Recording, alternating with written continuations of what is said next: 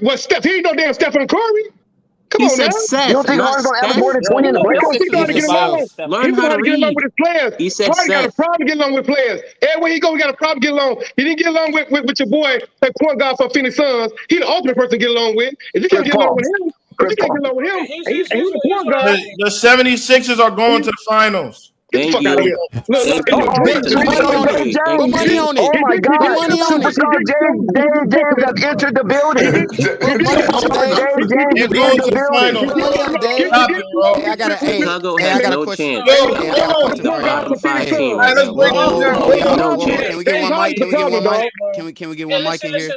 I just want to. One mic. Excuse me. Let Juju Hey, run it real quick. let me. Can I just make a point right quick, man? I just want to make a point, right? And I love Harden, right? Harden is one of the more talented scorers that we've ever seen in the league. But I could argue right now that Steph Curry is more essential to an offense than Harden. Based off of the simple Yeah, and I wouldn't even argue that. That's a waste of my time, Juju. That's an extreme waste of my time. Excuse me. Let me finish my point. Nah. Let me finish my point. Don't interrupt me. Whoa. Don't interrupt me when I'm finishing my point and not finishing what I said, so you can understand fully what I'm talking about. I agree with you, Juju. I agree with you, Juju. When it comes to listen. Now I can make the debate. I can make the argument that Steph Curry is more essential to winning a championship, winning basketball than James Harden, based off looking at numbers and based off watching him play. Harden takes up a lot of your offense, and if he's going to be in the offense with Joel Embiid, that shit's not going to fly. So he's not going to be able to play at the level that he did. James Harden hasn't played like that in 2 years. I just want to say one stat. I just want to say. I just want to bring up two stats. Can I bring up two stats? James Harden is averaging 22 points on 41% from the field versus Steph Curry, who's 48% on 15 points, and he's also shooting over 40% from 3. What are we talking about here? Did you just cancel out his 10 assists and 8 rebounds too? Exactly. What you just did, bro. That's what I'm saying. This is one of the best passes in basketball. Good rebuttal, Rico. Good rebuttal. With Joel Embiid, and you didn't give up your defense. What defense did they give up? They traded Drummond. Y'all got listen to what Juju saying, dog. And listen, y'all missing what Juju saying, dog. Juju just telling some real shit. Listen to me. Juju telling some real shit. Y'all missed that. All of you. Listen, man, yo.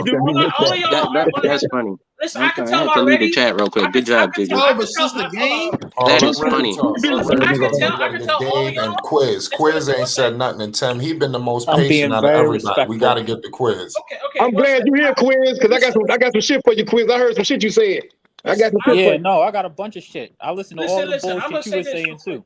Good. We gonna bullshit, but hold on. Listen, we I back just on want that to talk bullshit. about this trade. This trade is actually an interesting trade, and we got to see what happens on the court. Like, I think that with Ben Simmons being gone, because remember we spoke about this past couple of days, like with Ben Simmons being gone, being that he wasn't playing anyway. You know, I mean, them getting what they wanted is good for Philly, but Philly gave up a lot. I agree with that. A lot for James Harden. When they gave up those 2 first-round picks, I mean, 1, 2. Let's take a look at what the Sixers have done. You got Andre Drummond. He might not be much, but this guy's grabbing 20 rebounds when he actually plays. And Joel Embiid hasn't played all of these games this year. I agree with you so far. This trade has tremendously also helped out, which I'm on your point, Flight, because you're right. They made this trade within conference. It has tremendously helped out that fiasco that's going on over there with the Nets. The Nets literally just got finished getting 2 exceptional defenders. They got, remember, Joe Harris isn't playing. They picked up Steph Curry, which also helps them. Now, also, this team is a good fit for Ben Simmons, too, because you have KD on one side and you have Kyrie on the other. You don't need Ben Simmons to do all of that scoring and shooting the outside. Ben Simmons is an exceptional open court player, and if I'm not mistaken, this guy was like a candidate for Defensive Player of the Year, right? He's one of the best defenders in the NBA. You cooking, yes, sir. You cooking, Quiz. Go ahead. Grab 20 to 25 rebounds in a game. I mean, I think that I wouldn't be surprised if you see Drummond, really playing for the Nets. And Facts. I never thought that they needed. I never thought that they needed all of those. There's only one basketball. They had an excessive amount of dudes who are one-on-one great scorers on the Nets. Ben Simmons should be able to fit in fine there. I think that the Nets got everything. Plus, the Nets still have assets. They still got a bunch of young players. They can still move some assets around and still improve on their defense because they suck at defense. So I'm trying to see where we disagree at, Quiz. I'm trying to see where we disagree at because we don't disagree on much. Disagreeing about the Harden point, right? So Quiz. Quiz. What about the Harden point, bro? Because you didn't address that. Well, wait, hold on, Rave. Hold on, Rave. Quiz. So what about the Harden? Harden is not a ball hog. Wait, hold on. I like the fact that you asked me about the Harden. Wait, let him answer the question. Let him finish. Let him talk. Yeah, doesn't work. All right, so here's the thing. I mean, like James ask the Harden great late Kobe Bryant. He tells you James Harden is still one of the top assist guys. Time out. He does not play like that anymore. What happened to Quiz without giving his Rave. That's what I'm saying. Let the man give his Kobe take. hasn't watched James Harden play basketball in 2 years. So please stop. Quiz was cooking, dog. Please give us a point about Harden, bro. Harden and Joel Embiid, like how they're going to fit in. James Harden is the most interesting point. The question is he really worth all of this? Now, remember, he's going back to play with Daryl Morey, like Dex pointed out, a place that he's comfortable with. And, another thing is, James Harden forced his way out of Brooklyn. I mean, to be real. Once again. Right? Something he's done before. So I'm not really sure. We know that James Harden is suspect on defense. I think that the Sixers are going to really miss the additional depth, especially at the big position, because I don't think they don't have another serviceable backup center. And you know how Jabir get hurt. Yeah, that's the point. That's the point, Coffee. That's a good point. I think that's going to really hurt them. I think they gave away and what they get in return. They got they picked up Paul Millsap, somebody who they ain't going to be playing anyway. Trash. Fodder. That's fodder. So as far as James Harden, I don't think it's a cut and dry situation. I think that James Harden is still James Harden. He might not be as great as some people think. He's probably better than some of the people who don't like him think. You know what I mean? But we still have to see how this comes together on the court. We know what James Harden does in the playoffs. What's his track record in the playoffs, guys? I'm trying to tell you. That's the fact. Right, exactly. When has he ever had a he joined the Brooklyn Nets in the first place? Listen, whoa, what day? Whoa, what day? What is James Harden's track record in the playoffs? I want to hear this. I want to hear this, Ray. Nothing. Zero. Trash. I want to hear this from Ray because the Bulls right now have DeMar DeRozan. So what is James Harden's DeMar DeRozan is a bit. You just stole my thunder. I want to hear it, bro. This year, DeMar DeRozan have been playing better than Harden this year. So let's stop. Not better than Harden though. No, Rico just lost that one. He's been better this year. No, Rico just lost that one. James Harden hasn't done nothing in the playoffs that DeMar DeRozan has not done. He's actually done more than that. Now, it's a difference, though. DeMar DeRozan has been way more successful than Harden. Kobe said that when Jordan was on Houston. Hold on. Recap. DeMar DeRozan has been way better in the playoffs than James Harden in terms of success. What are we talking about? No. What are we talking about? No. What am I talking about? DeRozan's not been better than James Harden in the playoffs. Yes, he has. Oh my God, bro. I'm looking at the playoffs now. Come on, y'all. James Harden was one game away from going to the finals. What do you mean? Oh my God, bro. You talking about somebody with a number one seed who kept on getting swept? Yo, can I ask all y'all questions? Y'all crazy. Hear that shit? Yo, can I ask all y'all questions, please? Why did Harden join the Brooklyn Nets in the first place, bro? That's facts. Because he wanted out. He wanted out of Houston. He chose to go. He wasn't going to go. Remember, hold on. He wanted to go to Philly then too. He was going to go. Listen, Ray. He was going to go to Philly. Ray, hold on. He wanted to go to Philly, but the Ben Simmons fiasco was unsettled. So Daryl Morey didn't pull the trigger. Remember, that was one of the teams he was going to go to. Right. Philly or what's your name? What's the other team? Brooklyn. Yeah. Go back and check the literature. For sure. Yeah, they didn't want to give James Harden to Philly because Daryl Morey was there. That was exactly why he wasn't there. But y'all missing the point. The way he plays and his play style, he was told several times that's not going to fully get you over the hump. Or the late Kobe Bryant. And he changed it. All right, he changed No, he didn't change shit. He didn't change shit. Hold up. the Oh late my God, bro. R.I.P. Kobe Bryant. Oh, your God, dude. Oh, your James God. Harden, you Man, ain't cannot change shit. continue to do what you do and get over the hump. You will never make it, my guy. And then he He's been doing changed this it. for a He long does time. not play like that. Okay. I want all you to come back here on Fly Sports TV when you watch how No, he we does want it. you Now, hold up. to come back here. Bro, Listen, like, what are we talking Dex, you're about? saying that like Rave ain't gonna be here. These motherfuckers might not. So let's not do that. Now listen. No, I want you to come back here, Rave, and apologize on both of your knees.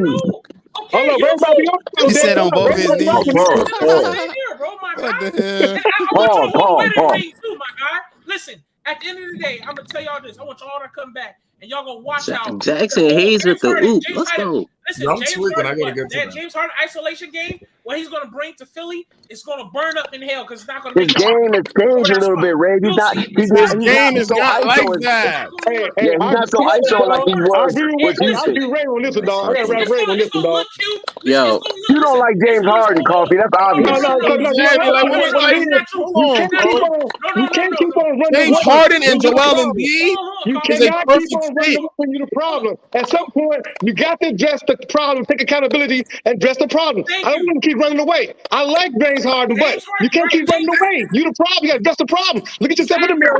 Like you That's say, right. what do you want him to do? Retire? Listen, James Harden. Is that what you want? Because he's already addressed the problem. He's not the same player. Listen to me. James Harden's gonna look very pretty to y'all. He's gonna be dropping 60 points. I mean, No, he's not. He doesn't play like that anymore.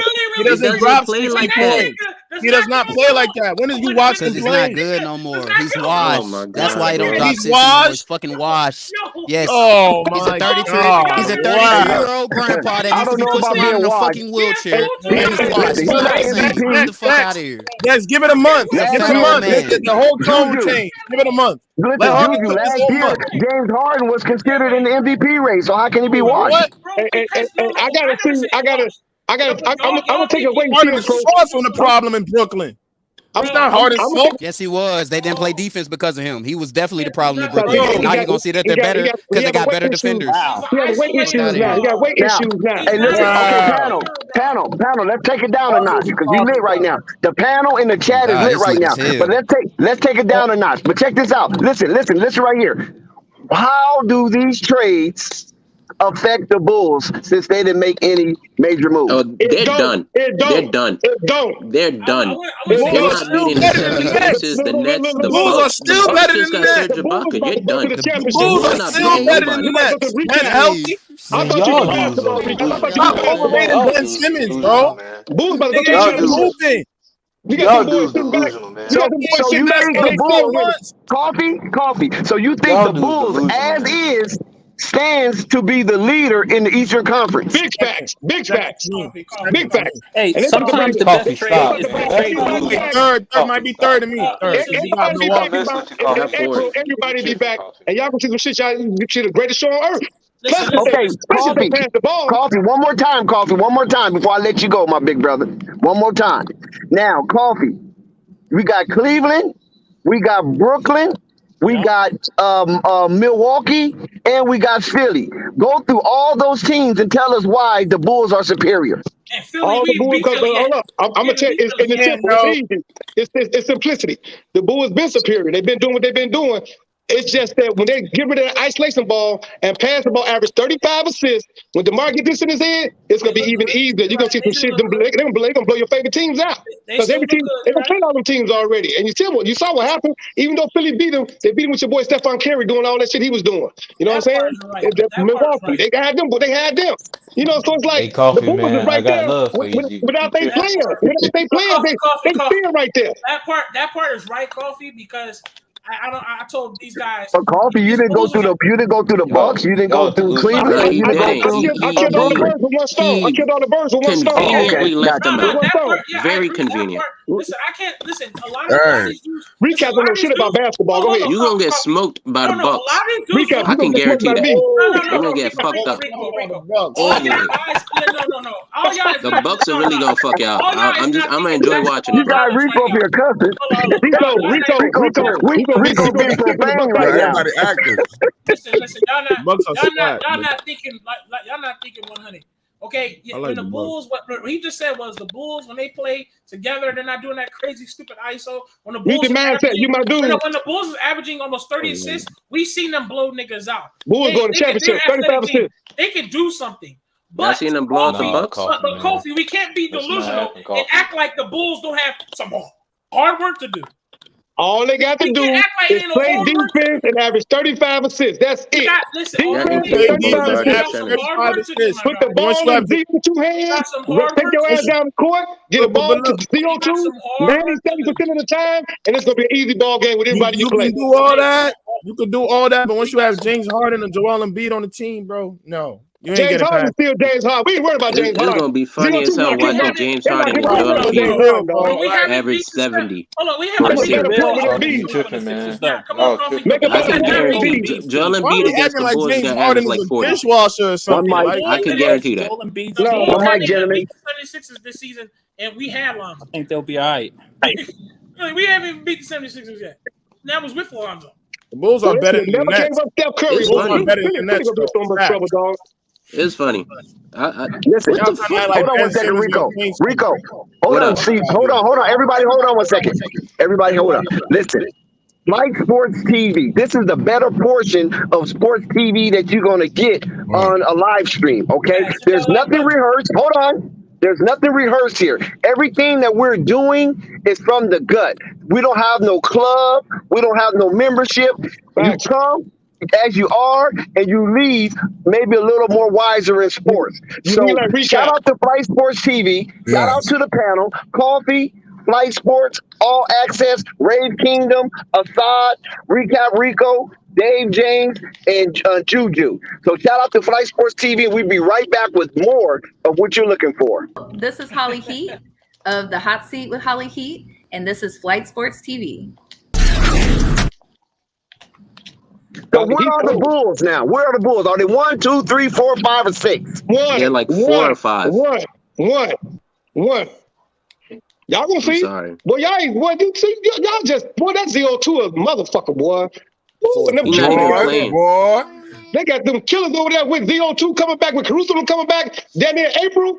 Man, come on, man. Hey, Coffee, let them know. The Bulls, listen, I'm not gonna disrespect. I'm telling you, dog. Bulls are done, though. Bulls can I ask y'all a question? Magic. I don't give a fuck. If the Bulls can turn around and stop this ISO shit, you best believe the Bulls fucking stampede. Way better than y'all. I ain't gonna lie though. The Bulls with the ISO shit, average 35 assists and play defense. They still, to me, like I don't know. I feel like they probably should have made a move, bro. Like I understand, bro, with all these big pieces. Let Juju go. All I was gonna say is, bro, with everybody that's being thrown around, I mean, the Mavericks basically, traded Porzingis for a piece of paper. You know what I'm saying? Montrezl Harrell basically got traded for a piece of gum that's, stuck on the side of the street. So it's like, bro, the Bulls could have got at least a little bit of something. You know what I'm saying? But they still gonna be fine. They still gonna be a top 4 seed in the East. Easy. It's just, it's gonna be a little bit tougher. It's gonna be some work. Juju, you don't think they were trying to get Porzingis or Montrezl Harrell? I didn't see any reports, but do you know something? No. A lot of times they do that shit. You can't put reports because you want nobody else to snag it. They probably shut the Bulls down and try to get them motherfuckers. They say, hell no. Y'all get that motherfucking Porzingis. Y'all really gonna win the championship. We can't get y'all him up about Montreal. They probably shut them people down on that. Ain't nobody trying to make the Bulls get a Bulls. I don't know about Montreal, though, Coffee. What about Marcel Holmes? I think they should have went for him. Which one? You high on that kid. Who? Which one, Dex? Who? Because I know he's a missing piece to the Bulls. Hopefully the Bulls get him in the offseason. All right, talking about Montrezl? I didn't hear you. No, Rashawn Holmes. Rashawn Holmes. No, I'm talking about Rashawn Holmes. Serge Ibaka was available from Sacramento. He's perfect for the Bulls. I like Rashawn Holmes, but look, we don't know if they were trying to get them guys or not, man. We don't know. Listen, so they like, if you can't you don't just make a move because everybody else make a move. You make the right move.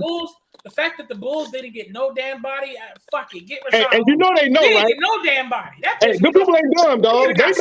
They know what's out there. Yeah, people ain't dumb, dog. If we're talking about this shit, no people ain't dumb. I see people. I see people are saying like the shout Bulls out to Eric Bell. I see people. Yeah, shout out to everybody in the chat. But I see people saying like, oh, the Bulls didn't have enough. Eric Bell, shout out to Eric Bell.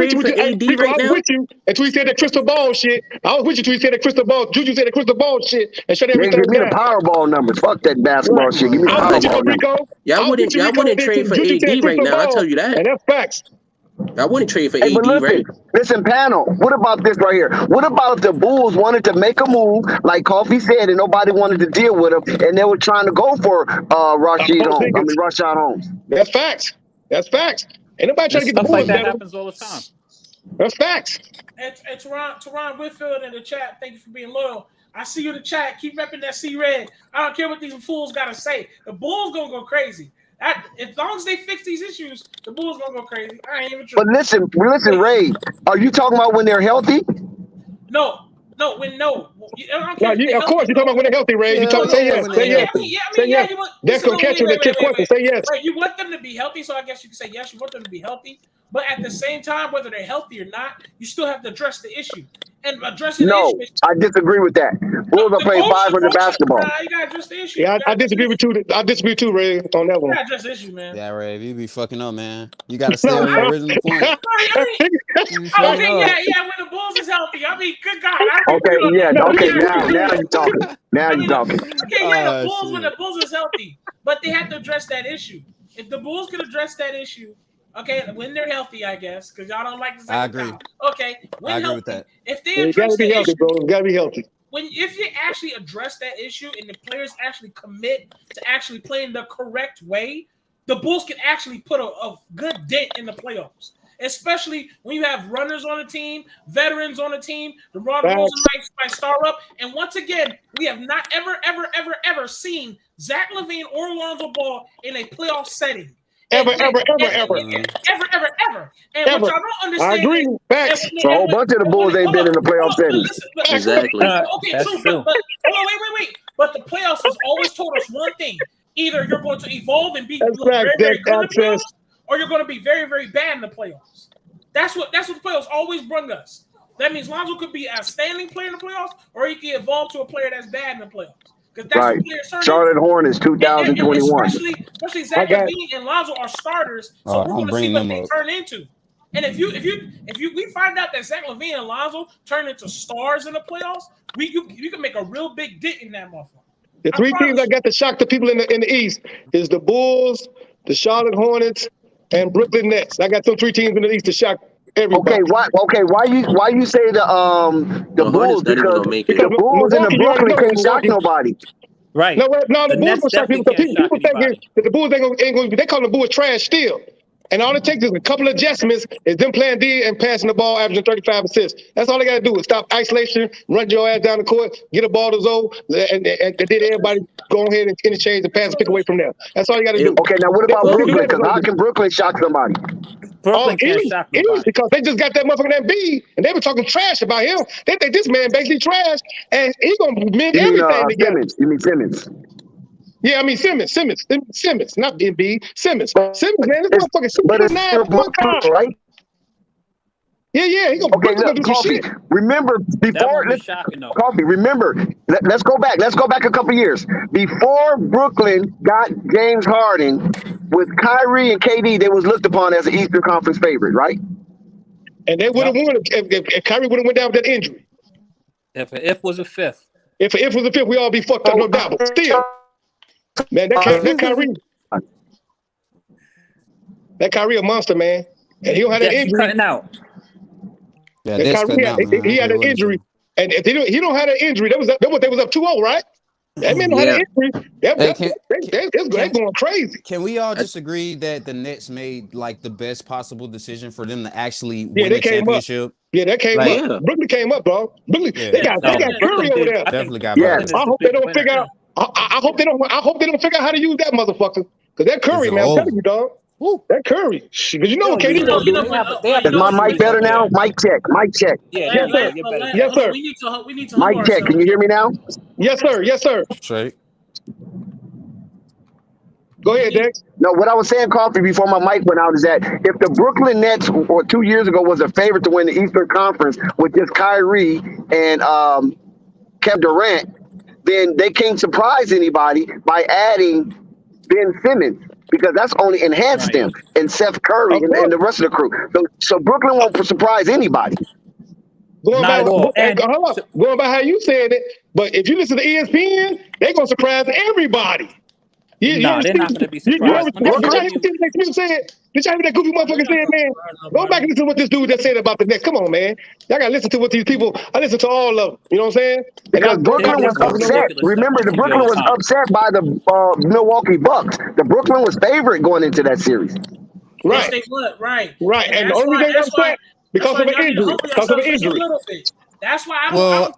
Listen, one thing I learned is not to go off hype no more. Because Brooklyn was a number full throttle to go up top, and they lost at the end of the day. Whether we try okay, now I'm gonna ask you guys this right here: Russell Westbrook. One name, Russell Westbrook. Who got something to say about that? Look, I'm gonna tell you this. Russell it's not just Russell's fault. Yeah, I don't want to hear what I want to say. It's not just Russell's fault, man. That's the whole team. There we do. That's the whole team. Look, but Westbrook. Let me just say one point because Westbrook is similar. All Russell got to do is come down, play point guard, distribute the ball, don't even shoot that motherfucker. And LeBron which he can't do. No, Russell Westbrook got his little lady. But again, let me just make one point right quick. Russell Westbrook is very similar to Harden in the sense where winning basketball, I don't know if Westbrook, similar to Harden, can benefit winning basketball at a high level. But I do think he's better than Harden, and I do think he has a better opportunity to win a championship. But that's a first. On the Lakers, it just this is fucking hilarious. I just feel like it because Westbrook plays. You keep saying some facts. One mic. Come on now. Let's be disciplined now. No, I heard that's all my point. I just like Westbrook better than you just saying some facts. What you just said, you got to change that mindset. They got to change their mindset. But it's not just Russell Westbrook's fault. It's not just his fault. That's LeBron James over there doing that bullshit. Thank you, Coffee. There was a major upset in basketball last night, right? For the Lakers. Listen, and no one want to say it. Hold on. Man, Coffee, stop, Coffee, man. You tripping, man. No, Coffee. Who that? One mic, please, brother. One mic. Say who you are. Who are you? It's not LeBron. That's Assad. No, it's definitely LeBron's fault. It's definitely. Go ahead. Definitely. No, but listen, hold on, wait. Because me, Rico, and Dexter speak a lot on this. Because as Laker fans, listen. At the end of the day, you do not disrespectfully wear a pink dress and then perform the way you perform in our legendary. Ray, we're not talking about that bullshit right now. You don't do that shit. I don't care what the man do. I don't care what the man do. I'm just on the court with this dude. Like that. You don't. Ray, you know what LeBron James just said in the post game press conference? Then nigga, listen, hold on, wait, Rico. Ray was cooking. Go ahead, Ray. Listen, hold on. I'm telling you, you don't want to hear it. Yeah, don't wear dress, ladies. Wait a minute. You don't want to hear what he said. Hold on. I guarantee it. Bro. If y'all One mic, guys. Come on now. We got all day with this. If you listen to anything that Russell Westbrook has ever said when it comes to our Lakers, that man kept saying, you don't have to prove nothing. I ain't got to work for nothing. You come to Lakers, you come to work. You come to win the championship. You come to produce. We are known to have successful seasons, legendary champions, all that shit. You do not come here and try to act like you're on top of things, smiling and wearing pink dresses. That shit don't fucking work. And LeBron did the same thing. Okay, hold on. AD's doing the same thing. They didn't come to work. Exactly. Did AD come to work this year? I don't Rico, respect it. So hold on one second, guys. Stop knocking Russ. That's on the leader. Ray, what does the dress got to do with anything? He's not wearing a dress on the court, Ray. Hey, listen. Right. Listen, hold on one second. Rico and Ray, check this out, right? Westbrook, even though he's not playing up to par, he's still exerting a lot of energy out there on that court. So it's not like he's just coming and laying down and, lollygagging and things of that nature. Maybe it's not there anymore the way the Lakers might have hoped it would be there. No, now, when he was with the Wizards, Jello Ball exerts a lot of energy. I watched the Laker game yesterday. Anthony Davis he's not a Laker. He don't want to be there. Neither does LeBron. He need to play like Neither Sabonis. of them want to be there. They don't care about winning. LeBron James just got his ass whooped by the Portland Trailblazers G League team. Then he came to Giannis again, and he's over here saying we are nowhere close to winning. Rico met me at my rendezvous point. Rico, I was going to get to that right there. No, he don't care. He do not care about winning. Your team leader do not care about winning games. I'm not gonna blame no role player, bro. I disagree. I think it's all. I think the Lakers is capping. I think the whole Lakers organization is capping. After the All-Star game, you're gonna know a whole lot of shit. I think the whole team capping. One mic. Why you guys can't understand that part? Yeah, why y'all? Yeah, I think the whole team is capping. I think after the All-Star game, Lakers gonna trick a whole lot of motherfuckers. Westbrook gonna all of a sudden be passing, distributing all type of shit. Blanc gonna play his role. Everybody playing role. People are gonna win about 20-some games, dog. I think they just capping, man. To me, this is entertainment. The same problem with the Lakers that's been the same problem since like Jim Buss died is the simple fact that they don't have the right leadership at the top. Let's be honest. I mean, Jeannie Buss, she's a nice woman. She's cool and all that. She got Jim Buss, Jerry Buss. Jerry Buss. I'm sorry. Yeah, Jerry Buss. I'm sorry. I can't remember his name. But ever since he's died, the Lakers have basically lost that leadership that they once had. And I don't know if Jeannie Buss is capable of like being a leader and putting the right people like. You know, I'm not trying to. I love the women. Hold on. I love the women at the top. No, blaming Jeannie Buss. Not the players. I'm not blaming her. Rico. See, this is why y'all gotta let me. Y'all gotta let me finish my point, man. This is the point, so y'all can understand. I'm not blaming Jeannie Buss. All I'm saying is since Jerry Buss has died, they've lost that leadership at the top that they need, and until they regain that leadership, the Lakers will never get back to where they were. That's just my. Is it Jerry Buss or Jerry West? It's both. I think it's both. Can I ask a quick question? It's Kurt Rambis. Hold on. Let me say this. The sorry ass Kurt Rambis. That's who it is. I blame Jeannie Buss as well. That's a part of the blame because at the end of the day, she want to put her foot down because she saw the patheticness that they was developing. This old roster, these old men, this retirement home. They made that as a joke. That's why you don't hear me talk about the Lakers like that because it's a joke now. Okay, so what if they start with on the other side? Hey, Ray, after the All-Star game, what if they go on a 20-game win streak and they just start winning like that? I'm not talking about no stupid shit like that, Coffee. We just lost to the Blazers G League team. They only got 30 games left, Coffee. It's like the Blazers G League team, bro. They got 27 games left, right? Coffee, they got 27 games left. Oh my God, bro. You think that playoff mode is going to be activated after the All-Star break? Yeah, that's what they be doing, bro. Watch this shit. Watch that. Look, activate.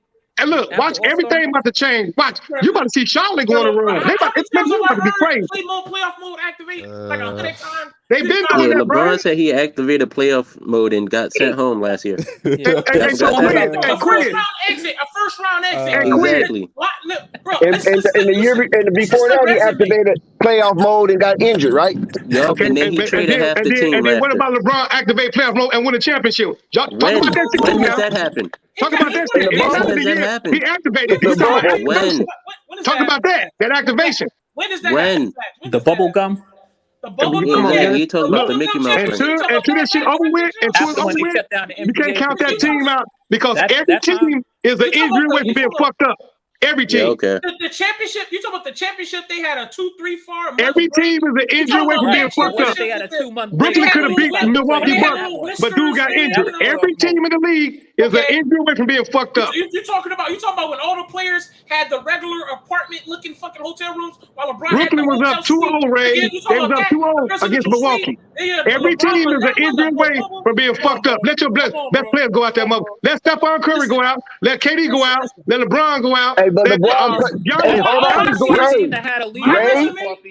Ray, LeBron paid for his tweet. Lit right now. Yeah, LeBron paid for that. The other players didn't have the bread to pay for nothing like that. Hey, I got a question for y'all, man. Hey, Quiz. What's up? Hey, Quiz. I got a question for Quiz. Go ahead. I got a question for Quiz. So I believe I heard you say. Hey, Quiz. This for Quiz. I believe I heard you say you don't think the NBA be on bullshit. Like you don't think they be. You just see the Lakers schedule. You don't think you don't think that this for Quiz. I believe I heard you say. I think you said this to Dex because Dex told you it's $1 billion, then $1 trillion industry. And I believe you said you don't think the NBA be on bullshit. They want to be sitting up there plotting this shit. No, I actually, me and Dex have had this conversation. I think that he has a point. I think he definitely has a point. Okay, because you know they be on bullshit. Okay, I just want to know. The industry is definitely big. I mean, we definitely know there's shady stuff. Okay. I just want to see what after that Melo shit. But quiz, hold on one second, Coffee. Hold on, quiz. Quiz. When I'm not with you, I'm not with you. But I mess with, you know what I mean. A broken clock is right twice a day, Coffee. Facts. I just want to see what listen, quiz. Hold on one second, quiz. You cooking too hard. Listen. If you looked at that game yesterday, that was one of the biggest upsets of the year. The Portland Trailblazers beating the Los Angeles Lakers. If you look at that money line, oh my God, they just killed everybody. Facts. That's what they do. And that's going to look. That's why we can be on this motherfucking panel. We can debate all day respectfully and all that other shit. Well, it come down to that round table. And the round table is Las Vegas. And whoever they won in the damn championship, that's the two teams it's going to be.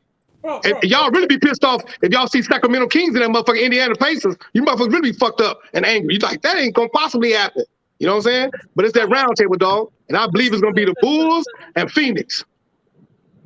In the championship. Why Phoenix though, Coffee? Why Phoenix? Man, look who they just got. Look what they had already, and look who they just got. Y'all know who they just got, right? Phoenix? Who they just got? Look at what they just got. I gotta look this up. And now you know what they got already, right? You already know what they got already, right? Look what they just got. Add to that shit they got already. Hold on, they just did. I didn't hear anything about Phoenix. Come on, that go y'all homework. Get on your Google right now. Get on your Google. Whoa. Torrey Craig? Come on, man. Look what Phoenix just got, man. Talking about Torrey Craig? Who they get? Who they got? Y'all got Google with y'all phones don't work? Torrey Craig? I mean, I hop on my phone. Torrey Craig? I ain't want to say it. Torrey Craig, y'all talking about the Instagram model? Oh no. Torrey Craig? Y'all gonna see what Phoenix. Y'all gonna see what Phoenix just got. It'll come to you. It'll hit you. It maybe hit you while you sleep. But that's another thing that kind of scares me, though, right? Like I love the Bulls, right? But it's like it seems like every other team kind of it feels like they upgraded or added a piece. You're right. Like even if it's that's because y'all don't respect the Bulls like that. Nah, don't do that. Nobody respects them. Get over it. Rico don't respect them. What recap said. Nobody respects a team led by DeMar DeRozan, bro. They got to prove themselves. I agree, but look. Whether y'all want to hear that or not, that's just the truth. I agree with recap, and they still win it. So now think about this, recap. When that man finally take accountability and fall back off that position and let ZO2 happen that shit 97% of the time, and they play defense and pass the ball 35 times, 35%. Yeah. It's over with.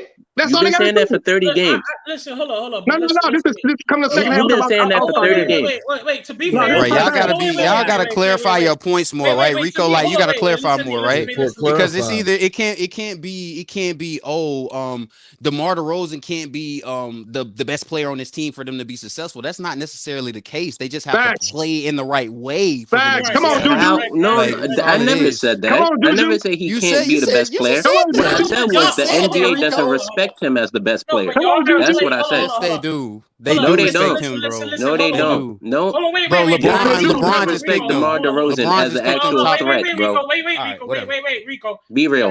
Wait, Rico. Juju was cooking now. Juju cooking. No, Juju is. But listen, this is Rico, and for a lot of guys in chat that be saying the Bulls is done.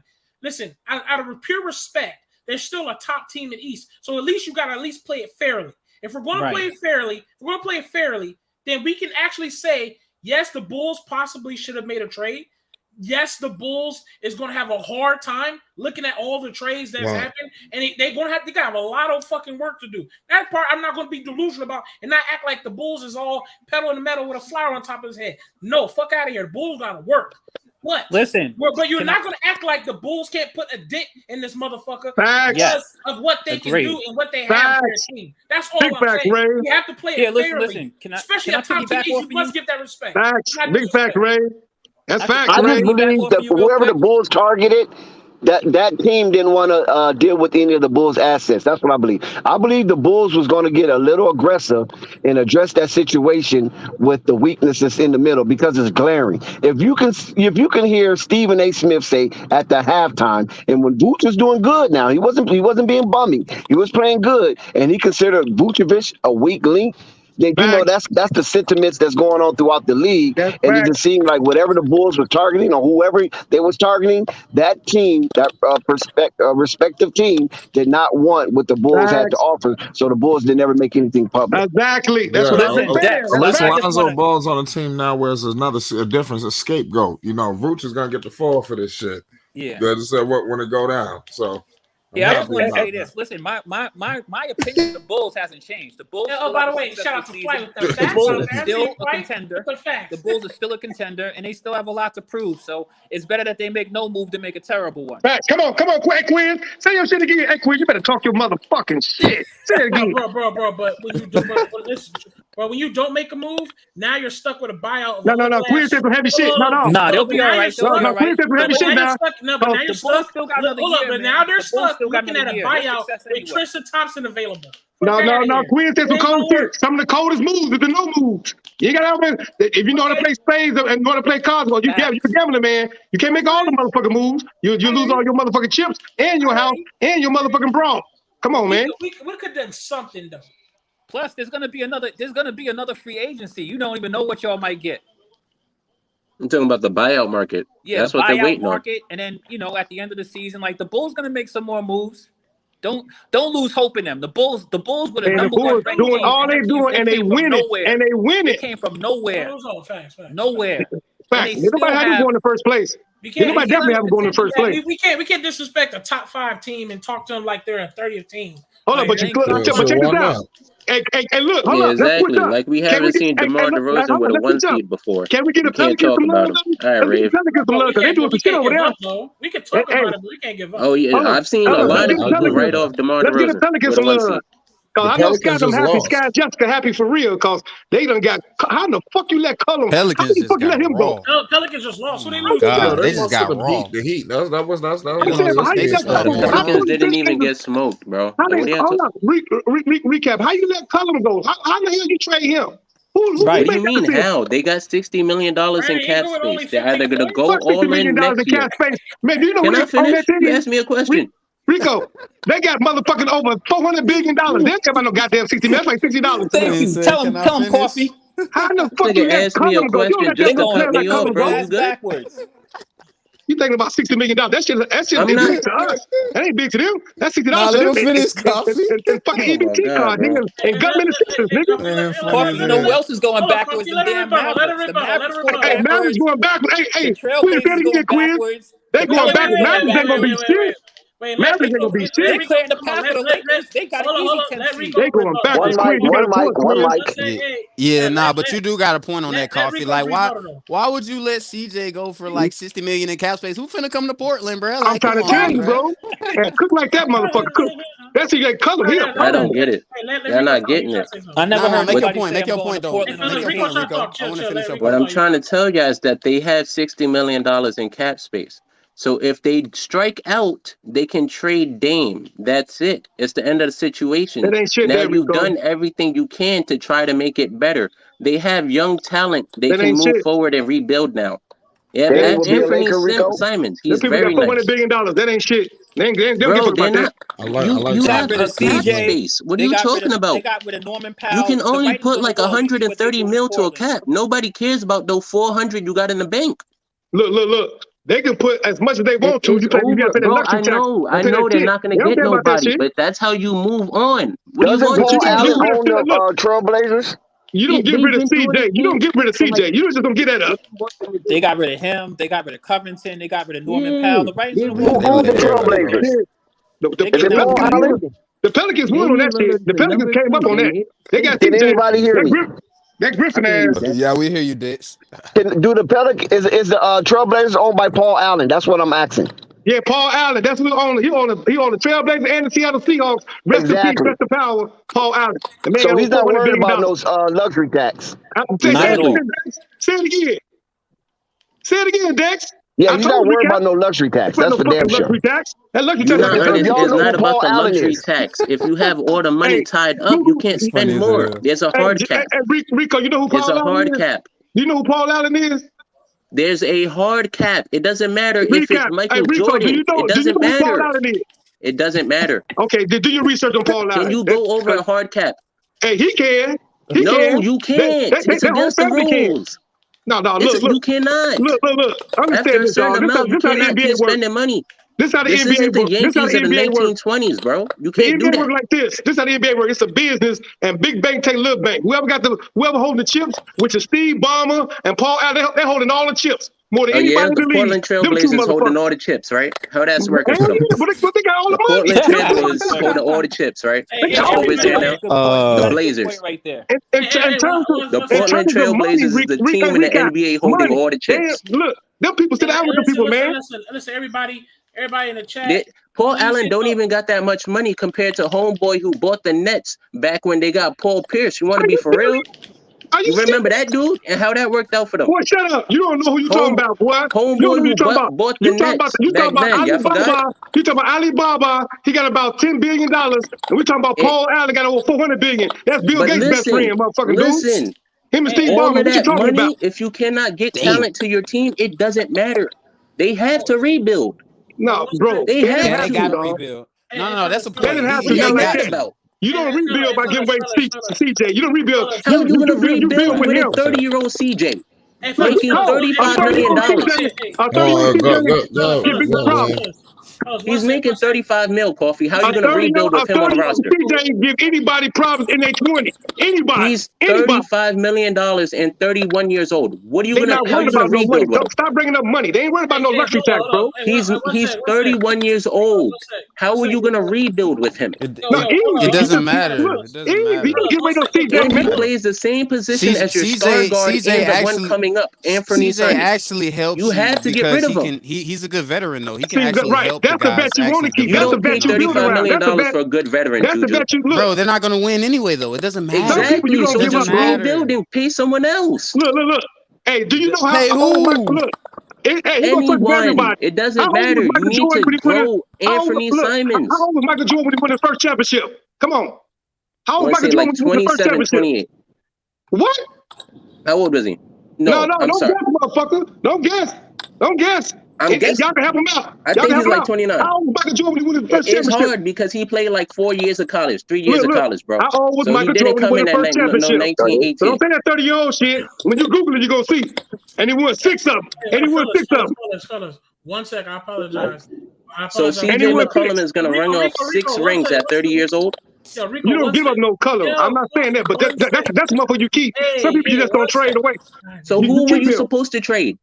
Hey, yo, Rico, you don't trade nobody. Hold on. Michael Jordan won his first championship when he was 27. Right, and he won 6. You was going to keep building around Dame and CJ? So he played to 33 winning championships. 33. Hey, listen, hold on 1 sec, fellas. My apologies. Hey, we got a lot of people watching. I want everybody to make sure you go hit these links that Flight Sports TV just dropped and gave y'all. Go to Big Baller Brand Incorporated.com. We have the link for you. Shopballfacts.com. We really want to push these out. We want you to support. Big Baller Brand got it going. Subscribe to BB Racing on YouTube. We want you to support it, man. We want everybody to hit that. Hit a like on it. Hit the videos. Go check out the shop. You might like something. We never know. You might find some good, some slides. Might find you a good jacket. You never know. You know what I'm saying? Especially grab a little merchandise. So please support. You know what I'm saying? Just letting y'all know. All right. That's all. Love Big Baller Brand and the whole family. Y'all been listening to plug there, Ray. Y'all go ahead. Y'all gonna listen to Little Voz. They're gonna come and listen to that, man. It's entertainment. And you see what's happening. Don't be surprised. Like I said, and I said it already. You see Jello up on the team. I said it was happening in February, March, or April. He coming up. Man, watch what's possible with the Charlotte. That motherfucker, but they about to bring that man up after the All-Star game. It's gonna really be up. Yeah, because the Hornets gonna be so fucking bad, they probably gonna have to at this point. The Hornets they fucking suck. The NBA right now. That's a fact. And these people are not addressing the issue. Hey Rico, I'll give you your point on that. Y'all people that was saying the Hornets weren't gonna be all that. I'll give y'all that. You know what I'm saying? But we still got 30 games. You know what I'm saying? No, the Hornets gonna be the shit. I didn't say that. I disagree with Rico. They never addressed defense. They just went to the trade deadline and they got another offensive big man who plays no defense. Yeah, I don't think the Montrezl move is the winning move for them. But hey, I'm telling you, not a winning move. They're saying that all year, like, yo, when are y'all gonna get better defensively? Never. Wow. That doesn't make no sense. They don't. It looks like they don't care about that side of the basketball. No, Rico, if they don't play that style of basketball, it's a style of basketball, man. You know what I'm saying? Look, if you put John Morant on motherfucking what's the name on Charlotte, y'all would have been so angry with y'all. Really would have been angry because John Morant, he wouldn't be doing half of that shit he's doing now. You know what I'm saying? Yeah, but Memphis plays defense. The Hornets don't. No, what I'm talking about, if you just switch players. Sure. Put motherfucking Melo over there and put over here, put John Morant on Charlotte. They'd have set the man down, man. They would have been doing all type of bullshit. I wouldn't say that. Yeah, I can't say that. Man, I feel you in spirit, though. I feel you in spirit. Maybe his first couple of years, not now. He's too established for that now. Michael Jordan coaching these players in North Carolina. They be sitting players down, man. They be on bullshit. Book Knight ain't jumping that man's face for nothing. Put the man in 14 seconds, take him out. But coffee. They only do that. They only do that to players like that they don't trust. When they got players that's been in the league, like they'll trust a Gordon Hayward just because he's been in the league 10, 15 years. But they won't trust a young player. Right. Give me the rookie that they did, Juju. Give me the rookie that they came in and let the motherfucker play. What rookie they drafted let the motherfucker play? Talking about Book Devontae Graham. Kai Jones. Who Who you talking about on the Hornets? On the Hornets. What rookie they let play? JT Who said Devontae Graham? Devontae Graham played. He came through the G League. Come on, he came through the G League. I'm about to get his ass. You should help me out, Dex. I'm about to get his ass. Rookie. Right. You shouldn't even say that. I can't. Right. That's what I'm saying. You can't really think of a rookie. The last rookie. They don't let motherfuckers play, man. Sit your ass down, because they sit your ass down. They would have did the same thing with John Morant. They would have did the same thing. Anybody coming through there. If you sit a Melo down, you would sit God down. That's how they did. Them motherfuckers sit God down. Hold up. Them motherfuckers sit God down, dog. I love Coffee's enthusiasm, bro. I really do. Don't misunderstand what Come he on, said. real fan, Queens. And Queens, if they sit Melo down, them motherfuckers sit God down. If them motherfuckers, he be like, I'm God, I'm God. Michael Jordan, no, sit your ass down, God. Come on, man. Don't misunderstand the full point. The point is, James Borrego has said it several times. He likes for Melo to understand and learn and develop. All that bullshit, right? That's bullshit, bro. That's a cap. Exactly. That's what James Borrego said several times. Hey, Slim Cahoot, they'll sit God down, Slim. He don't even do that. And he don't even do that for Melo. He want everybody to be organized and learn from their mistakes and learn through the veterans and all the boo. That's the biggest cap, boy. Okay, so if James that's just a front. So if James Borrego had fucking John Morant, John Morant would not sit that motherfucker down. John's not the same personality, Ray. He's more outspoken. He will legit call out James Borrego for some dumb shit. I agree. That would have been fault. It would be like John Morant will legit call out James Borrego. Wait, well, are we talking about Ja that first came in the league or Ja now? Right now. Oh, okay, right now. That's right. His rookie season, he wasn't dealing with no bullshit like this. Rico's ass. Oh, yeah, for sure. Rico, he'd have set his ass down. First came in the league. Jack Kirsten, he'd have set his ass down. Hold on one sec. Rico, you're talking about a John Morant that had to let a team actually develop his ass. He developed into what he is. Do you think James Borrego would develop the same John Morant that John Morant by giving him freedom? No, he wouldn't. Y'all do know development is freedom too, right? Y'all do know development is freedom, right? Freedom to make mistakes, not look over your shoulders. That's all a part of development. That's in the motherfucker on the bench. Freedom to let them make mistakes and don't get them every time. You don't like what they do. That's a part of development too. And that's what Memphis did with Ja. And he gained his confidence and then fuck with his confidence. Well, what Melo do, he got to look over his shoulder for this bullshit. This man can pull him out. Hey, Melo, you forgot to tie your shoes. Come on out. You should have did it on the bench. All that goofy shit. Ain't got time for that dumb shit. Imagine if they did that for LeBron James. Coffee, I'm glad you said that, bro. Oh my God. That's what I'm saying, Quiz.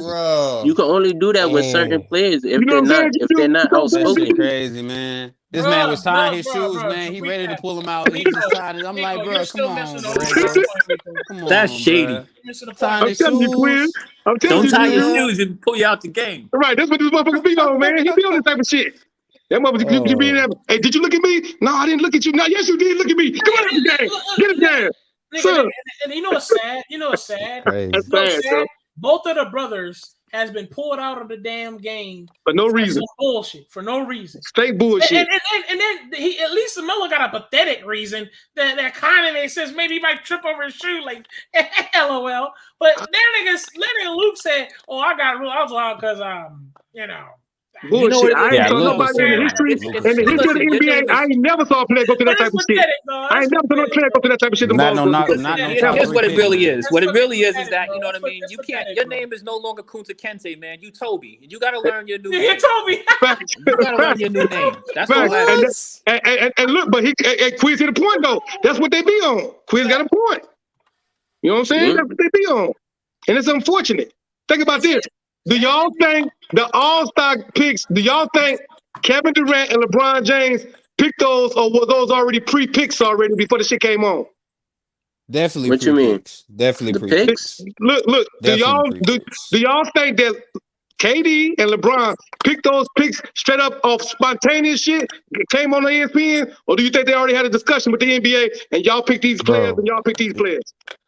It's TV, first of all. Like It's right. The TV, first come thing on. is the first thing. Wait, let me just make a point right quick. First, no. It's easy. It's easy, right? First things first. It's fucking TV. They're going up there acting in the first. It's all scripted. So it's all for it to be bro. scripted, come on, for man. it to be scripted, you have to create a script. So thus they had to have already went over the script before they went on TV and actually did it live. So obviously they was talking to the NBA before that shit happened. Come on, and it's a business. That's logic. The NBA. Yeah, I noticed that James Harden was business. left last for Kevin Durant to pick. Wait. Okay, so Talk about scripted. James Harden was right there the second he got traded for KD to pick him up. Recap. That's what I'm saying. Yeah, bro. That's what you do saying too. They was laughing halfway through the damn program. They already knew it was going down. Facts, Queen. That's facts. Facts. Anybody thought about that shit though? Anybody thought about it? They just think shit was spontaneous. Hold on, wait. I'm just talking. I need some understanding because I'm all about the politics. I'm all with y'all. I never knew that this could possibly pre-pick because the fact that I seen LeBron literally pick up the best squad possible and the other team was just bullshit. Giannis picked up the horrible niggas, right? So you telling me that was pre-picked as well? You know, bro, it's the equivalent of like watching the BET Awards, bro. Before they go on the stage, they already know that they won the award. Oscar they already awards, know what music they're getting. awards, Grammy it's awards, the exact same thing. It's all the shit, dog. Facts. It's like the NBA draft, pretty much. They know they're getting drafted already, bro. Facts, and they know what teams they going was to. in the back. They got the phone call already. They just there with the suit, waiting to walk on stage, Rave. Facts. Right. Exactly. And that's what we got to let the people know. That's why it's important that we on this panel, we let the people know, because they ain't let them know on TV, because TV is called programming, right? It's a program for a reason. But the NBA is a business. It's a $1 billion, $1 trillion business. So they got to get this shit right, because they want to make some money, this, that, and other. So they got to have some type of excitement. We got to get all enthusiastic. Yeah. Oh, shit. What's the name got Melo? What's the name got Giannis? Oh, then LeBron got the best team. Oh, shit. KD got the best team. We supposed to be like that. That's what they selling. They selling the whole product. And they doing a good job selling the brand. When is the draft? Where's the draft? You know who has good insight on this? You should let Dex cook on this. Dex has great insight on this, to be honest with you. Go ahead, Dex. Let me hear your take on it, Dex. Oh, access. He might have stepped away. Dex be listening. Anybody know where the draft is? I think June the 27th, I believe. I believe June the 27th. No, the All-Star draft. The All-Star draft. Oh, that was today. It went down today, already. bro. It went down already, like around 6 o'clock. Oh, yeah, I've been at work. My bad. I've been at work. Yeah, Ray, the last two picks, go figure. I've been at work. I gotta look at this shit. I've been at work, bro. Hey, look, recap hit a point. Yeah, the last two picks, go figure, was Kevin Durant and James Harden. That's what I think, man. That shit be big, dog. That shit fixed, dog. The fix is, dog. The change is up. The fix is in. Come on, man. And check it out. And you know the funny thing about it was, Rick? You know the funny thing about it was Kevin Durant picked the center, his third center. Hey, Queen, that's fact, Queen. Hey, Queen, that's fact. Please, you know what? I need another big. Listen. I need another big. Like I ain't got enough more. Hey, Queen, that's facts, Queen. Please do not spoil it, please. That's facts. It should be so pre-programmed. All this shit like the WWF, man. I'm about to be in my back and watch this. Please they got the condensed version. It's only like 10 minutes. Right. Just don't spoil it. That's facts, Queen. I'm glad we know. I've run it up for a reason. So I want everybody to be aware, man. So we gotta always stay conscious and always get the facts of this sports shit, because they make the whole shit like the WWF, man. This shit be so watered down. Everything be fucked up. You know. And you know what's dope, Coffee? Because you called it out. Because you was like, you asked me that question earlier about the conspiracy in the league, and you was like, yeah, Quiz, I heard you. Didn't you say? Because me and Dex done chopped it up, and I was like, you know something, Dex, you got a point, because it reminded me, you know, in sports sometimes you get caught up and you be like, you know, this stuff is real or whatever, but it reminded me of all of the NBA conspiracies, you know what I mean? Quiz. And you know what I mean? We know they can Giannis, so I already know it's about to go down. Facts, Quiz. That's what they be on, Quiz, and they be on that with everything. With the Oscar awards, with the music awards, with the every award, baseball awards, soccer awards, everything be like that with the All-Star game for football, Super Bowl. Come on, Super Bowl going on this week. You saw LeBron cover his face with the fucking clipboard, right? Right. You saw that shit? Yeah, bro. Like, he ain't get to that part yet. We just saw the first That's what I'm saying. All that bullshit. See, people miss that shit. Hey, recap. People miss that shit. They don't look at that type of shit right there. That's important. They selling us a dream, all this pre-picking, all this hype, and I get it, because y'all making money, everything about money at the end of the day. They shouldn't call this the USA. They should call this shit the USC, United States of Corporation, because it's all about money in this motherfucker, man. Man, we got let's keep it in perspective. You know I go there, Flight. I go there. That's the reason why they keep on. That's the reason why they keep making LeBron the team captain, because it's not just the NBA. LeBron is the most marketable athlete in the world. I'm trying to tell you. It's not even close. They got a lot of money invested in LeBron. A lot of money. I'm talking about billions. And Las Vegas make even more billions. When you say, okay, the obvious team should go to the championship, it should be the Warriors. Who got more money, Floyd or LeBron? Of course, it's Floyd. Floyd. But LeBron owns sports teams now too. But look, if Bill Gates or Steve Ballmer or any of them people woke up with LeBron's or Floyd Mayweather money, they'll kill their motherfucking self, man. Flight, that's a good question though, because I'm gonna be real with you. You know that Floyd Mayweather has his own promotion agency. Of course. So I mean, like he actually, and he's from Vegas. That's another thing. Floyd Mayweather got 1.5 billion. Floyd killing them. Now Floyd killing them, but Floyd got paper, bro. Hey, look. Floyd money is long. This about to fuck y'all up. Who got more money, Floyd Mayweather or Kanye West? Kanye. Oh, no, that's easy. Kanye, man, for sure. Who got more money? Ain't Kanye? Who got more money? Billions. Right. Hell yeah. Kanye got over $10 billion, dog. Yeah, boy. He got more than Jordan. That motherfucker got more than Jordan. Oh, my God. Kanye and Rihanna, crazy. Look, Rihanna got more than Jordan. While y'all bullshitting, Rihanna got over $3 billion. Savage Fenty. Look at that shit. Yeah. And she keep on moving. She about to make a move on Louis Vuitton now and Gucci. So this shit, Floyd she don't even got to make music no more. Like, that's how good they are. They business carry this shit. Exactly. Did y'all see that shit? Watch the Savage Fenty shit on Amazon, man. Shit, man. She about to get $3 billion a month there the way that shit moving. Yeah, I know what they do. Juju, they go pop for the money. They make all that music money, but then they become a idol, a mogul, pretty much. So all of these companies that Kofi talking about, Gucci, everything, Louis Vuitton, they gonna pay them to wear their clothes. Instead of she don't walk into no store and swipe a credit card, they give her money to go wear their shit, because that's free marketing right there. Listen, the key to these guys making all Kanye's this money, the same way. Kanye get paid to wear different people's clothes.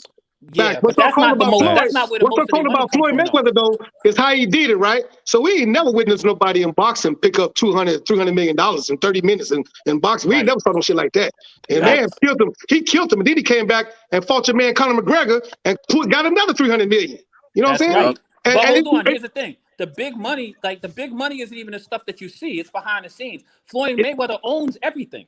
He owned everything he got, and he never got sponsored. He never got sponsored. Right. He never had a sponsor. About his money. That's not even talking about his money that he got tied in with Vegas. Remember that? Right, and then he got the landscape in New York, them big skyscrapers. But you know, that's like people tell you what they want you to know. He might got $2 billion. It's like if a motherfucker know what you got on TV, then they got more than that, because ain't nobody really reporting what they got. You know what I'm saying? It's because they have investments, and these corporations come up, and you don't know that these people be part of their ownership. The money comes way faster with your name. You don't necessarily.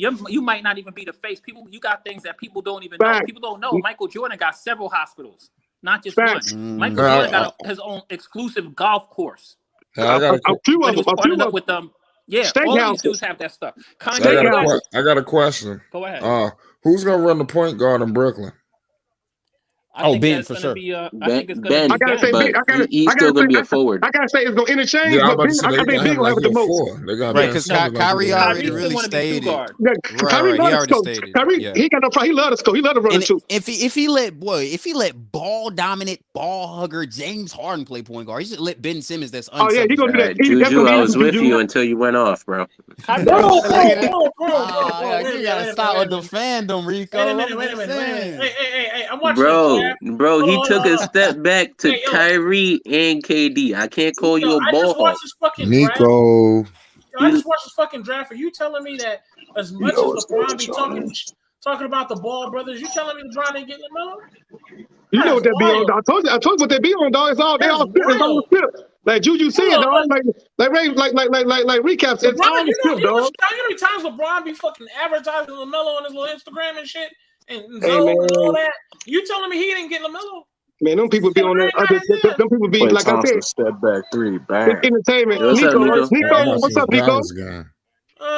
What's up, Nico? We knew LeBron wasn't gonna get no motherfucking LaMelo on his team. He ain't trying to be outshined. LeBron ain't trying to be outshined by LaMelo, man. It seemed like that's something against Melo because he wasn't like bowing down to him.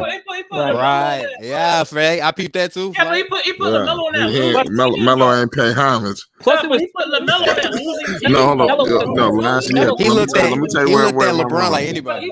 Yeah, they asked LeBron. Hey, I have a question for y'all. Go, Nico. No, I want to know. I want to hear what you got. Oh, you say you it's gonna be real quick. I just want to know, is it time to classify James Harden as a bitch ass nigga? Oh yeah, we've been doing that. We've been doing that. I'm just saying. We've been doing that. Been time for that. We've been talking about him all this trash, stupid ass all day. Y'all gonna watch James Harden. Listen to me. I used to think he was a solid guy. Man, Nico funny. Listen to me, everybody. All 310 listen pounds. to me. Mark my words. James Harden is going to look good. I promise you, he's going to look good. He's going to have his opportunity. His little ISO play. People going to be cheering him back again. Oh my God, we missed you. He gonna have no opportunity. I'm not talking about the people that know the real. He gonna be swinging at that nigga. No. I'm not talking about Juju. I'm not talking about the people that know the real about him. I'm talking about people that so easily blinded by the little star and the little. James Harden got 60, 50. James Harden gonna look nice and good for everybody. Oh, we missed you. Oh, we're so glad you left Brooklyn.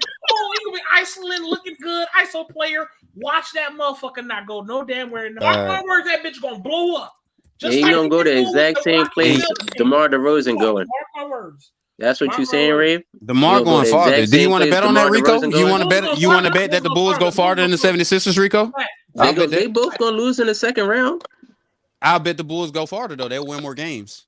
Hey, take that bet It's now. a second round loss. What do you mean? 4-2 and 4-1 is the same shit. Rico, if you so confident, let's do it. Look, take that bet. They're going to end up playing the 76ers. We counting games and a loss. Oh, that's a bad matchup. Well, I did get swept. I won one game. No, you lost. We not doing that. Hey, the Sixers going to be in the 6th seed, and the Bulls going to be in the 3rd seed. That's going to be a nice matchup. And it's going to be an ass whooping on the way. Bulls were home. Bulls at home though? No, it's gonna be different. No. When these players come back, Bulls gonna move up to like second spot. Okay. I got the Bulls winning the championship, but dead ass, bro. I ain't even gonna hold you. They gonna move up to second spot. I ain't even gonna hold you. I mean, maybe if they let Zoe be Zoe, but I don't see that happening. Right. Nico, that way. Now, that's the only reason I got them going. If they let Zoe be Zoe, that's the only reason I got them going. That way, right there. And they average 35 assists and block. Everybody got to play defense, not just Zoe, not just Caruso, not just Io, not just man. Everybody got to play D, man. Everybody, you got to play D. Whip that ball around, and man, that's why when you saw Phoenix, not just when they played against the Bulls, but with everybody, dog. Only two motherfuckers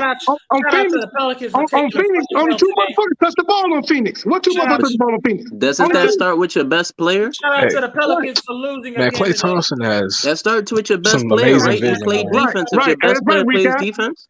That's right, recap right. So why are we expecting that from DeMar DeRozan? Because I'm expecting DeMar to be in his maturation and look at himself and say, you know what? Let me get off this bullshit, man. Take accountability and lock down on defense. I don't expect him to do that. Wake, he ain't got to wake up because he know better. He know what he's doing. That's what I'm saying. He know what he's doing.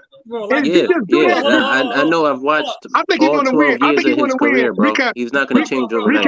Recap. I'm gonna go off. I think DeMar want to win, especially after Toronto got their championship. I think he want to win. I think he's gonna do whatever he got to do after that All-Star game, man. Because even without the people out, they still winning, bro. They still flirting with them spots. The first 3 spots, first 2 spots, first 3 spots. So when they come and get their guys, DeMar gonna be like, you know what? Let me get up to bullshit. Let me go down to get shit in the half court. You know what I'm saying? And look at me going. It's like also, like I said, we have never seen what a Zach LaVine or Lonzo looks like in the playoffs. If they could turn into very, very bad players, or they could turn into very, very outstanding players and might make DeMar submit to playing the Hey, look, game. and Dex said something, and Dex made a good point. When Dex said, look, Dex said this, why do all that dribbling and shit? When you come out in the half court, move around, them guys are efficient shooters.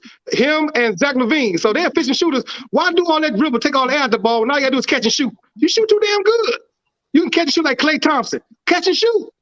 Do that, make that shit easy. Klay Thompson do that shit better than anybody in the league. Klay Thompson probably dribble that shit about 2 times, but he gonna catch and shoot, and it's always gonna be the right shot. He ain't doing all that extra dribbling, all that bullshit. Either he gonna make a good pass or he gonna catch and shoot. Come on, man. We gotta do like that. We gotta play ball like that, man. It's simplicity. We gotta stop overworking ourselves. We doing stupid shit. Hey, Sky ain't gonna pull up with him. Klay Thompson, one of a kind.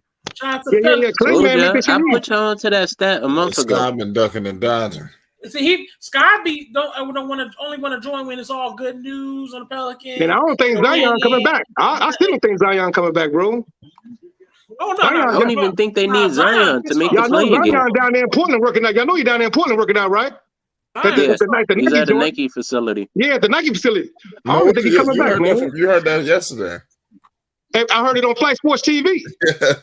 Come on, man. Come on, man. I gotta get a pub where the pub at.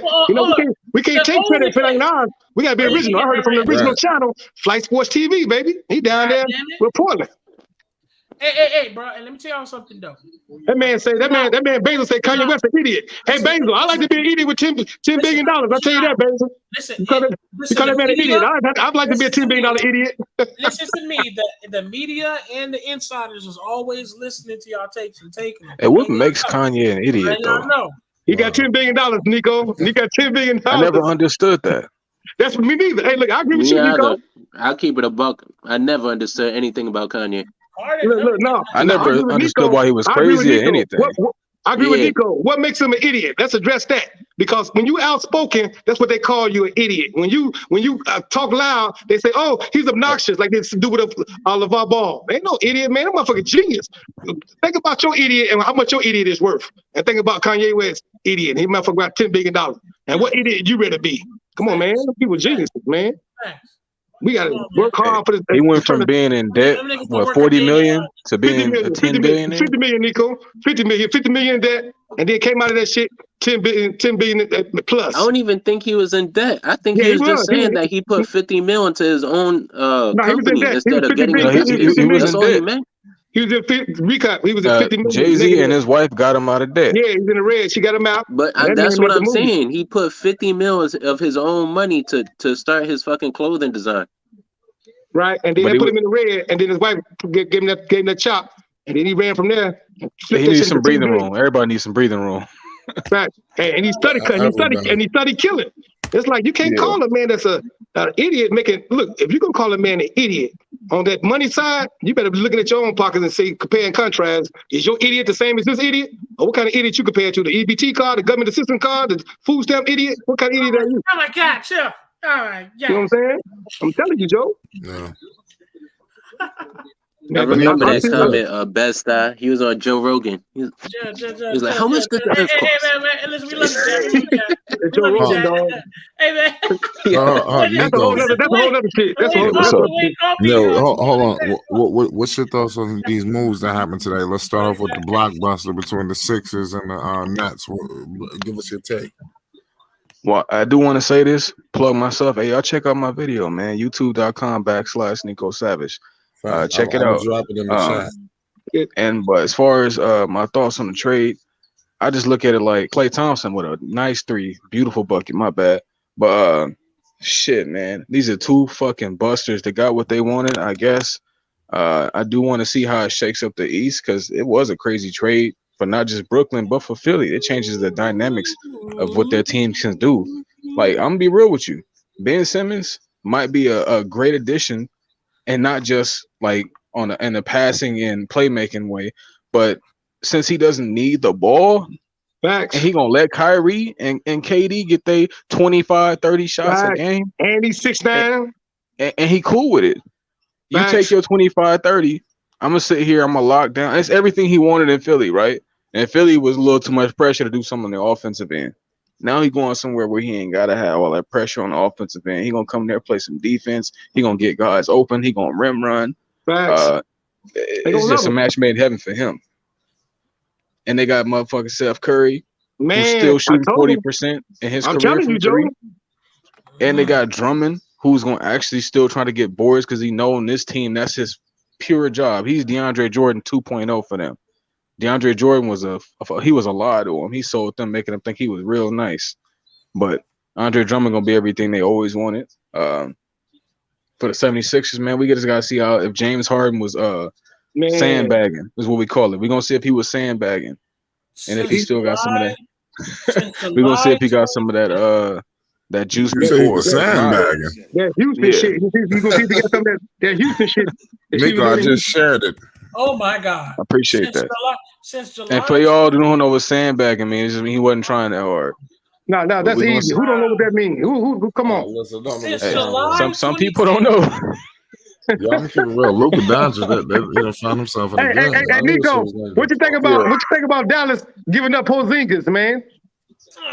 Now that's something that I feel like they had to do because Luka Doncic, I ain't gonna front. That's a team you just got to get to himself. I see.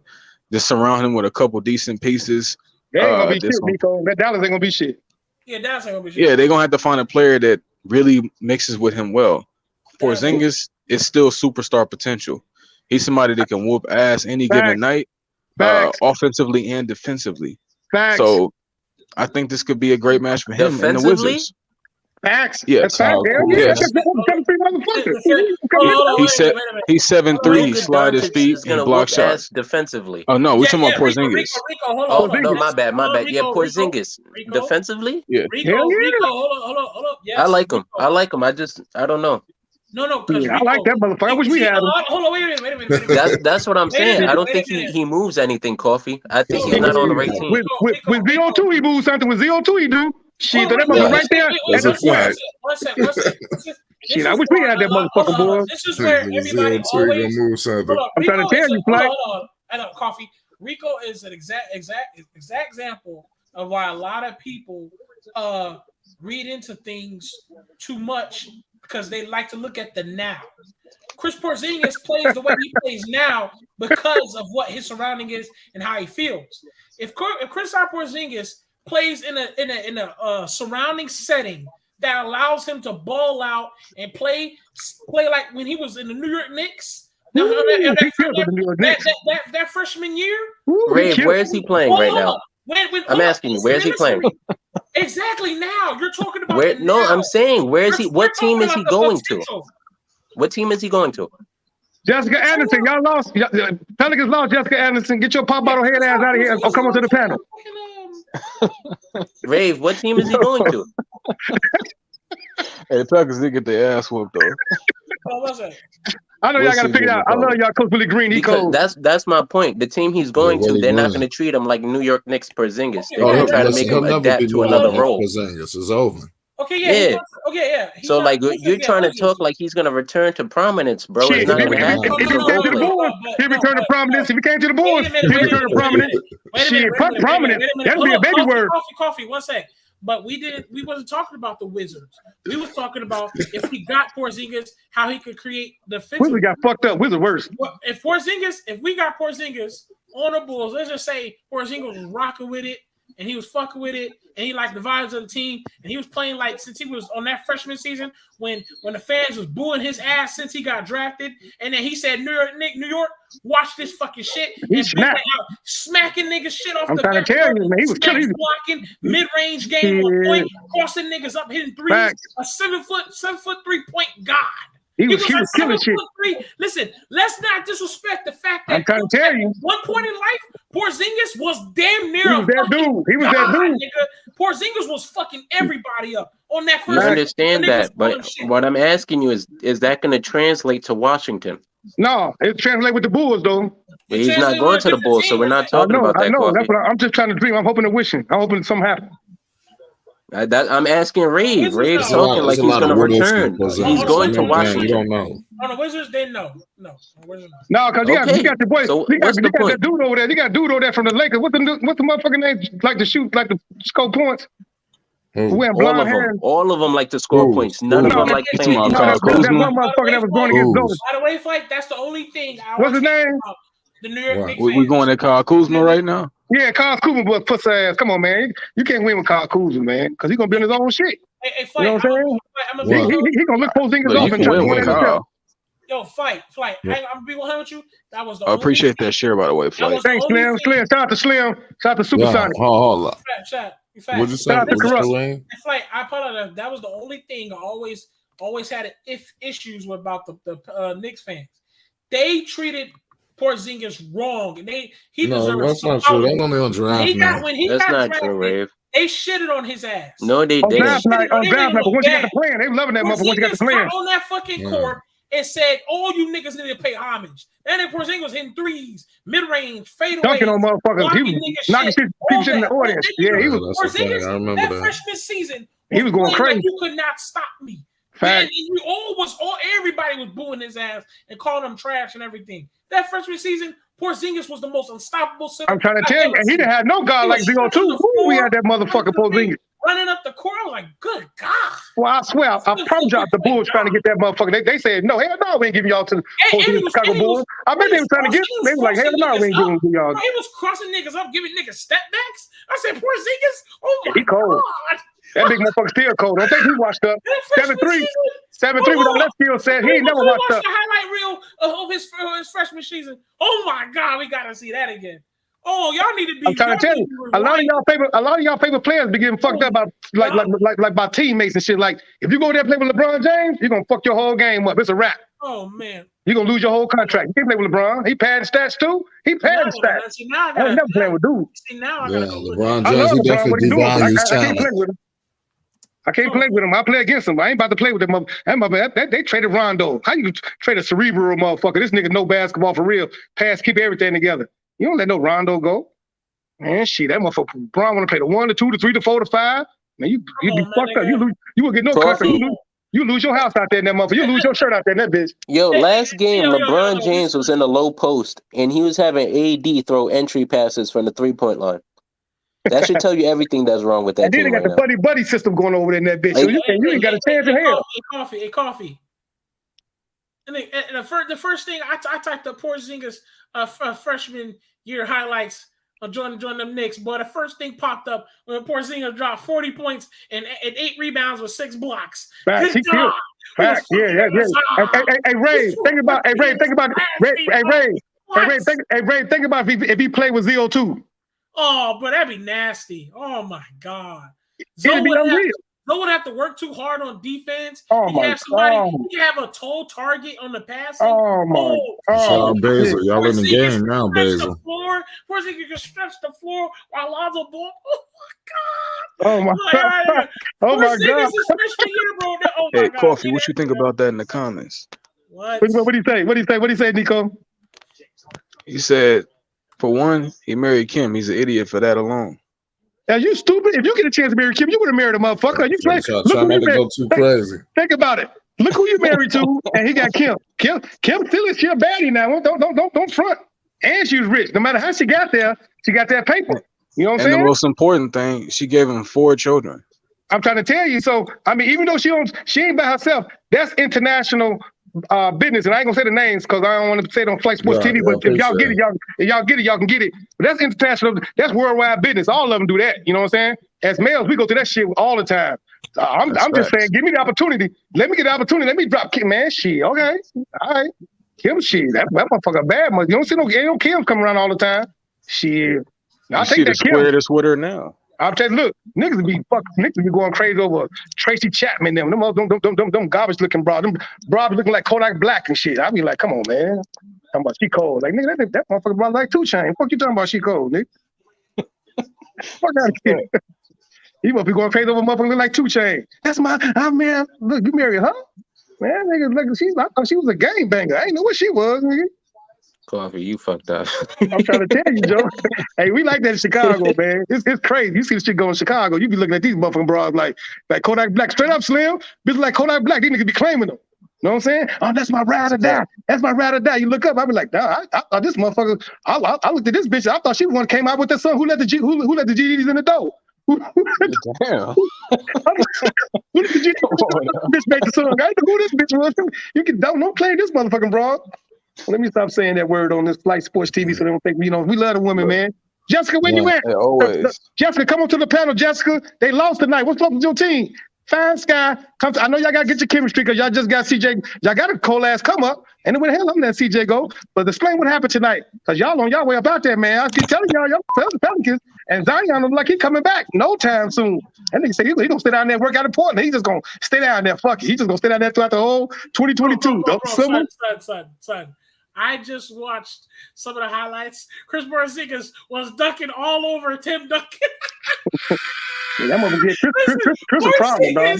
Listen. I watched Porzingis hit a nasty ass crossover, step back in the mid-range game over two people. Yeah, you watching the highlights. It was nasty. And the man, 7-3 a problem, and he got a skill set. I want everybody to type in Chris Porzingis offensive highlights montage on his rookie season 2015-16 in New York Sensation. You'll remember. Shout out to George in the chat. Shout out to Slim can hoop in the chat. Porzingis his first 2 seasons in New York. Bad style in the chat. Oh, he was deadly, bro. Oh my fuck God. that, man. Hey, Nico, you got a chance to get Kim Kardashian. You got to go ahead and bank that, Joe. You know what I'm saying? I wish I could show you guys this. This is ridiculous. Oh my God. I wish I could show y'all this. Hey, Jessica, where you at? Explain the Pelicans. Sky, where y'all at? You motherfuckers be pulling up. And I know y'all listening, niggas. Where y'all at? Well, Pelicans lost. Explain that. What happened? Y'all got CJ now. They don't like to pop up when the news is bad about them. They gonna crucify the Pelicans, man. They don't like to pop up. Y'all got Willie Green, one of the coldest coaches. Y'all got CJ. He gonna do some. Now BJ gonna have to understand to pass that ball because he was hating on Zoe when Zoe was there. Y'all can say what y'all want to say. That nigga, he would not give his Zoe the ball. You know what I'm saying? Zoe made that dude look real good. He forced to pass now because he ain't got nobody got to pass. But they Pelicans up short. They up short for real. But y'all got CJ. Y'all might be able to do something y'all with CJ. You know what I'm saying? They gonna make the play-in, Coffee. You think so? Yeah. They're right there with the Lakers. They're right there with the Lakers. Rika, you might be right because they got CJ and your boy over there. CJ know how to play the game. He understand the game, and hopefully, BJ listen to him and pass the ball and do what he got. Because CJ know the game for real. He is a real dude. But if motherfuckers don't listen, they're gonna be up short. Recap, they're gonna be up short. Man, they got the plan. I think they got the 10th seed right now. They would have to play the Lakers. Oh, the Lakers gonna wash their ass. They watch. Everybody talk all that bullshit about the Lakers. Watch how the Lakers just come out everywhere. What you say, Coffee? Because women was dark. Okay, women unattractive because she was dark skinned, look hard, or both. Who said that? I ain't going to address it. You know my take on that. I ain't going to address it, but look, we wilding out. Right, I'm not even going to address it. But y'all know what's up. Put it like this. We love listen. Five Sports TV. Hottest in the streets. We actually support everybody. We have beautiful women that's actually been up here. Facts, like Jessica. Jessica Cole. Listen. I'm talking about women we interviewed though. We actually on. I remember in summer league. If anybody remembers, I know Drew League. We interviewed a woman who was a photographer. We had women that came in here. We had Flamingo. We had a whole bunch of people. Women, and we have outside a woman that was going through things, and we wanted to comfort her in time of need. Five Sports, we appreciate everybody. If you're a man or female, we don't judge Five Sports. You know what I'm saying? So, we try not to, lean towards that, man. Everybody's attractive. You know what I'm saying? When everybody feel good about their day, hit that like button. You know what I'm saying? Let's get it. Except the Pelicans. Pelicans ain't doing nothing right now. Ain't nothing attractive about the Pelicans right now. Except for the past, we were saying nothing about Pelicans. I'm glad I didn't go to the Pelicans. Pelicans can go to the garbage can. I tell you, I promise you they didn't want to get traded to the Pelicans. I know CJ was like, man, trade me anywhere else but the Pelicans. I'm like, man, all right, man, I go, but I don't want to go to no Pelicans. Damn, I gotta see Sky. I don't see the Pelicans. No. Forget the Pelicans. They need to go ahead and sell their whole anywhere but the Pelicans, dog. I'll go anywhere with the Pelicans. At least in Sacramento, you down there, California? You know what I'm saying? The Pelicans, you ain't nowhere. I can go to the Pelicans. They got good food, but after you eat your good food, what's next? Man. And then you got to end up seeing Sky at the game. Think about that. You go to the game, you see Sky. That'll mess up your whole night. Like, damn, there goes Sky. Jessica, where y'all at? Come on, bounce back. Because I got the Bulls winning the championship. I know Nico don't agree with that. Nico, what's your take on that, Nico? Well, history hate the Bulls. Right. I got the Bulls winning the whole thing, dog. Like for real. I got them going against Phoenix. And the reason I say that is because if Stephon Curry, it's unfortunate because Klay Thompson is off the chain, but Stephon Curry be looking that dude off, man, and he be making it harder. And you ain't got to shoot all the greatest shots and all the phenomenal shots and you ain't got to do all that, man. Make it easy. You got Klay Thompson, you know. Y'all good when the Warriors move the ball, they undefeated. When they get in that stagnation role where, you know, it's like, okay, go ahead, Steph. Forget Klay. Klay don't be wanting to be involved. He be coming out the game. I be seeing him taking himself out the game. I'm like, damn. You know what I'm saying? So I got the Bulls and the Phoenix Suns. Y'all see that trade what they just got? Y'all see what they just added? Y'all know what the Phoenix just added to their team? Bree, listen, in the chat, Bree, he was saying that towards the Pelicans. Okay, you're misunderstanding, please. We don't. Actually, most people here is all black. We support black. We support BBB. That's a black. We love women. Period. We love women. We love women. We love men. We love everybody that love us. We love everybody that's on the right side of respect, the right side of truth. Everybody, no matter the race, culture, ethnicity, you know, we love everybody. That's what it is. You know. But come on up on the panel, talk some sports. Well, who's your favorite team? Who you like? Who you think will win the championship? Talk about that. Well, who they think gonna win the championship? Exactly. Like, who you think gonna win the championship? That's a good question. I'll probably go with I'm gonna roll with the Bulls to take it, but I probably think it'll be one of the heavyweights. Who you got coming out the West? Out the West, I'm trying to think. Out the West, I mean, they could go either between Phoenix.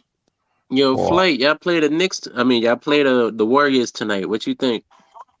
I ain't even watching that game.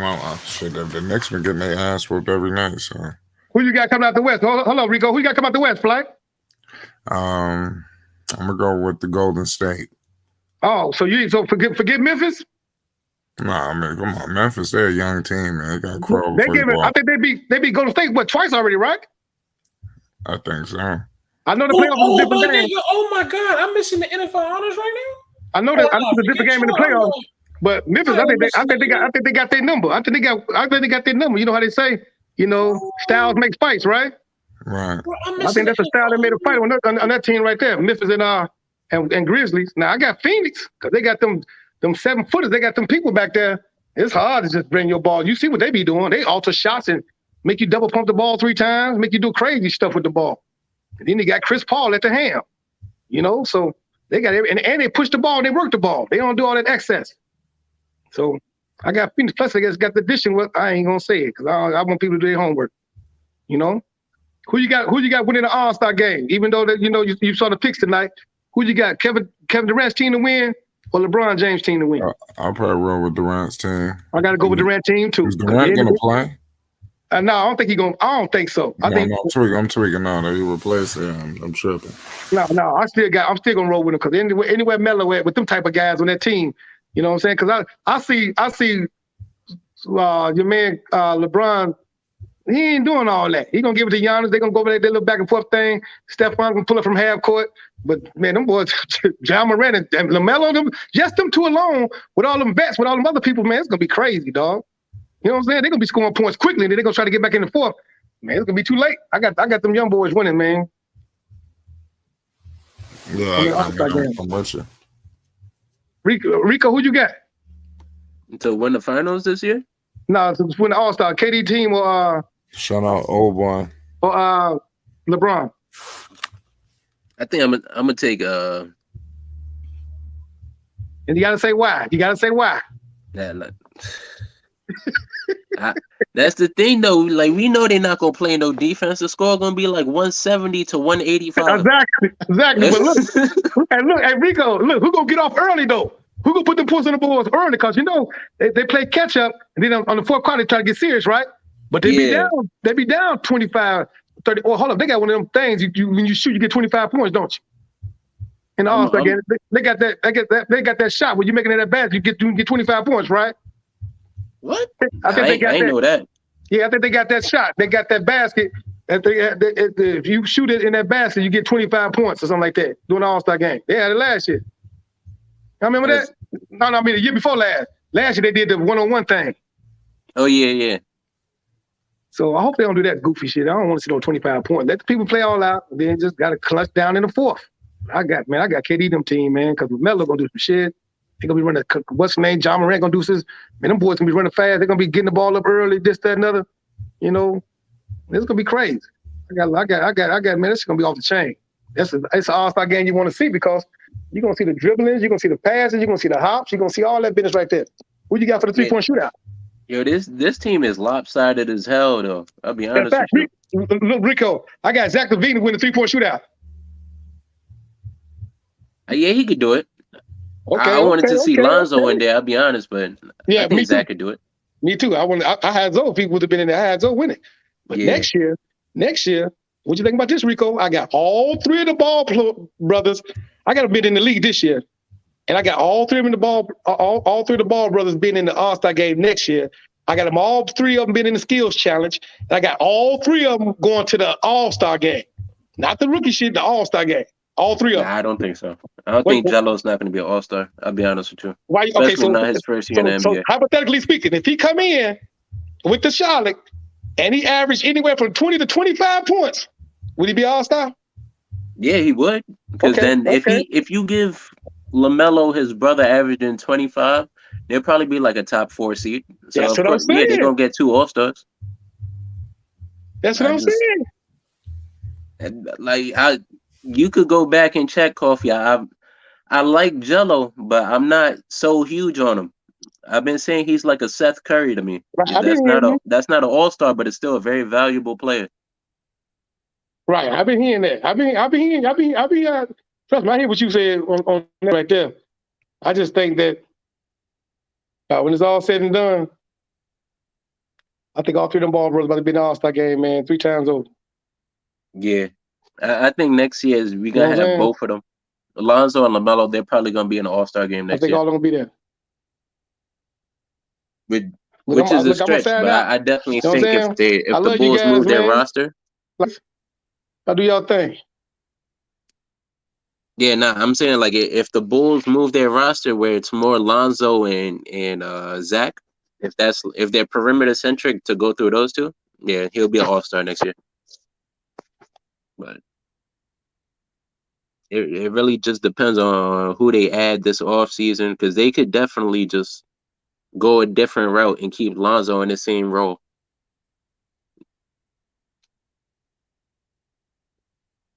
Charlotte and JB will never play Jello enough time to average. You see that, Breeze? Yes. She said Charlotte and JB will never play Jello enough time to average 20 to 25. Shit is crazy.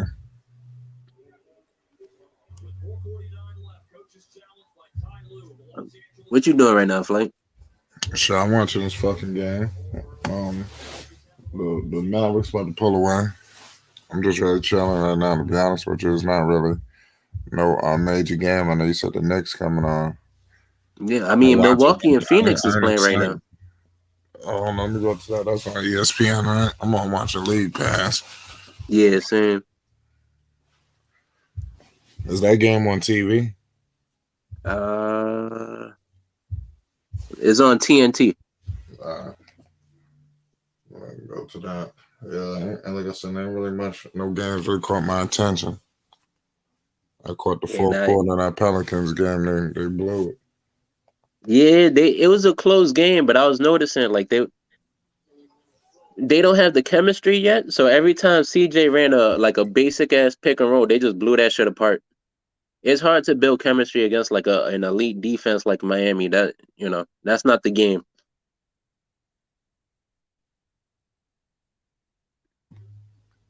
Right, so I can't believe the Sixers went out like that, man.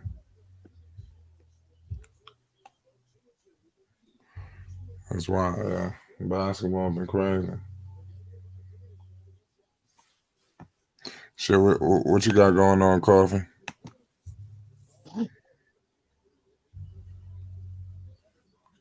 Coffee, you there? Look like Coffee done froze out. But shout out to NBA old boy. He said they gave away the farm, James Soft and Paul Millsap.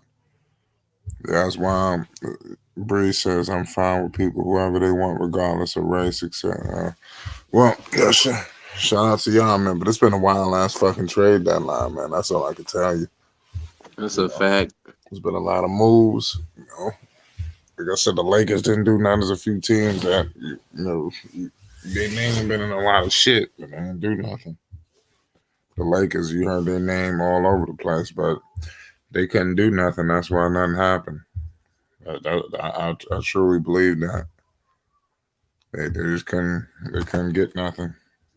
I think getting rid of Westbrook would have been crazy. The price they would have had to pay for it. It's better to just keep them. Like when I first saw the trade, my first reaction was like, okay, it makes sense for both teams, for Brooklyn and for the 76ers. Like it makes sense. Definitely the 76ers addressed it. I mean, the Nets, sorry. Yeah, the Nets definitely addressed their issues. They got a starting center, Andre Drummond. He's not great defensively, but he is definitely better than Blake Griffin and LaMarcus Aldridge, so you can't knock him. You get Ben Simmons, who's arguably the best defender in the NBA, and now you have a front line of three people who are all 6'10". KD is also a positive defender. He's not horrible. He's above average in my opinion. So you got two 6'10" dudes running around creating like havoc on defense, and you really don't lose much on the playmaking also because you still get Ben Simmons. Now you get Steph Curry, who's also a point guard, but he plays off ball and he actually moves a lot off ball. So I want to see how Steve Nash is going to use him. Because in Philly, he really plays perfectly. That fit there is just fine. He runs a lot with Joel Embiid. But then on the other side, 76ers had to address their point guard issue. Tyrese Maxey, he's nice, but he's not it for a playoff team. So now you're going to have Harden and Maxey both sharing the ball handling.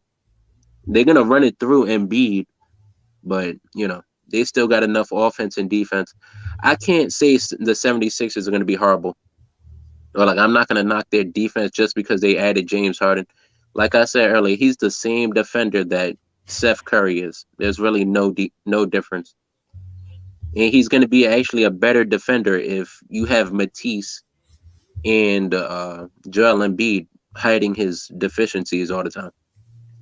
And that's the thing. The same thing Lonzo Ball and Alex Caruso do for DeMar DeRozan, Matisse and Joel Embiid could do for Ben Simmons. I mean, for James Harden. It's not hard to do. Especially in today's NBA, there's always someone standing in a corner doing nothing in today's NBA. So you could always sit James Harden, have him guard like a PJ Tucker if it comes down to it. Have him guard an Alex Caruso. There's plenty of people in the playoffs that the 76ers would have to match up with where you could just be like, yeah, James Harden could guard him. Like, if I had James Harden guarding Derrick Jones Jr., am I going to put James Harden on an island and run the ball through Derrick Jones? No, because that's not a mismatch. He's good enough. It might be horrible to some people when he's guarding number one options, but you can always hide these type of players, bro. He's not that bad. He's not Isaiah Thomas. People be going too far. Yeah, they do. They're definitely going too far. They make it seem like Ben Simmons is worthless. I don't think that's the case. I think Ben Simmons is going to do something, shock a lot of people. He got the weight of the world on his shoulders. He going to have pressure when he play the first time, but he done put it on himself. Yeah. But he'll be okay. I think he's going to take some adjustment period too coming back because there's no he been out, so I don't expect him to hit the ground rolling. But that'd be crazy if he did. It's going to be hard because, like you say, he's going to have to adjust to just playing. Mm-hmm. Then he's going to have to adjust to playing on a new team. And then third, he's going to have to adjust when KD comes back from injury. So he's going to have to figure it out on the fly if the Nets want to win this year. Facts. You're right about that. It's going to be interesting to see. for sure. The direction that they go in. Because, like I said, there's a wild west and the east too. Shit is crazy. But the Bulls, it's all good. They didn't have to make a move. I think Lonzo, he's gonna be fine. Upon his return, he'll be fine. The East is stacked right now, but I think the Bulls is one of them teams too. So a lot of people we concerned about Brooklyn, we concerned about Philly, Miami. At some point, they're gonna be concerned about the Bulls too. Yeah. We can't get too caught up in what they're doing. The Bulls, they got to get their team back in order. They got to work on their chemistry. Like they've been hit by COVID. They've been hit by injuries. We could talk about all these teams adding all these new players and how they might not mesh, but the Bulls still aren't playing the brand of basketball that they advertised, and now they're playing without them. So when they finally do get all their players back, they're still gonna have to set the offense straight. They're not just coasting. They do that next year. Next year they could just coast because they already have a year. Everybody knows each other's tendencies. But right now they still have their own little things they need to work on.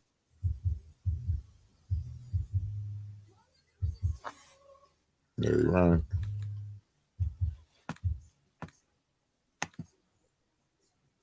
Since Ben Simmons not going broke now, I think they're gonna get that money back. So Anthony Simons got it back as well. But Anthony Simons is the truth. They be sleeping on him for whatever reason. Is he playing Portland? That's why. That kid got some talent. That's what I'm saying. Like, if you strike out on free agency, like you got rid of CJ, that was a $35 million contract. I understand CJ is a good player.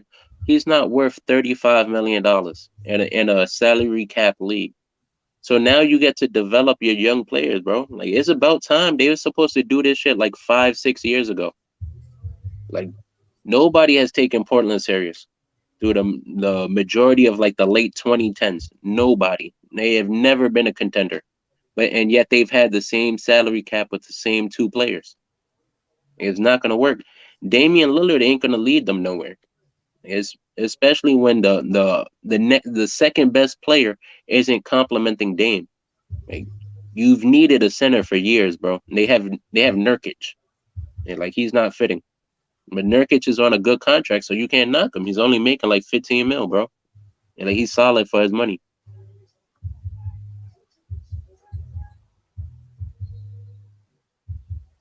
You're right about that. It's crazy. Shout out Joey. He said they still a super team. He said, I agree, Nurk gotta go. Yeah, like I said, we was talking about him yesterday. He broke his leg. I think they kind of stifled him, into what he was going to become. I think Nurkic could have really did something. But for whatever reason, he might not get to that point.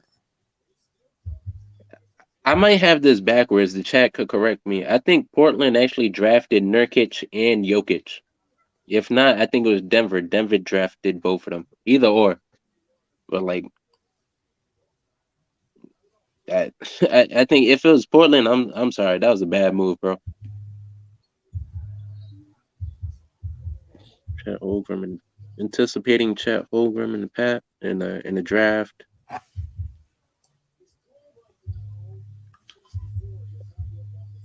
Yeah.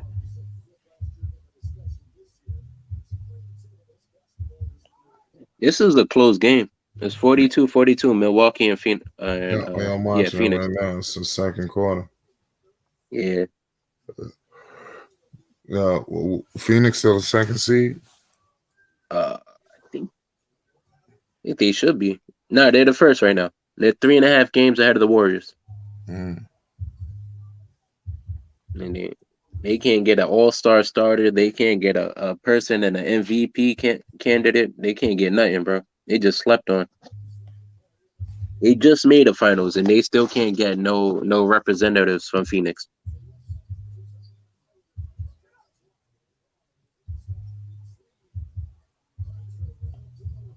Yeah, there you go. Yeah, thank you, NBA old boy. He said, Denver made the choice to keep Jokic and move Nurkic. That was a good move. That would have been a good look. Yeah.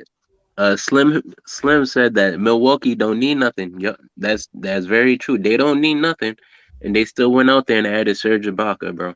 That's insane. Like they just got better just because it was available. Was it just because it was available? Yeah, they're what, like the second seed or the first seed right now in the East? Did they need to get Serge Ibaka? No. They're just fine. They already got an elite defense. They have nice shooting. But that's what championship teams do. They get better. You don't need a reason to get better. You just do it because it's available. Yeah, coffee. You started freezing up. That's right. I had to get him out. Shout out coffee. It's at 8, my guy. I don't know, DeAndre 8. He all right. He trying to get that money. Yo, Chris Paul just dropped Drew Holiday. He cursed the fuck out of him. Oh my god. Man, I must have missed it. I got 8 and just dunking at 45, 44. You're gonna see it in a second then, Flight. All right. Now 6 minutes. It's probably about to happen right now. Oh, damn. I was saying he broke his ankles. Yeah. That motherfucker collapsed. There's 8 in McGee. Yo, 8 in McGee, that's a force. Nothing should be able to get through the paint with them dudes. Said Clippers are bums for letting Ibaka go. I think it's crazy. The Clippers still got a playoff seed right now. They're the 8th seed, bro, and they don't have Kawhi or Paul George. That's amazing. And they just added Norman Powell too. They're gonna have they definitely have a big 2, but Norman Powell might be that fringe big 3 player. They just need they got Zubac to anchor at center. They just need a point guard. That's it. Right.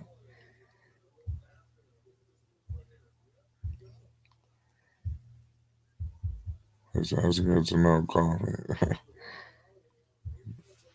CP3 broke Drew Holiday. That shit was sad. That shit was filthy what they just did to him.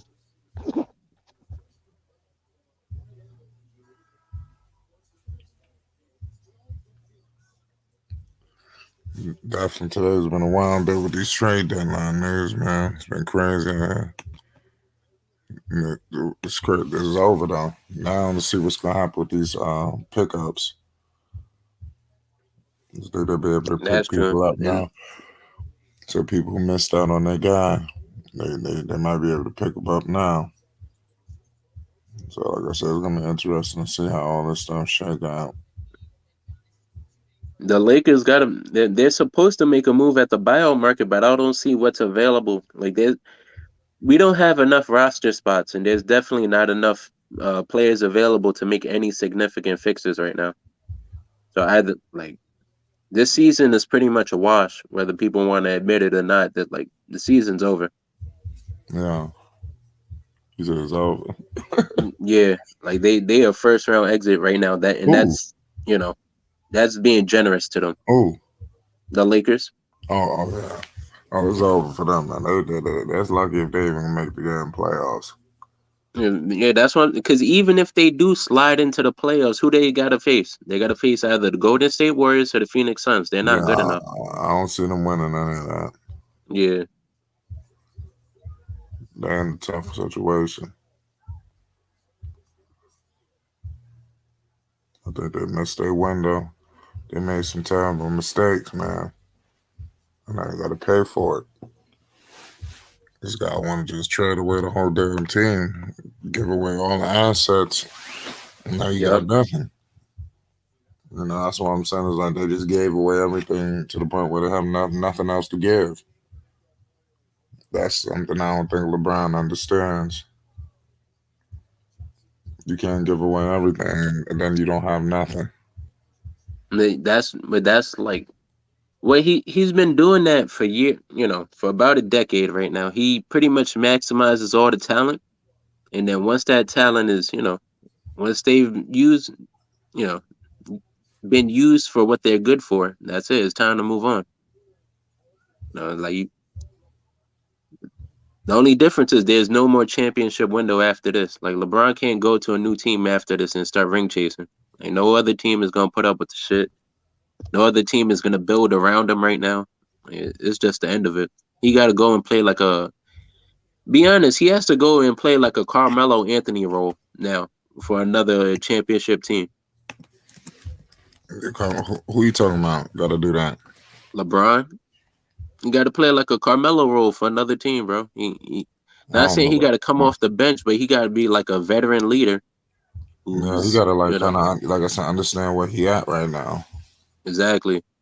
You got to stop thinking he the best player in the world because he's not. You could argue he wasn't even supposed to be a real all-star this year.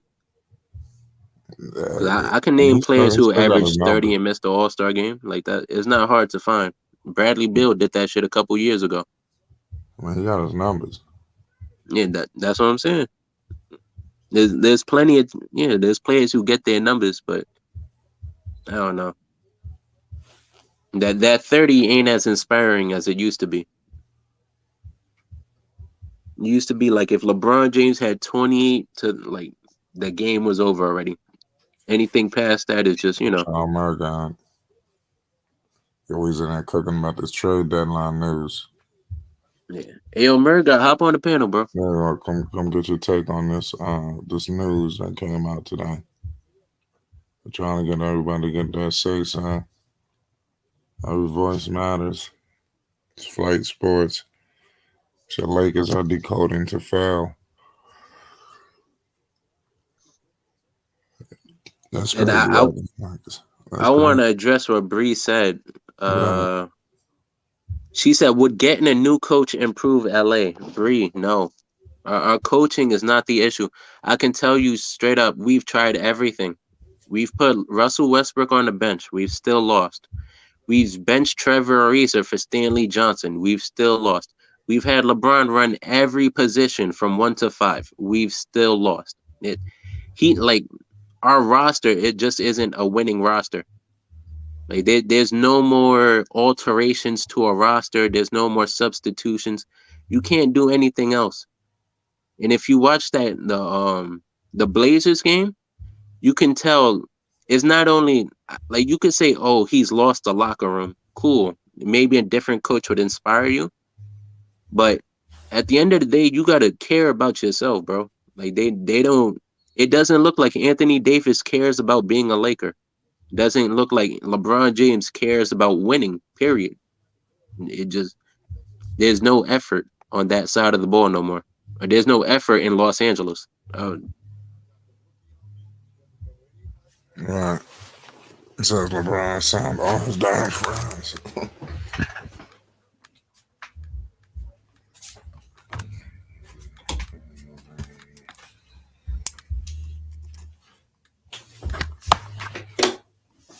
Yeah. Shout out to the chat.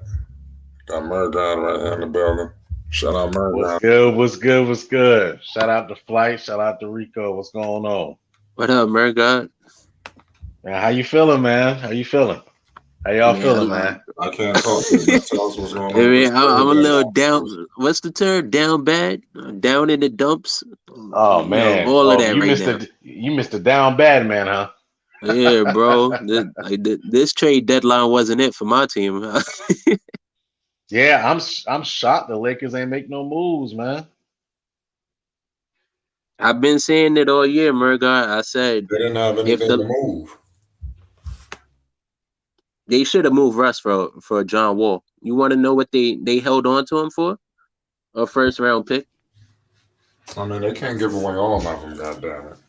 I mean, but not for John Wall. I can say I completely I agree with that. I agree with it. And I'm happy they have our team leader. Now he gets to sit and enjoy this fucking mess he created. He created this roster. Now he's gonna sit here and enjoy it for the next 30 games of the year. I don't care how many games we lose. He's gonna sit on that bench. He's gonna leave every single game with 5 minutes left in the game, and I'm gonna enjoy watching it. Who you talking about, LeBron? Yup. Every game he's gonna get his ass bust, and I'm gonna enjoy watching him leave the game early. Every game. It's gonna be fun. Shit, my guy, what's your thoughts on the Sixers shit? The Sixers and Nets. Be honest, man. Be honest, man. It works well for both teams.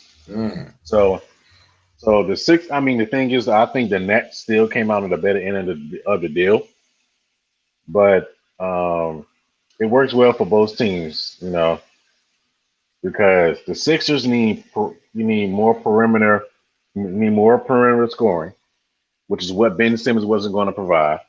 They already have defense. They need somebody that's going to be able to create offensively for Embiid and the other players on the team. Harden is actually second in the league in assists with 10 assists under Chris Paul. Chris Paul is leading, but he still has 10 assists. And Ben Simmons goes to the Nets with Steph Curry, which that was actually a great pickup for him. And he's actually going to be, he's going to be able to, do what he does best. It doesn't have to worry about scoring because Durant and Kyrie can do that for him.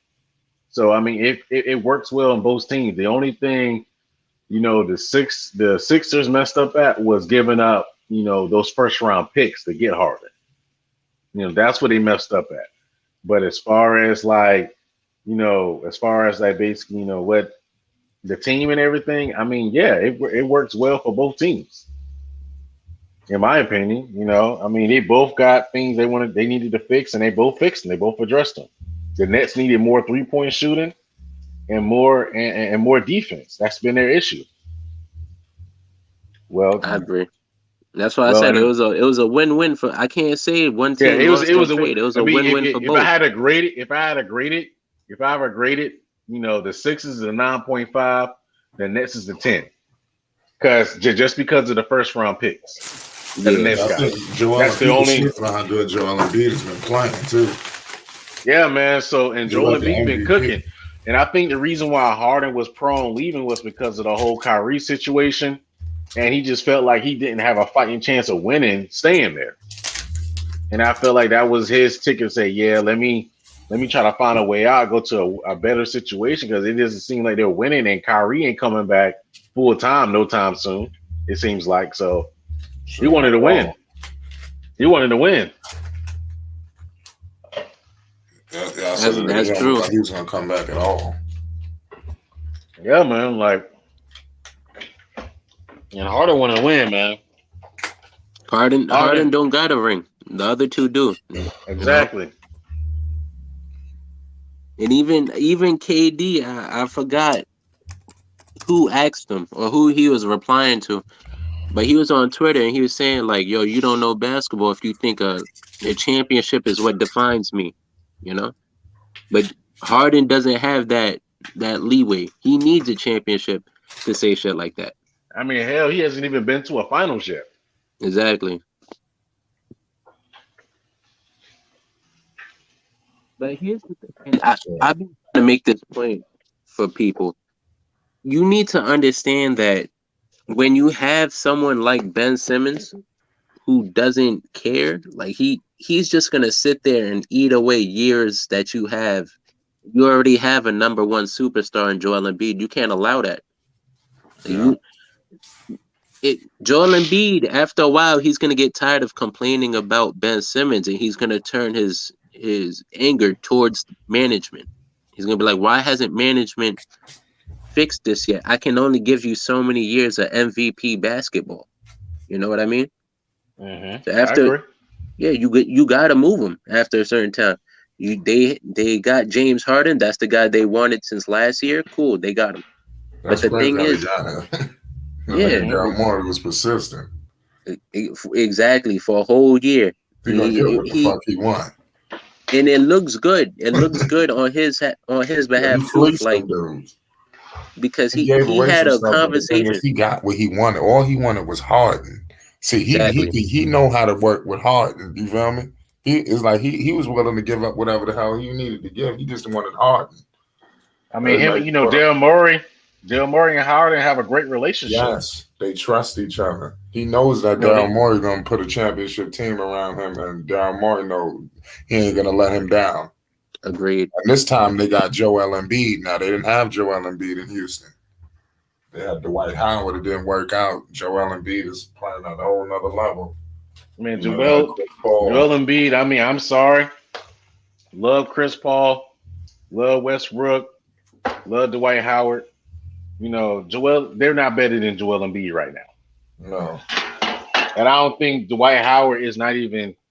Dwight Howard was good in his prime, but Dwight Howard is not half of what Joel Embiid was in his prime. Dwight Howard is, you can say that he was a little bit better defensively. You can give Dwight Howard that edge in that. And he was and of course he was more athletic. But in terms of pound for pound being better, is Joel Embiid. Just as good as rebounder. He can still shot block. He can, still defend, and he's a far better scorer than Dwight is. Far better scorer. I mean, it's night and day between both of them two in the scoring department. Oh, yeah. The Joel Embiid can wake up out his sleep and drop 30. No question. So I mean, it works well with Harden because Harden now, he can just focus on being a perimeter. He doesn't have to do everything. He could just throw it down low and let Embiid do work. And on top of it as well, imagine that pick and roll with Harden and Embiid now. Thank you. I've been trying to get to that point I'm gonna let you cook, Murgard. I was trying to bring it up. But go ahead, please, because I know I'm not the only one. Because I don't care what no one says. Everyone can get on Harden and how he's playing this shit. I just think Harden's in a position of he just doesn't care. That's why he's not playing hard every night. But you get him in a situation where he cares and he can win. He's been one of the most consistent players in the league the past few years. He's a known 30-point scorer in his sleep, and he can drop 10 assists. He's doing that now. And putting him in a pick and roll with Embiid, who is arguably the best big man in the game, center-wise. I mean, that right there is the deadliest duo right there. I mean, AD and LeBron had their time. It's, Harden and Embiid can literally take over that throne, man. It's ridiculous. Harden is just as good as a passer as Chris Paul and LeBron. He has a high IQ, and he has that wiggle. He can get into the lane at when he wants to. And Embiid, and with his threat, it's basically like you have to literally pick your poison. Do you double Embiid or do you double Harden? And that's what it's going to come down to. That's literally, if you literally think about it, it's basically, unguardable. That pick and roll with Harden and Embiid is literally unguardable because you have to pick your poison. It's basically who are you going to guard that night? It's basically who you want to kill you that night, Harden or Embiid. Which one? You got to pick your poison. Because what's going to happen is Harden is going to be. See, the thing is though, Harden, I think is a far better passer than Ben Simmons. He has a higher IQ than Ben Simmons, and he is a scoring threat. He's known for that. So how are you going to defend that? As soon as you shade on Ben Simmons, as soon as you shade on Embiid, that's a score for Harden. And as soon as you slightly shade to Harden, only thing Harden gonna do is drop it out to Embiid for a dunk. So you literally got to pick your poison, man. And that's a tough thing, and that's a tough thing to do right there, man. Philly is going to be a tough team, man. Yes, they're gonna be a tough out. It won't be easy. I think they're like another second round team to me right now. They're gonna be solid. They might play Chicago in the second round. To be honest with you. Man, they play the Bulls, man. I'll say that if we can get another big man in the buyout, we'll have a better chance. due to the fact that we have so many perimeter players that we can literally throw at Harden. That's our only advantage. We don't got nobody for Embiid. We just gotta basically hope that Embiid just has an off night. But we have players that we can literally throw at Harden. We have Caruso, we have Lonzo, we have Derrick Jones Jr. We have Javonte Green. So we got players to throw at Harden. So we just ain't got nobody to throw at Embiid, man. Even if we get someone in the buyout market, we still won't have nobody. Yeah. So it's just gonna be tough sledding with Embiid. We just gonna have to to be honest with you, we just gonna have to suck it up with Embiid. It's one of those situations where hey, it is what it is. Yeah, right. Like he gonna get his 45 regardless. Yeah, it is what it is with Embiid because it don't matter who you throw in Embiid, man. It is what it is, dog. So you just gotta live with that. But Harden, we got somebody to throw at Harden. We just can't allow him to get off at the same time Embiid is doing it. So because if both of them are doing it at the same time, we're gonna lose.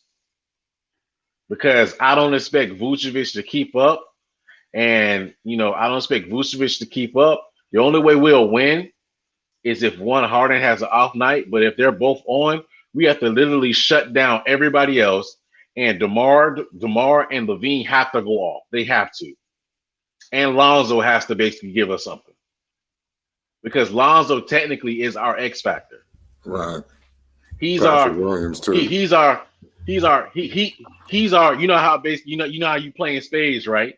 And right. and everybody basically, seeing it going around, and you need that one last book, and you got the Joker in your back pocket. That's Lonzo.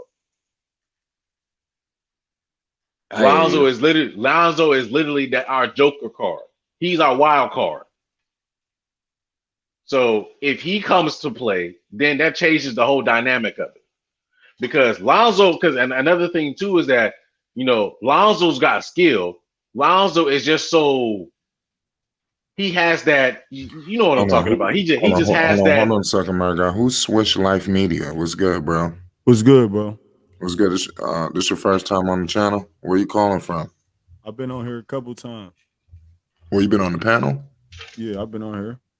My other StreamYard, it might have a different name on my other StreamYard. What is you, Slam?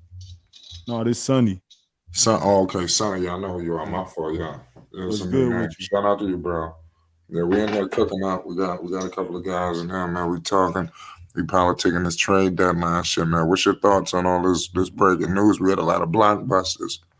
I was just talking to my pops earlier about the Chicago Bulls. I say that's the only team I'm worrying about: the Bulls, the Bucks, and the Nets in the Eastern Conference. Because I fuck with the Cavaliers.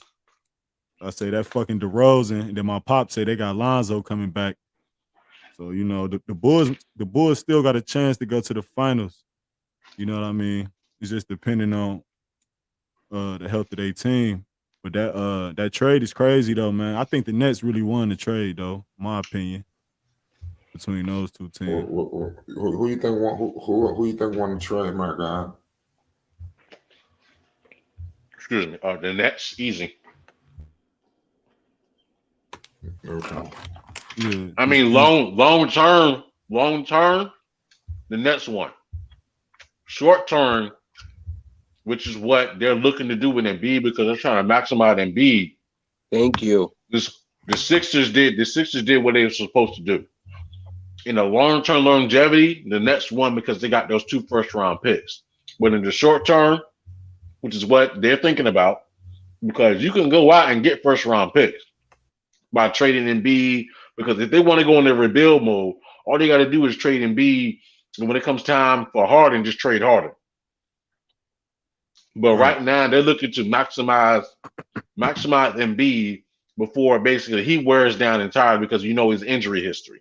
So that's what they're looking to do. You only got like 3 or 4 years left with Embiid. Like, so people you can't wait that long. You can't, like, you think Ben Simmons is going to change? He's not. He's going to do the same thing next year. And then you start the time clock on how long you really have Joel Embiid for. Joel Embiid gets an that's injury. That's another year down the drain. Like, that's you a only good have pickup so for many the times. Nets, They're in win man. now mode. They did what they had to do. That was the only trade that made sense for them. Yeah, right. I agree. But that's a good pickup for the Nets, man. They got Ben Simmons, Seth Curry, and Andre Drummond. Yeah, man. Yeah, they fixed all their issues. Bro. They fixed everything. Bro. And now they're trying to get rid of Claxton. That's so, crazy. Yeah. That's a hell of a trade. So, I mean, the Nets did what they were supposed to do. They fixed their issues. They needed more size. They did that. They needed more perimeter shooting. They did that. They needed more defense. They did that. The Knicks did what they were supposed to do, and I'll say basically long term, they got it. Long term, they got it. But when it comes to like right now, the Sixers, they did what they were supposed to. Daryl Murray made a decision and did what he was supposed to do. I agree with that. And he could keep on improving. It's not like, remember, he was trying to move Tobias Harris. So even if he doesn't, he already moved Ben Simmons, he might move another one. That's another max contract he might be able to unload. They might come back next year, move Tobias Harris to a different team, and let's say they end up with Damian Lillard. And that wouldn't be insane. Like, they still got another max contract. They can go for another superstar player and pair him up with those two.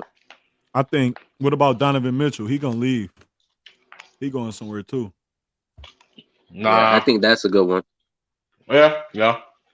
Donovan I think they're gonna have to give up a lot for him. That's all. Jaylen Brown, he might leave. I think Bradley Beal might be the easiest. Yeah. I think the Celtics will pay him though before they let him go.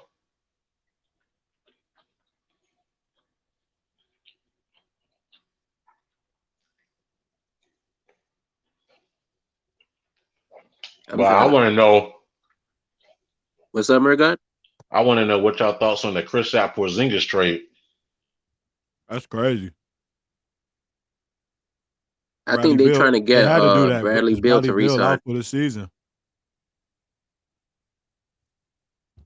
They had to do something so they can win a couple games. But I mean, what you think the longevity of the Wizards is, though? Because I mean, I personally think they're trying to do it like Rico said. They're trying to do it to resign Bradley Beal or to keep him there. But I want to know your thoughts on the longevity of the team. Do you think Kristaps Porzingis is a long-term fit, or is that just something temporary and they're going to look to get rid of him in the offseason? He might get bought out. I think they like having that's a lot of money. That's a lot of money to be buying out. I ain't gonna lie. I ain't gonna hold you on that. His contract kind of big.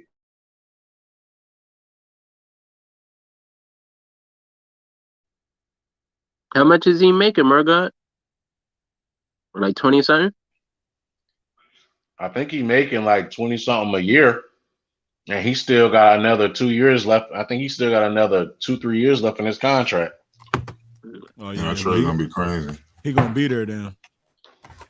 Yeah. I think that messes up Kyle Kuzma though, because Kyle Kuzma was their power forward. They got rid of Montrezl Harrell too. Porzingis gonna play the 5. Okay. Yeah, he gonna have to play the 5. Yeah, Montrezl Harrell went to Charlotte. Yeah, he went home. Which I don't even see the point of that, because if you did that, why still keep PJ Washington there? That's kind of redundant. They got to get in those playoffs, man. They got. But the thing is, though, power forward was never their issue. It was center their issue. I mean, Montrez is a center. He don't play defense though. But he don't play defense. That's the point. Yeah, that's true. That's what I'm saying. Like, they got Montrezl Harrell, but the Bucks are over here getting Serge Ibaka. Like, that doesn't. They probably didn't even know Serge Ibaka was available. To be honest, I haven't heard nothing about him myself. I think they're just trying to get in the playoffs. The Hornets. Yeah. I think they're trying to secure the spot, and then in the offseason get rid of players. Is Gordon Hayward injured long term or no? For the most Yeah, part, it's out indefinitely. Okay. Yeah. Yeah, they just trying to get in the playoffs. Yeah, they're probably gonna come up off of Gordon Hayward this year, this offseason. They need to. Yeah, they probably will. Or some shit. Yeah, they probably will. I mean, his contract is far too big for him to only be playing like 20 games. Facts. But they told Jordan, he injury prone, don't get him. Got him anyway. He hasn't even played more than 30 games both years, man. It's crazy. Hey, Crazy, Steph man. Curry is a fucking bum. That shit's crazy. What happened, Nico? What's going on, Curry is a Nico, fucking man? bum, bro. Yeah, what's Who good with everybody y'all, got man? coming out the East? Shit, it's still the Nets for me. Yeah. I got Milwaukee. Yeah, it's gonna have to be between them or the Nets.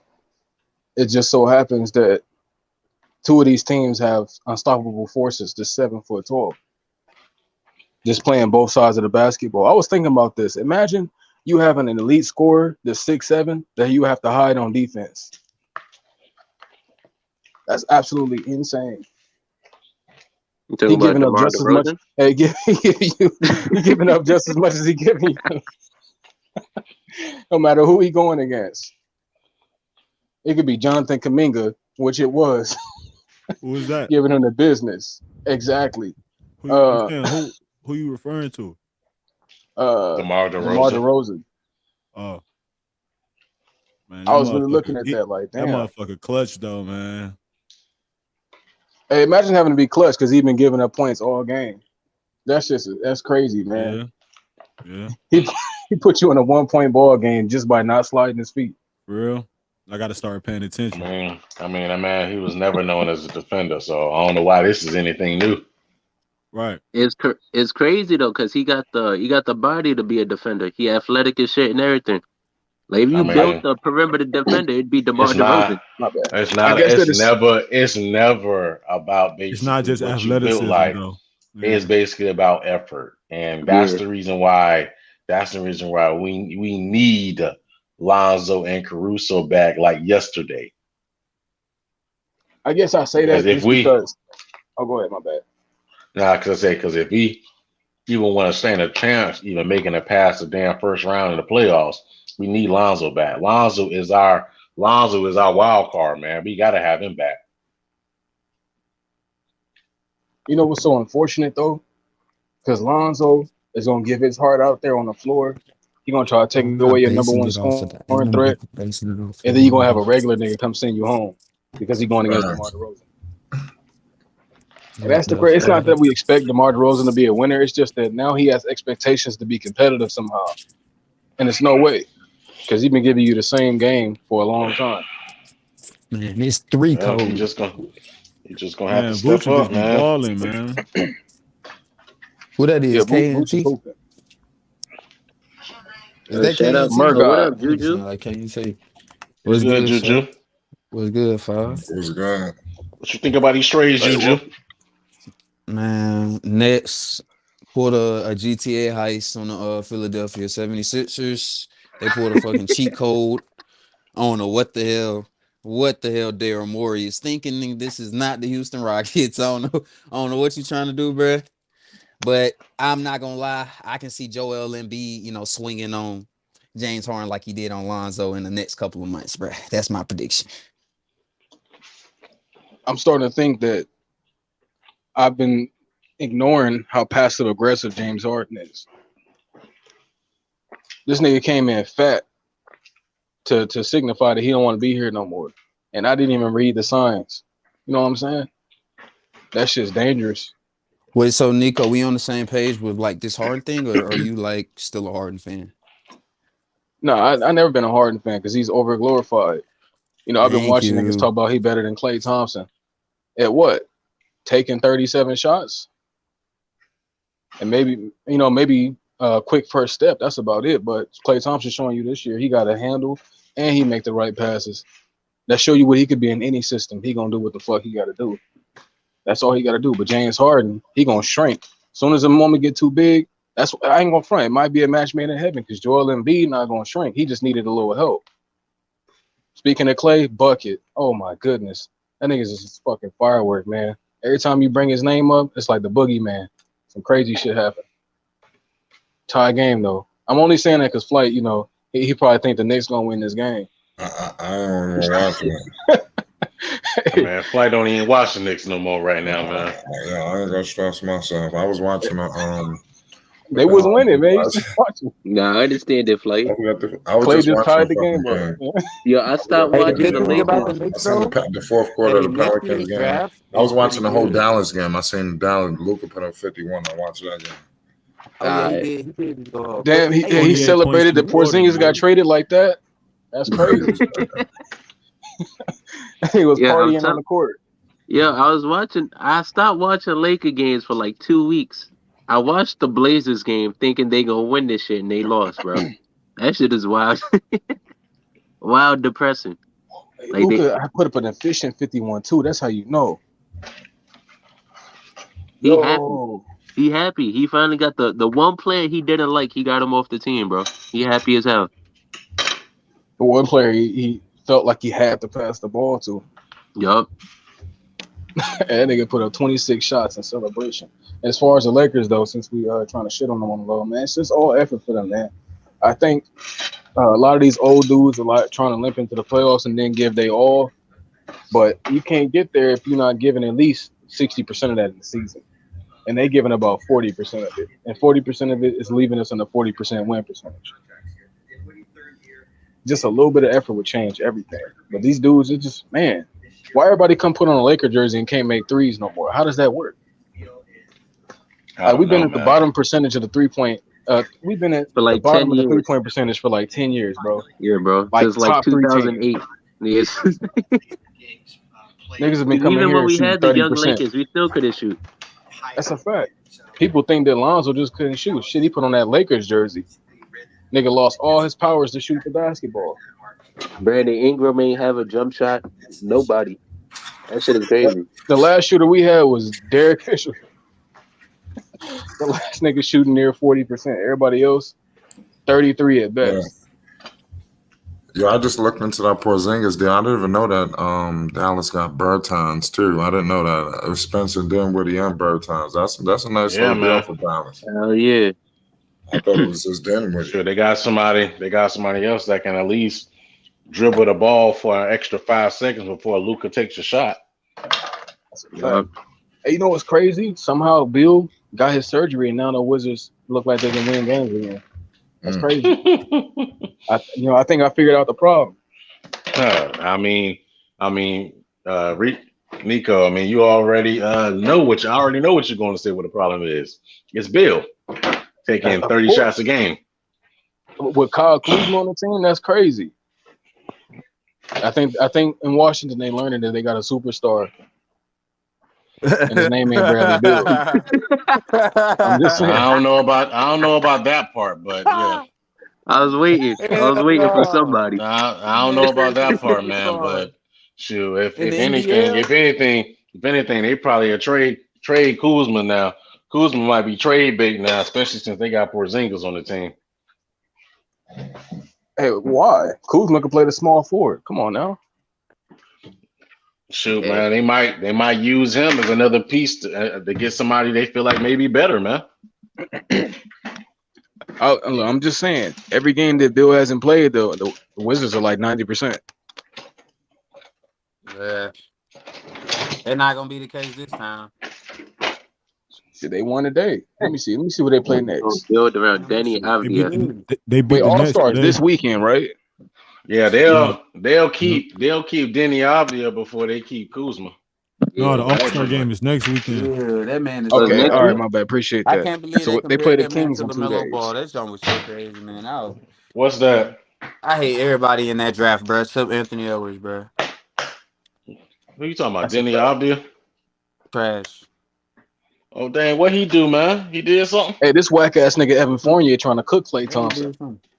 He thought he was a Fournier got superstar. like 25 right now. The Knicks try to trade Fournier, but for who? Yeah, So that's almost why he had been a playing star for flight. Klay Thompson Yep. step back three, right? I'm gonna say step back mid range, right on him. I forgot. I saw it somewhere. The Knicks tried to trade Evan Fournier for somebody, but they said no.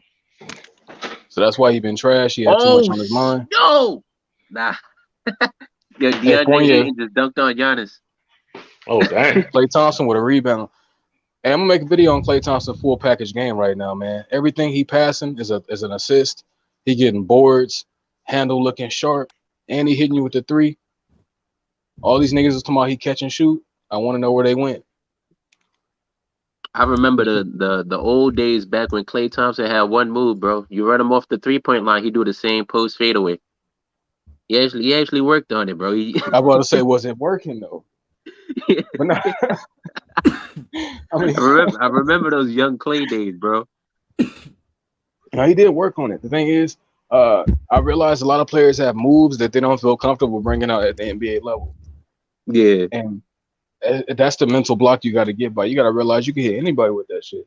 Wait till Ben Simmons get past his basketball block, and he realized, oh shit, I can shoot the ball. It's gonna be crazy. But whatever mental health, I didn't think he was joking when he said that, because ain't no way a nigga out here splashing in the offseason every year on camera. Not like he doing it in silence. He wants you to see this nigga pulling up from 30, half court shots, all types of shit, and then come to the season and attempt 1-3. Something had to be wrong mentally. And this might be his new start. I don't know. Even though I don't like the trade, I just want to see what these men can do in their environments, since they want to be pussies and go for greener grass. Let's see if you get what you want, man. And if not, we just gonna roast the fuck out of them.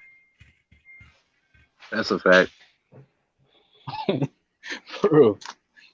I ain't gonna front. I was watching KD face the whole time. You can tell that nigga's bothered by this. He don't hide his emotions well. He think he do, but we can see right through that nigga. Well, it was obviously something going on. Pissed the whole time. Yo, I'm telling you, during the All-Star draft, bro, he looked like he wanted to just punch someone. With that 7-foot wingspan, he looked like he really wanted to knock someone out, bro. And some of it was for show, because he is a showman. When you watch his little solo projects, and, niggas almost forget KD got a whole movie. You know what I'm saying?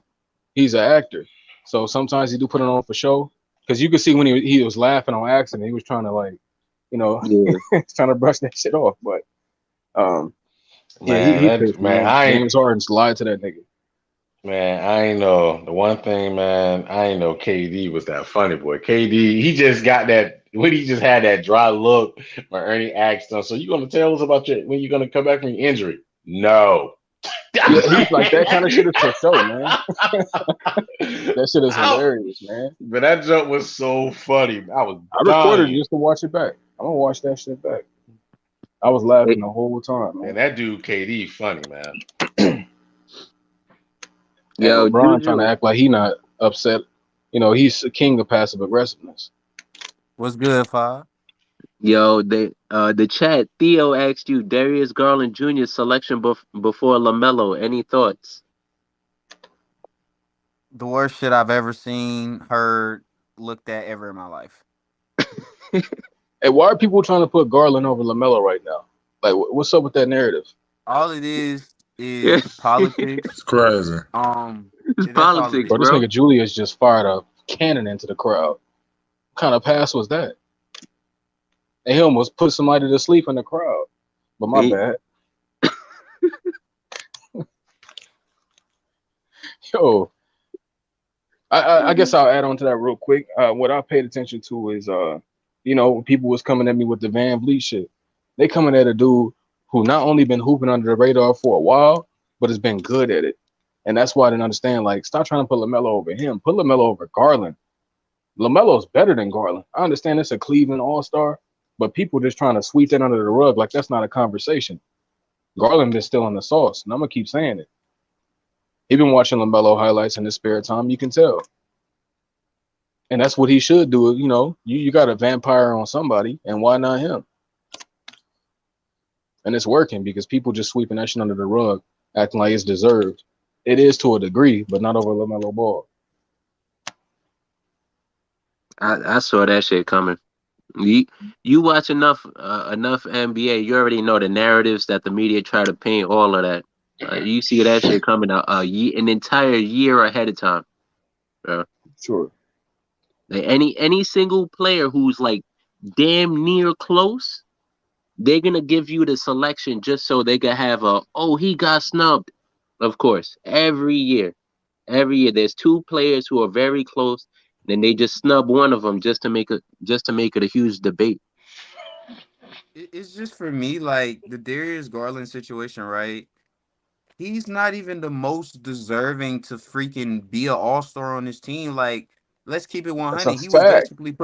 He was basically putting up the same numbers last year that he is this year. The difference in this year and why the team is winning is because they added 2 7-footers that play the 4 and the 5.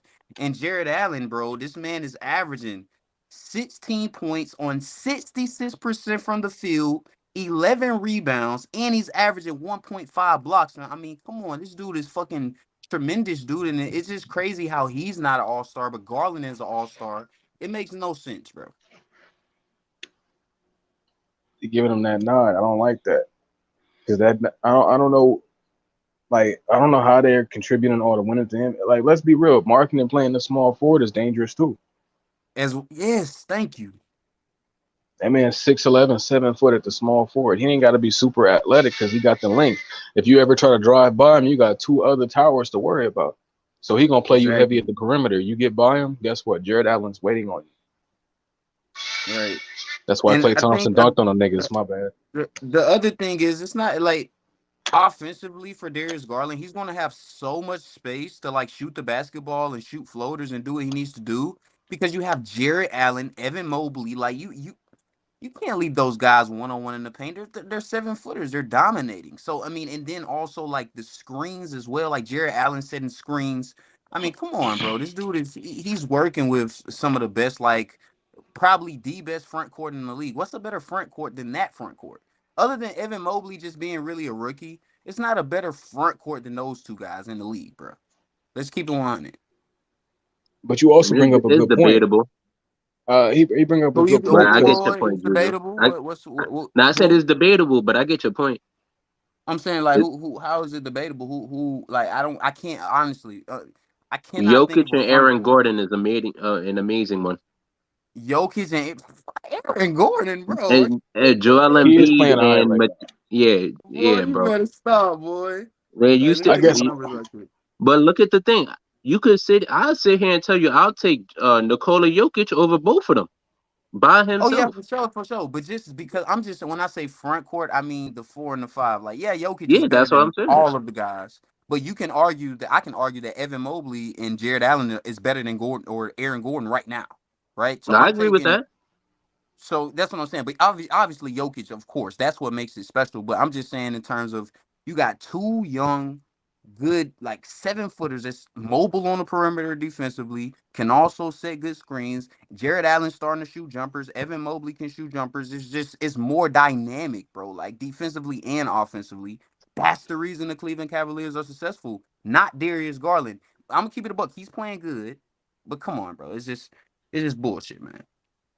I was trying to bring it up that before before they do their votes, you have to make certain statement games. And if you guys looked at it, before they did the votes, the Hornets were playing a lot of the Raptors. They were playing a lot of Cleveland. They played the Bulls.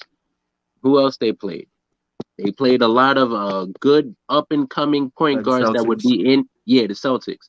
He played a lot of perimeter guard talent. You're supposed to make statement games.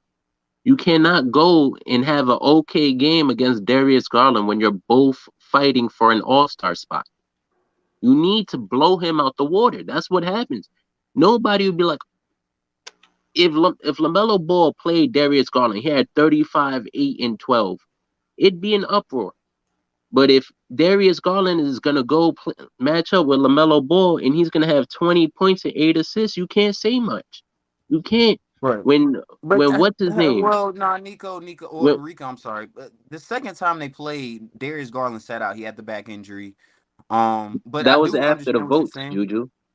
Right, that was after the votes. Before then, when he played Darius Garland, he dropped 27 on his head, even though the Hornets did lose, but that wasn't because of LaMelo Ball. And then the Cavaliers didn't win because of Darius Garland. They won because Jared Allen had like his best game of the season and statement games. LaMelo Ball has been having statement games all year, bro. Look at the first 10 games of the season. Dude dropped 32. First game, he was like top 8 in MVP vote, or not MVP votes, but MVP candidates, like top 8 in the first like 10, 12 games of the season. He had already had those statement moments. And I understand, yeah, it kind of withered away as, All-Star break came on and the votes and shit like that. But, bro, he had already proven that he was the level of an All-Star, and he had already proven that he could outplay Darius Garland every time they met. So I don't see the reason as to why Darius Garland is over him, other than that his team has a better record. That's the only reason. And you got Fred VanVleet too. He doesn't matter for some reason. Fred VanVleet is another person who goes to Charlotte and throws a party. I don't get it, but that's another player who's also fighting for your spot. LaMelo, you got to kill him. Darius Garland, every nice, time, man. Yeah, definitely. Fred VanVleet is over there averaging 22 and 7, bro.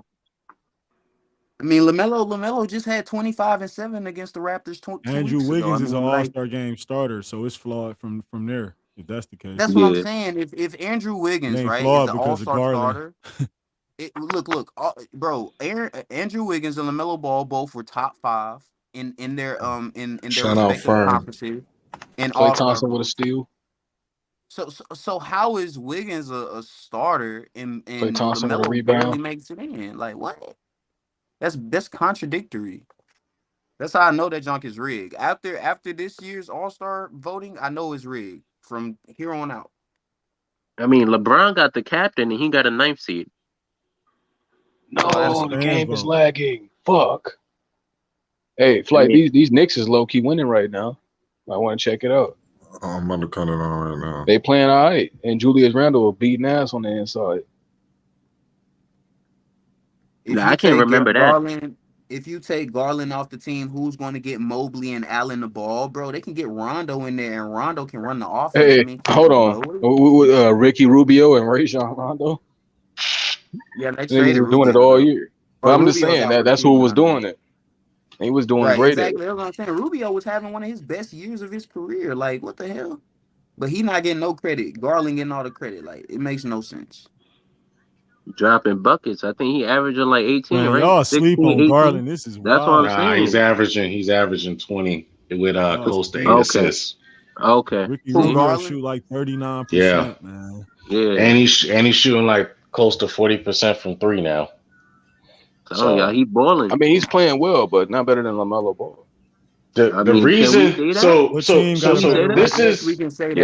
is the reason why he, of course, basically there's politics to come into the way of it, but the main reason why is the reason why he's getting it is because Garland is technically the closer for that team. It's gonna be a close one. That's the reason why he's getting the nod for the All-Star team, because he's helping them win because he's the closer for the team. Nobody else closes on that team. So he's doing it because he's the main source of offense for that team. Jared Allen, as good as he is, he's not the main offensive threat in that team. He gets a lot of his points from putbacks and lobs that he comes from Garland. They score off of him. And the same thing with Evan Mobley right now. Evan Mobley has shown to have more of an offensive package, but a lot of his points come off of Garland. Because Garland is their main source of thing. And plus, and also too as well, they needed someone to place in the All-Star game for Cleveland. Because usually what they do, they try to pick someone for Cleveland, which plays into the politics aspect, which you were talking about, Juju. So it's politics and the fact that the team is winning and he's a closer of the team. So it was easier for them to do that over LaMelo, unfortunately, which I think LaMelo is better than Garland. It got to be, I personally think LaMelo is better than Garland. But that's the reason why they did that, from my perspective. Why is VanVleet on there? Well, like going to like your first Giving you point, right? Like 22, 8 about and 5. Darius Yeah, Garland is like 22 the and 8, bro. source of the offense. Like I think it's more or less like And not they're just winning too. So Garland is the Raptors. The like team Garland record is got the to come into initiator it, and of the Garland offense. team's got a He is good the one record. that's dribbling the basketball.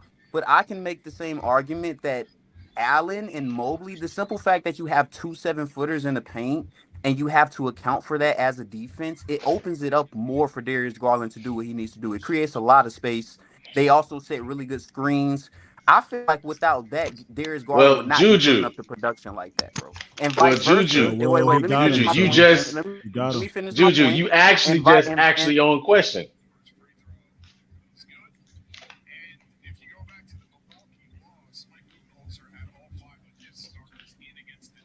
You still there, Juju? yeah, I'm here. Yeah.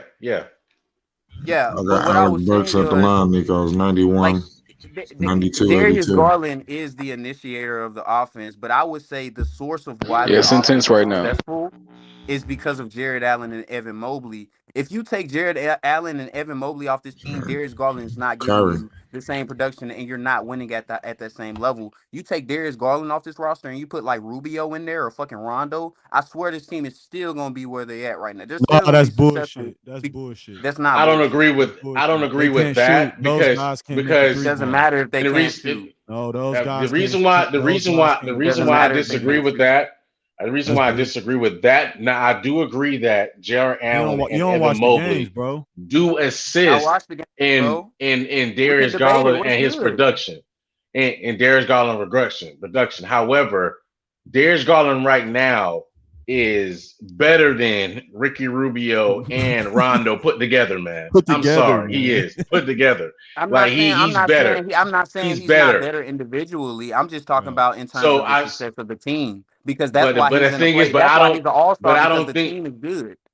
but That's I why don't he put up think the same numbers last year and wasn't an all-star. The bro, only he reason averaged he's an 20 all-star is points and because this 8 team is assists, good, bro. and the His reason that this numbers team went is up. good is because they have 2 7-footers in the paint, His literally numbers went up, suffocating the bro. defense. And Darius Garland is going to do what he is going to do. But the biggest thing for this team to be successful is, first of all, play defense, which is something Garland does not do at a high level. Second of all, get your big 7-footers involved offensively, and that's something that Rondo and Rubio can do as well. Yes, they're not going to score on the level, but those are the two most important things for that team to be successful. Darius not Garland getting necessarily. 20 points a game. Darius Garland But the spaces thing the is, I court out, agree. man. I Yo, agree can that I they will chime in real quick? assist. I agree that they will assist in that. Where He I averaged fall 19 and back 8. He from you averaged and 20 and disagree with 8, you with man. is that Darius Garland offensive package is light years above Ricky Rubio and Rondo. It is light years. It is light years. I agree. Darius Garland can actually go one-on-one and take his guy off the dribble without the screen. I mean, did you see what he did the other Agreed. night on the step back? It On was the that was Spurs, ridiculous. and that was It off was of a screen. Remember ridiculous. that. That was off of a Jared Allen It screen. was Remember that. it was ridiculous, man. He can create off the dribble. That's something that Rondo and Rubio. Listen, they've been veterans in I this watch every league. Cavs game, They're man. respectable veterans in the league. They are not No, you Darius don't, Garland. nigga. You gonna tell me I don't watch every Cavs You game? don't watch no every Cavs game, nigga. Yeah, you Yo, can't Juju, gaslight me, bro. That don't work. I'm a grown ass What's man, good, Cap? bro. I'll say this about Darius Garland. He's Like I said, I averaging watch every career highs Cavs in game. everything. For sure. For sure. Like, He's having a great year. I'm like I think again, I'm not trying to everything hate on except him. 3-point percentage. That's it. Honestly, he It's went from just 40% to 38%. But everything else, he's up across the board. 20 points and 8 right. assists a He's definitely game. putting up better numbers. 2 more points, 2 more assists, 1 more rebound, higher free throw percentage, higher field goal percentage. And again, I think this is a credit to Jared Allen and Evan Mobley. I don't think those guys are getting enough credit, bro. Like it doesn't LaMelo make any Ball sense. defense is not stellar Well, like but how you you have trying to to, make it but either. Juju, Or It's better than and there, Garland's, bro. but Juju, you have to realize that it's too, like you talked about before. It's politics. It's not the sexy play.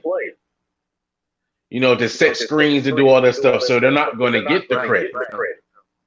But they're going to reward the guy that's on the receiving end of everything, which is Darius Garland doing all the scoring. Right. So that's So how it goes. what is Garland better than Melo at? Scoring. Exactly. Shooting. Thank you. why Apparently. does it Shooting. have to be what is he Apparently better scoring. at? I would disagree with that, man. He's not a better shooter.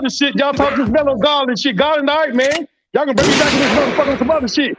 Come Never on, said man. he was better. Can't fuck with that motherfucking mellow, Wait, hold man. on, Coffee. Hold on, Never Coffee. said I Garland want was to hear better. his I got your argument. I want to hear his motherfucking point. mind. You out your I'm motherfucking gonna let man. you go Bro, off. and You ain't Kofi, fucking no motherfucking Melo. Don't bring me back in here. Next time I come back here, I'm coming in on some triple X-rated shit. The fuck you talking about? Jeez. All right, now that that's over, because that was When crazy. did I I'm gonna pray say for you now. Garland was better? Look, no. That's not the point. That's not the point. Because you just asked me a question, so I'm gonna address what you asked me. No, You I just asked asked me you a question. why When did I is say LaMelo Garland was more better? deserving. You said, but no, you asked me a question earlier, and I just want to answer your question very thoroughly so you can understand what's going on in the NBA. You asked me why I LaMelo know what's Ball is going more on in the deserving. NBA. It seems like you don't if you think Oh, Darius that's to Garland was you. more deserving To than you, it seems like I LaMelo. don't. Just go ahead with your statement, But bro. You don't gotta And agree with Coffee the if too. somebody condescending better, shit. somebody just better though. I said Melo's better I than didn't Buck, say Garland was better, bro. but that's why he Look, doesn't then deserve why? an All But Star then nod you're over The Melo. team contradicting record, yourself. Why? the team Why are record. you contradicting yourself? You just You said gonna let me that he speak? doesn't. You just made the argument that You gonna Garland let me is more speak? deserving, but you're saying he's not better. Which You one gonna let is me it? speak? Don't make sense. Go Yo, ahead. My LeBron's bad. better than everybody right now, most likely. He's better than everybody in the top 10. All He right, is not deserving to be an I want to hear all-star his point captain. though. No. That's it. That's LeBron. No, That's that's Brian different, James. Rico. That's different. That's politics No, right but there. I'm just LeBron's trying gonna to be tell you, automatic. just because you're Nah, more stop. That's deserving Brian doesn't James. mean that you have to be better than someone. But that's You want to be different. honest? Recap. We're talking. No. Hold on. Let me Juju, address that. Juju. Recap. You're Kevin talking Durant about is a forward. LeBron. He's a Bro. forward. He's a LeBron forward, is the right? chihuahua of the NBA, No, bro. Juju Versus is Darius Garland, who Juju. they were. Juju. Kevin Durant is a Go ahead. forward. Steph Curry, He step back picked three. an Uh-oh, all-star Knicks. replacement. Was he supposed to pick a guard, or would he have picked Jared Allen? It doesn't matter. It does. An all-star Nico, team that's is made of 4 irrelevant. positions, right? Forwards and Cap, guards. that's irrelevant. That's irrelevant. Thank you. The He wasn't subject of the supposed to matter get that picked you're at talking all. You should about. just be happy he's on a Hey, team, Switch bro. Life, when you get a chance, No, please I am explain what happy, you mean Cap. You though. know I'm happy. You saw me talking my shit. You know I'm happy. But all I'm saying is LeBron, your point that you were making about injury reserve, that's irrelevant. LeBron is fucking LeBron, bro. Like he's going to be in the That All-Star game and Brian he's putting up James. numbers. It doesn't matter, right? It doesn't matter. He'll be fucking 40 years old as long as he's putting up 25 points. He could be in the fucking in Hawaii playing on the newest NBA team with Bronny James. He'll still be an All-Star just because he's LeBron James. That's just how it is. Darius Garland on the other side is not established enough as a player to where you can warrant him deserving it more than LaMelo Ball just because quote unquote he's putting up better numbers or He whatever got it a is, or better he's team not record. deserving or LaMelo whatever. Ball ain't established It if that's doesn't the case matter. either, bro. If wait, what are you saying, bro? Because this is who I want to get on you, bro. What are you talking about, bro? Go ahead, bro. Talk. You done talking? I'm telling you to talk. Are you ready to talk? I've been ready to talk. You cut me off every time I open my mouth, bro. Go ahead. If Darius Garland got a better team record, that comes into account with him making the All-Star game. Just like Andrew Wiggins is an All-Star game starter because of his team record. So you got to respect that aspect of it. Also, like Murgah said, it's the politics because it's in Cleveland and they selected a guy for the team. So why you not bringing up Van Vliet or these other guys that made it? Why you keep focusing on Garland? That's what I'm asking. And every time I ask you, I get cut off. Okay. I never said Garland was better. I never said that, bruh. Okay. All I said was Garland was more efficient on offense, and I said that he deserved to be an All-Star. I never said he was better. Okay. Well, I agree with your last point. He is more efficient, and he does deserve to be an All-Star. Why you don't bring up Van Vliet? Well, I do. Well, actually, I have a whole 10-minute video like shitting on Fred VanVleet, Jason Tatum, all these people. I'm still gonna drop it soon.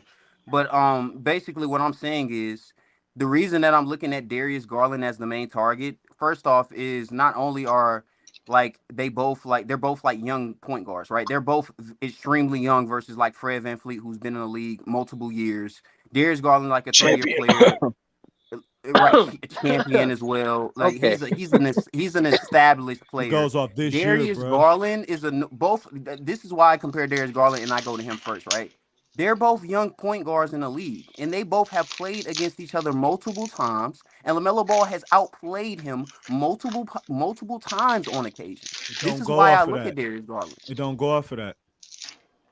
And then you Wiggins said, made and it then because the the other fan vote, thing, by the way. the other thing that I want to contradict that you said His team earlier, record. right? You said it's based on team record. That's why the Warriors had 3 All-Stars or whatever.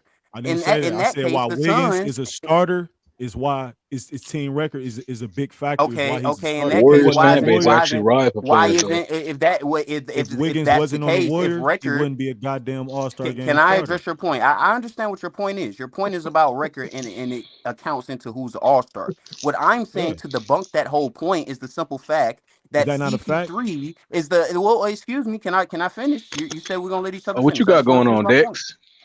All I'm saying is for the simple fact that the Suns have the best record in the NBA and they've been playing better than the Suns or better than the Warriors and have had the best record in the NBA for like the past month, the simple fact that they don't have one starter in the fucking All-Star game debunks Dex out everything here that you just flexing. said. It's contradictory is my point. So like we're trying to play this I little crystal said, ball I game where we're said like predicting team the future. It's record not is a possible. big account of why he's an All-Star Then game why aren't the starter. Suns? Then why don't the Suns have a starter in the I'm not All-Star game? talking about the Suns. The Suns got two The Suns have the two best record All-Star in the players, league. right? The Suns have the Hey best record in the man, league, sir. if You Andrew just Wiggins wasn't said on that record, team, he wouldn't be an All-Star starter, bruh. sir. You just made the claim that record plays into who's starting in the All-Star game. And It if the does. Suns have the best record in It the does play NBA, into. I'm why not don't they talking have a? about the Suns, bruh. You got to be putting up You numbers as well, what are you bruh. talking? We're talking about the All-Star game. We're talking about the All-Star game in general. The Suns have the best Andrew, record. You just said hey, let me record plays repeat it into before who's in you the cut me All-Star off, game. bruh, because this ain't going nowhere at this point. I'm about to go finish what I was You're doing. not letting me address your point because I'm Let debunking me everything that make you're my saying. point, and I'm gonna get off the Okay, panel, make your bruh. point. Go ahead. The reason Andrew Wiggins is an All-Star game starter is because of the team he on and that they ball and they got a good record, bruh. If he wasn't on that team, he would not be an All-Star game starter, bruh. I'm not talking about the Phoenix Suns and none of that, bruh. Andrew Wiggins averaged 18 points and like 4 rebounds, bruh. That's my point. He ain't no But damn again, All-Star starter. It's because of the team he on. Darius Garland, his team record, and that is in Cleveland, just like Murgai said. That's a factor of why he's in the damn All-Star game. It ain't about who better and shit all the time, bruh. Life ain't about who better all the time, my nigga. I don't know why niggas don't it get that actually shit. is. And I'm Trust off me, it this is bitch, about bruh. who's better. No, It it's is not, about who's bruh. better It in ain't. life. No, it's Trust about me. politics, who you It know, is. what you know, and shit like that. It ain't about And talent that's all what the makes you time, bruh. better. And that's what makes you No, better, right? no, I'm off the Connecting, panel, my Hey, nigga. also, networking is what Andrew makes you Wiggins is better. putting up an I'm amazing out, man. percentage. Salute to Flight Sports. I appreciate you for coming through, man. That man didn't want to debate me. He didn't want no smoke because I was debunking all his points. You can't say that the All-Star game is all about record, and then when the Suns have the best record in the league, don't have one All-Star starting the game. You're just contradicting your whole point. It makes no sense, sir. Come on, bro. I want to boil it down to the fact that, right, and let me go ahead and clear Wiggins' name because I've never been a fan of him, but he is playing some amazing basketball this year. He's doing everything he has to do defensively. It's crazy how we're not going to talk about the defense that certain players are playing. LaMelo Ball out here playing great defense. Not just great defense for him, but he's out there doing things that most point guards are not doing. Most point guards are not great defenders. That's why we always bring up the same names when it comes to defense. But LaMelo Ball is playing in a right below that cloth of good defenders. Most point guards gonna get drove right by. Melo Ball at least put a body on you, and he's getting steals and he's forcing turnovers. But Wiggins, I just seen Wiggins hit a three. Wiggins is shooting 40% from three, playing elite defense, and shooting almost 50% from the field. It's not just complete wins with him. Because that was the case, Miami would have more, Tyler Hero might be an all-star, you know what I'm saying? Because Tyler Hero been balling this year. And I just look at it like this. Because I'm glad that you hear Juju, because I've been using the Darius Garland instead of Fred VanVleet. Because Fred VanVleet, the Warriors just tied the game up. I know Flight is salty right now. But Fred VanVleet is an established player who's been grinding for a long time. They got to give him something. This nigga been hooping well for at least 3 to 4 years now. And he ain't got shit. Very true. But he also got a championship. So they had to give him something when he putting up almost 22, 5, and 8. So I stuck with Garland because I noticed that Garland started playing real hot after Melo started playing hot. I noticed these little shits like that, man. Melo got these young guards out here trying to hoop at a different level. They see him. They know who the fucking king is of these young men playing point guard. And so Garland upped his game, but he's just not playing better than Melo because Melo giving you a full package game right now.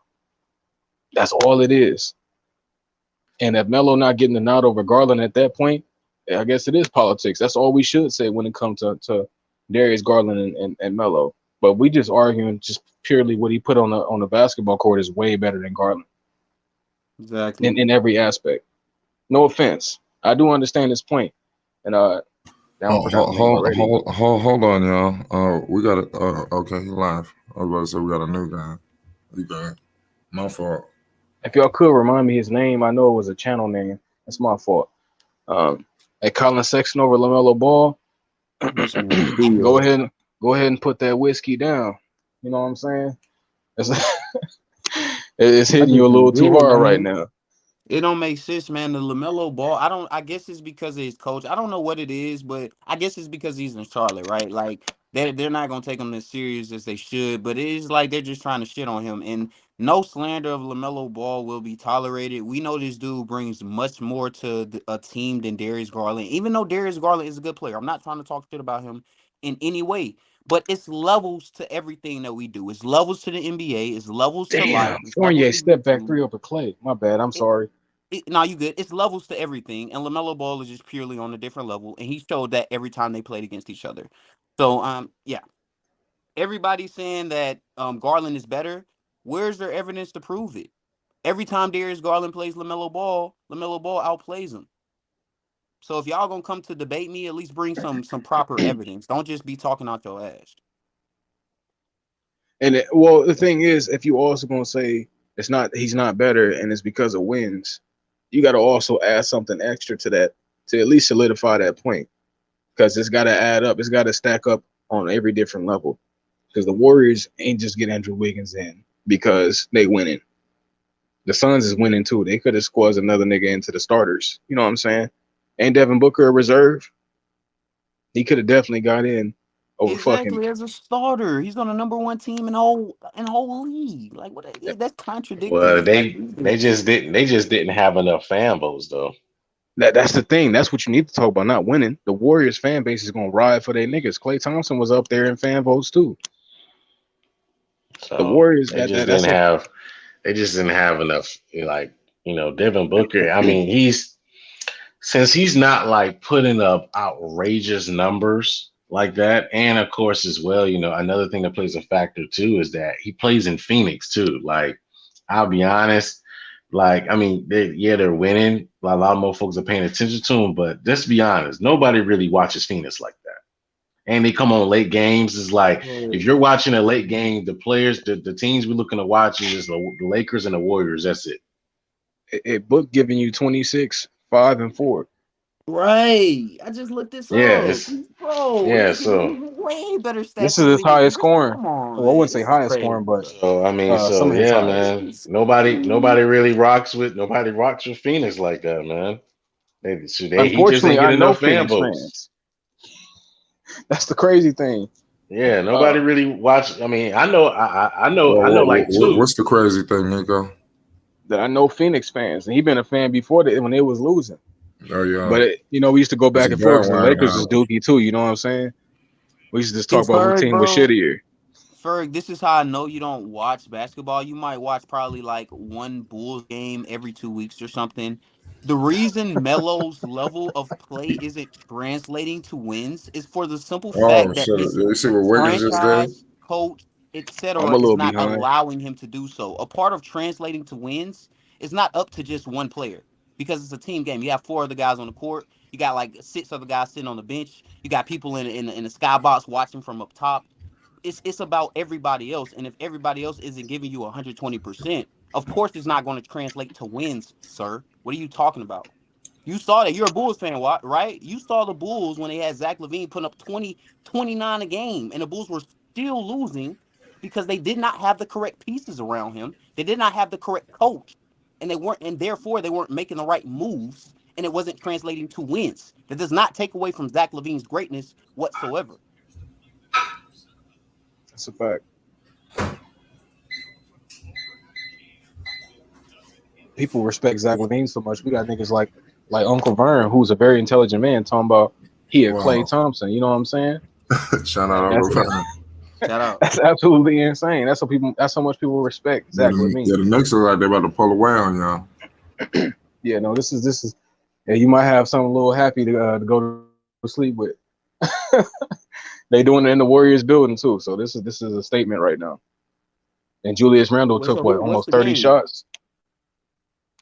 For me, it's 108, 104, but he might be ahead. And Steve Kerr got a technical foul. Get your old ass. Yeah, Steve Kerr over there, well, he was wilding. He was banging on the damn desk. Yeah, man out here tripping, bro. Trying to make Klay Thompson look bad. Oh, and that was a crazy ass Mitchell Robinson. Whatever he just did on that play, that should have been a foul. I see why he pissed. I was just gonna talk shit about him if they lost too. But they're winning right now. Bro, they letting Fournier shoot.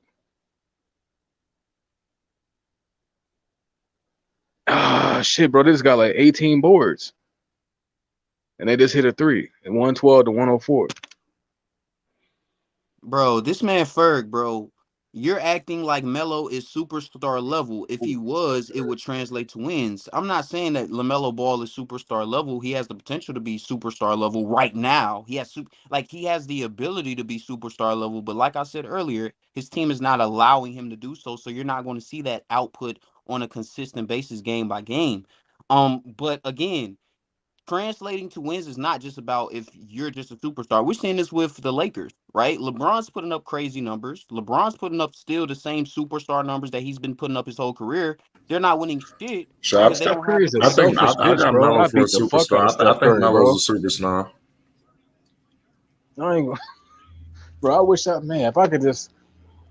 I ain't gonna send threats over the airways. Just know Steph Curry. If I catch you, he's just that the coaches. It's just, man, I don't know if it's just Charlotte, man. You don't think Melo's a superstar, Juju?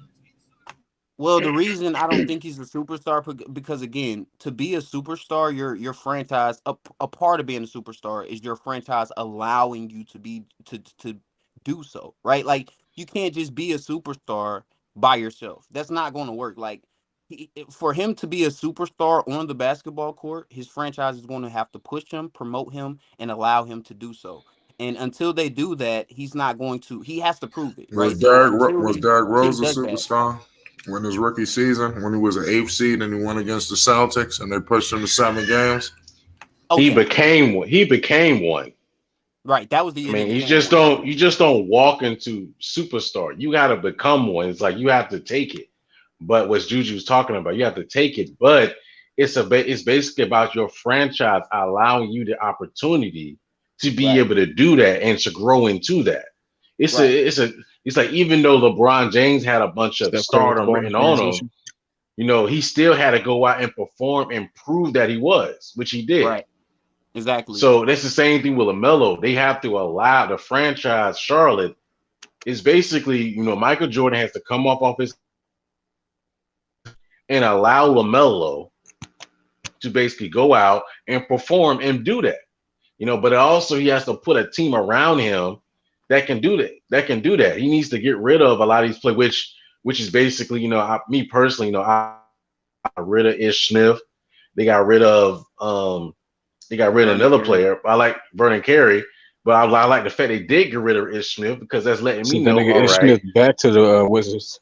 Literally. So my thing is basically that is actually a good move getting rid of Ish because now you're putting more responsibility on LaMelo and he's going to and also they're going to allow Book Night to grow, which is what they should have been doing. Right. Well, and then as well, I like it as well because now we get more reps for Jello in the G League. Right. That's good. He's starting as well. I do want to say, so we get more reps to him. You get more reps for Jello, which he needs because it's not that Jello doesn't have the skill set. He just needs more reps. Bro, I beat the fuck out of Steph Curry, man. he just needs more reps. Oh, my bad. Just to get more comfortable. Just get more comfortable, get used to the NBA. I think after a year in the G League, he'll definitely be ready to go ahead and step up to the NBA and be able to perform at a high level. So you just give him the reps, get him used to it, because he hasn't played professional basketball in a while. So get Jello the reps.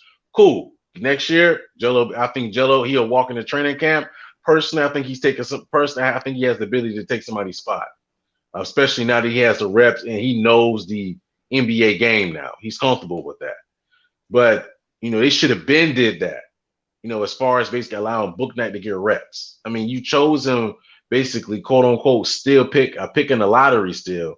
You should have been using him. You should have been dissed off Ish Smith, Right. and you should have been put the responsibility on LaMelo to say, hey, we're going to rely on you to get us there. And I get it. LaMelo still has some growing to do. He still has some things to learn. He still has some things to learn about game management, being a point guard, that kind of stuff, because he never had to do that because he had his big brother to do that. Lonzo was doing that for him. So all he had to do was figure out and just play basketball. He never had to actually manage a game, think a game through, know how to get this player, his points, etc. He never really had to do all that. So, but he can't do it if you don't allow him to. Right. He has to get the reps. It's all about trial and error. He has to get the reps in order to figure it out. LaMelo Ball has Jermaine Jackson in his corner. Jermaine Jackson is going to sit there. He's going to go through film with him, what he needs to work on, what he needs to get better at. Jermaine Jackson knows, and LaMelo knows. So, but the thing is, though, is that you're not going to allow. The thing is, you're not going to see LaMelo's full potential until they allow LaMelo to go out there and go play basketball, and that's what it boils down to. Allow him to play basketball and figure it out. What did Trae Young, Luka, and all those players, John Morant, all those players were able to do? They're able to go out there and basically F up their rookie year. They made all their mistakes. They went out there, tried stuff, figuring it out and everything. That's what you have to do. You basically say, all right, go out there, go figure it out. Steph Curry's selling, bro. And once they do that, they come back next year, they get better. Look at John Morant and his progression. John Morant is in an MVP race now because he was able to learn his rookie year, get better his second year, and then now look who he is in his third year. But how was he able to do that? He was able to do that because the franchise says, we trust you. We're going to ride on you. You go out there, you're going to make your mistakes. We'll correct it along the way. That's what you got to do. We'll correct it along the way. And look at what John Morant at right now. It's ridiculous, man. That's what he should be doing at LaMelo instead of slow poking him along. You chose him third overall, and you don't start him over Devontae Graham. Like, who is Devontae Graham? Like, literally, what has he done in this league besides become a runner-up to I think he was in third place of most improved player. But seriously, who is he? He hasn't done anything. They should have been started him, and they should have been rolled him out there. But I get it because the whole COVID, but they should have been rolled LaMelo out of there. Let's stop all the cap. Let's stop all the cap. Let's stop all the cap. What's this Melo talk? Melo is a superstar. He ain't got to learn shit. They ain't got to tell him nothing. He know all that shit since he was 15. All that. Everything you talking about, he got to learn. He know all that. He better than your favorite guard in the NBA. All that shit right now. He know all that. It's just Michael Jordan, and he the one holding him back. The man know all that and then some. You'd be surprised what he know. He got some shit that he just y'all ain't seen yet because you see all that BS going on over there in Charlotte. That's Michael Jordan. He ain't got to learn shit. Yes, Jermaine Jackson is great. He's great tutorial. He's great tutorial for anybody. But all that shit y'all talking about, Melo got to learn. He been doing that shit since he was a baby. He been doing all that shit right there. And he played reps with his brothers, and he played on the JBA. If you watch the JBA, everything he was doing. And he played over there on international ball. All that shit, man. He got all that shit already. That's easy shit. And I done saw some of the best guards. He got all that and then some. So we got to stop all that. A superstar is a motherfucker that's going to shake your ass anywhere he go. He down there big in the basketball. Ain't nobody going to turn the thing. You ain't going to turn your head when you see the other niggas walking in the room. You see Michael Jordan walking in the room, you're going to turn your head, right? Yeah, you see LeBron coming in the room, you're going to turn your head, right? Melo got that same turn your head effect. You're gonna make people turn their shit. Watch an All-Star game. You watch how you see everybody clinging to Melo. Watch how you see how this shit go. Man, that man got the superstar fake, got all that shit right now. It's just unfortunate you wasn't able to see it because all that business Michael Jordan was putting on, all that dumb shit they was putting that boy through, all that politics. If Ja Morant would have did it, they would have did it Ja Morant too, or anybody come there. That's what they do. Mike and the NBA on that bullshit, because if Melo hijacked that team, Big Baller Brand go through the roof. And they don't want that. They don't want none of that. So they got to play it down. Ain't nobody else coming in like Melo with his own signature shoe. Come on, man. Come on, we got to have common sense on this shit. You know, don't bring nothing else into that. That man got all that shit and then some. He got the package, and you about to see it. That's why they got rid of that little ish guard, this, that, and other. And you about to see Jello come up on the Charlotte. That shit about to be all the way different, bro. You know what I'm saying? So don't say all that Jermaine and all that. That's cool, Jermaine. And Jermaine works a lot with what's going on. Jermaine is a big part of Melo's maturation in terms of not acting goofy towards and what's happening. But in terms of the game of basketball, man, that man a genius on that court. Between them lines, 90 foot, that man a genius on that court. Ain't nobody just doing what that dude doing. He makes any team better. Get it right. That, I appreciate you saying that, because I didn't want to interrupt Murga. You know, when he starts spitting, I was like, you gotta let him finish. But no, I love Murga. I love Murga, but man, we gotta get this shit right, man. Them people push the narrative. We can't ride with that shit, man. We can never ride with that type of shit they pushing out there. I don't see a particular narrative. Go ahead. I still see some things that, as far as in terms of basketball and IQ, that he needs to grow on. As far as that goes right there, but he's going to do that. Can you dive into deeper of like such as what? What do you need to work on? Well, let me say that. I'm gonna tell you, whatever you say you need to work on, I'm gonna say the guy that been in the league more than 5 years, he gonna work on the double. So what do you need to work on, Murga? What do you need to work on? Every player got something to work on. Everybody do. Don't say that shit. That's a cheap way out. So what you talking about? What do you need to work on? This is also, we have to add this in there. Of course, everybody, because everybody has things they need to work on. I'm just speaking in terms of I'm not speaking in terms of LaMelo Ball's ability. That's not what I'm talking about. As far as basically his talent, that's what I'm talking about. I'm speaking in terms of basically just IQ, understanding the game, running the offense. But his IQ and understanding the game is godly. So you fucking it up with that. So this is why I want to chime in here, because I want to speak on it. That's what I see. The thing is some things that he still needs to learn because he's just a young player. Can I address that? That's everybody. That's everybody in the league, including LeBron James. Everybody. LeBron James needs to let a motherfucker get his own spot and stop taking everybody's position. He got to learn that type of shit. You know what I'm saying?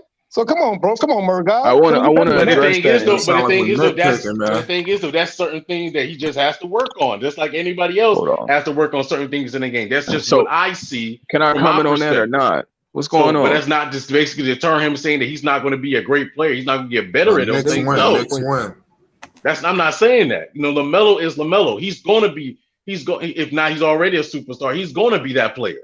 That's certain things that he just has to work on. But like I said, it's gonna build on it as he gets more reps. That's all I'm saying. I'm gonna keep it realistic. You my boy, but that ain't shit there. Go ahead, Nico. That ain't shit there, bro. I'm gonna keep it real with you, and this is no fanboy, no dick ride. LaMelo Ball, when it comes to the game of basketball, when it comes to any ball brothers, the way that they perceive this game of basketball is higher on a level that I've ever seen in my entire life. Now, I'm not the oldest man in the world, but they don't need to work on shit like that. All you gotta do is get around them and play off of them. The way that they play basketball, they don't need nobody to fucking help them. When people talk about Rajon Rondo mentoring Lonzo Ball, I'm like, what the fuck can Rajon Rondo teach Lonzo Ball? You know what I'm saying? So to get back on Melo real quick, he playing on a team of players who trying to get their own. Man, so of course they don't look there. I have to stop you there, Nico. No one. Let me finish. I'll let you go for about 4 minutes straight. No one is above. Let him cook. Let him cook, bro. He let you cook. That's disrespectful to anybody. Yeah, I gave you about a good 4 minutes. So let me. Nico cooking, bro. Nico cooking. He let you cook. No, bro. I can't let you go. I can't let you go. You cut him off. I'm gonna cut you off. You gotta let Nico cook, bro. Let him cook. I gave him about a good 3 minutes. Let me go ahead and say this. Then you can rebuttal because I have somewhere I'm going with this. Of course, everybody got to work in the game of basketball. That's just life. You're going to have to keep working at everything. You can always nitpick that. But when it comes to the way that they play the game of basketball, They're rhythm players. It's almost like it's listening to a song, watching them play. It's that smooth in your ears. It's watching them play. The way that they're gonna play basketball is you just have to acquiesce and understand we got a goal, win. Whatever it takes to win is how they are gonna play on this basketball court. That's the thing. It's not agenda oriented. He's playing with a team full of agenda oriented players. Of course, you're not going to see him make the best decisions in every aspect of basketball. When you're playing with a lot of niggas who only looking for their own shit. Miles Bridges is trying to get paid. Terry Rozier is trying to make his payment. You know what I'm saying? Hayward trying to make his payment. Plumlee trying to still get paid. You know what I'm saying?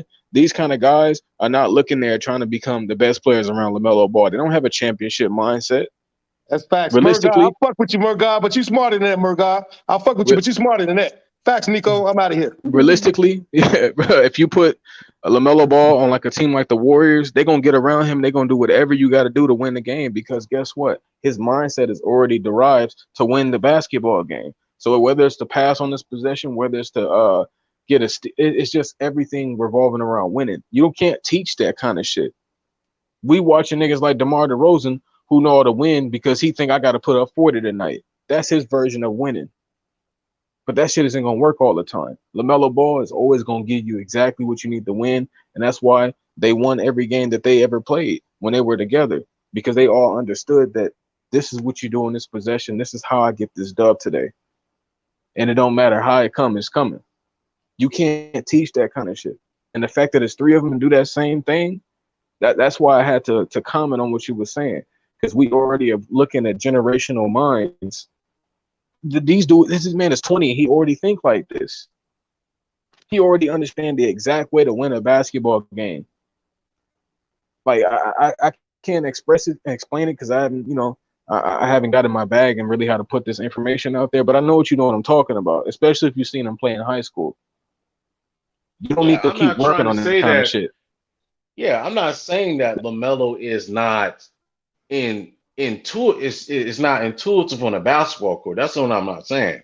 LaMelo has some of the best natural instincts on a basketball court that you've ever seen. It's ridiculous as far as his instincts goes. But instincts is how he played a game of basketball. Right. Not necessarily. It's instincts. It's you got natural feel and instincts, but then you have IQ. So, but for example, Derrick Rose, if you pick him apart, has some of the best when it comes to flinching, reflexes, all of that. But he doesn't have necessarily a higher IQ than I will put as Lonzo Ball or LaMelo. I think LaMelo's IQ, as far as understanding the game of basketball at the time period of their age range, is a lot higher than what Derrick Rose is. It's basically knowing how to run a team, knowing how to pick your spots, things of that nature. So but that's knows how to do that, when I'm speaking about running a team, doing all that kind of stuff. He does. How you gonna run a lot of old niggas with agendas? He does to a certain extent. Lonzo's actually better than him at that right now. But I'm asking that, how are you gonna run a lot of old niggas with agendas? They don't care about getting around it. Yes, he playing with a bunch of old niggas with agendas. And the only one that's not old got an agenda. There's a reason that somebody like Kelly Oubre and PJ Washington play better with Melo because they don't have agendas. They just hooping. Somebody like Miles, I need 125 to 200 million, however much he's trying to get that Michael Porter Jr. He's trying to get that 170. He gonna do whatever it takes. That's more so dealing with that's dealing with 2 points. That's a leadership aspect and more so dealing with a coaching aspect of the game. That's why I also pointed out, if you listen to me early in the conversation, how Charlotte Hornets is holding him back, because I did point that out in the future. I did point it out early in the conversation, which also limits Melo's reps in that certain aspects. He can't grow the way you want him to if he's being limited in certain reps and certain aspects on the basketball court. If James Borrego doesn't allow him the full extent to make decisions, almost basically like, put it this way right here. If you watch Charlotte Hornets, it's basically like James Borrego is literally trying to, I guess you want to say, make LaMelo into more so like a robot or into his personal A robot soulless point on the guard. basketball court. That's That's a what fact. he's trying to do. That's what he's trying Now to do. you spitting some shit right now. That's what he's trying to do. What I'm specifying is that James Borrego needs to step back and allow him to make decisions and being able to pick apart the defense on his own. That's more so what I'm speaking about. But when you say he got to grow at that, it's a knock to what he already is capable of. Because he can do it, he's just not being allowed to. It's not a knock to anything what he's capable of. We know that LaMelo is great. He's already elite. We know that LaMelo is great. It's not a knock to if you need to grow at something. It's not a knock to you.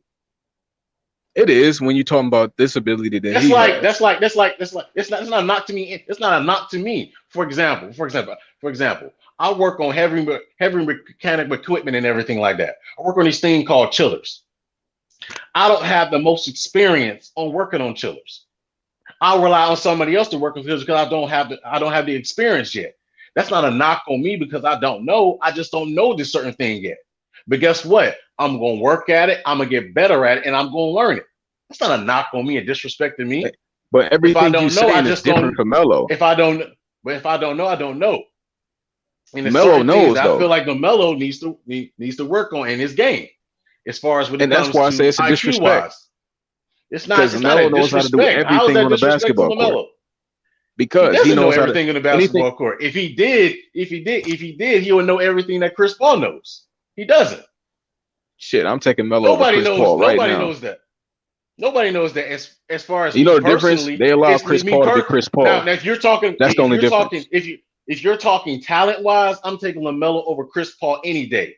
When it comes to brain wise, I'm taking Chris Paul. Shit, you talking about the dude who was up 2-0 on the Bucks and then got their ass whooped the rest of the series? Well, the thing is though that sometimes you can't help that. That stuff happens, man. That brain didn't work then, did it? But he got the team there. That's what matters. He got the team Devin there. Booker got that team there. He's still a great basketball. Well, Devin Booker wasn't winning without him. I mean, he was. No, he wasn't. What winning season did Devin Booker have without Chris Paul? I mean, it wasn't a winning season. Monty came in, started the winning. I still remember that bubble. That team was playing amazing. Chris Paul just got a bit of that amazingness, and he getting credit for it. But hold on, not even go there. That was in the bubble. That was in the bubble. We're talking about in the full regular season. The bubble was elite basketball. We can hate on it all you want. But all right, let me explain this real quick, because what you saying Melo got to work on, and you used your comparison and what you do. Respect to you and what you're doing, but Melo been doing this since fucking being conceived. You know what I'm saying? A lot of players have been doing since they've been conceived. You know, but the thing is though is that shit.